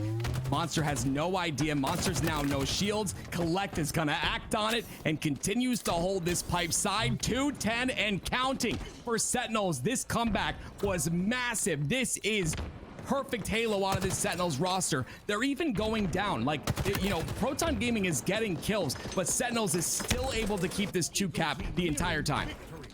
We complimented Proton Gaming for starting off on that miraculous run, which ended up getting 104 points to begin this game. But sadly, they haven't gotten a single point since. And now it's 240 points in counting, and they have the trip cap locked in. It's mathematically impossible for Proton Gaming to stop it. It looks like Sentinels pull off the perfect bracket. They didn't lose a single game this tournament, and now they're $1,000 richer. Absolutely insane by this Sentinels roster. Tony, I'm an old man, okay? I'm definitely very old, and back in my day, I remember the story of Walshy on Final Boss getting kicked off the team, being pushed to Instinct, and then Instinct, the very next tournament, winning in the grand finals versus that very Final Boss roster that kicked him off. That's what we're gonna see here from Lethal. I mean, Lethal looks great. Sentinels look great, and this is just the beginning for this squad. They look phenomenal right now. I can't wait to see what happens in Arlington. In the wise words of Jess Steitzer, the announcer for Halo, flawless victory. Wait, is that right? That wrong? Oh, that is the wrong. There's a wrong one, Tony. My bad. Either way. Just sweet into the 3-0 into Avengers, into the 3-0 complexity. Don't forget Proton Gaming getting 3-0 to the winners finals, then come back here in the grand finals and pull off yet another 3-0. We talked about the Sentinels roster time and time again. We said it's a weird roster. It's a real weird one coming together, and we knew that they had potential, but we also talked about it taking some time for them to kind of get acclimated. Maybe going into the mid-season, we'll see them, legitimately get contending for obviously top 8, but going into top 6, top 4, and maybe beyond. Maybe it's now that Sensors have just figured it all out. I know it's just online. I know it's not on land. We want to see them transition that to DreamHack Dallas, but what we saw today was clean Halo by Sentinels, and they've looked better and more polished than we've seen them so far all year long. Congratulations, Sentinels, and congrats to Proton Gaming as well, because they pulled out some upsets to get here. But wow, Sentinels really are the story, pulling off the perfect bracket. Absolutely beautiful, and I can't wait to see what they're able to do. Like you said, online, of course, we all look at these online games, and not a lot of weight is put into them, but you got to put some weight on it, right? And of course, with the problems that are being had, from Lethal, we hear Lethal talk about it. We hear pretty much everyone who plays online talks about it. I think that this Sentinels roster, I think they're better on LAN, and with all the practice that they've put in, I really think it's going to pay off. We're starting to see that come to fruition. We're starting to see the work that they've put in, and they're going to continue to get better. And for Proton, honestly, incredible run by them. I think that this roster is definitely got a future, but they got to continue to put the work in, continue to get those VOD reviews in, just fix the little problems that are occurring, the bad habits, etc., and just continue to work at it, continue to get to the grindstone. Yeah, we talked about Lethal and the connection issues that he's been having in the past, and I don't know if they're still going on, but it looked good. Talk about Sparty and his inability to find that sensitivity or that controller. Like he was really struggling, really head casing, really, when it came to his settings and his controller. Now has himself one of the Victor's Gambits. I guess everybody's been picking up one of those now because he's been looking crazy with it. And then talking about like how will Collect fit into this system, and so far it just seems like everything is coming together, and I'm really happy to see it. You see them boys on stream, and again, I think the future is bright for Sentinels. We're going to probably catch them most likely tomorrow, or if not next weekend, during one of the open series. I know the 4K is coming up very soon, and that's going to be even just more of a story added on, because I'm sure we're going to see the likes of the Optics and the FaZe and the SSGs, some of the teams that we didn't see today. Congratulations, Sentinels. You guys are the real deal. Tim, how did you feel about the JJ Events 2K event? Were you not entertained? I know you were a tough one. Wait, did you have fun? What do you mean? What do you mean I'm a tough one? I'm very easily entertained, Tony. You get all prissy and whatnot. All you mouse and keyboard players, you're always so angry all the time. It's so weird. You're fired. All right, I have no control, but you're fired. No, I had a blast, Tony. Shout out to JJ Events. You guys are amazing. Thank you for, allowing us to do these. And of course, a shout out to LVT, always inviting me, allowing me to just talk for a long period of time and have people hear my annoying voice. Thank you, LVT. And Tony, of course, you. It's I guess a pleasure to cast alongside of you, even though I'm not your only duo anymore and you're cheating on me with multiple duos. It's okay. I don't take it personal, Tony. I still love you.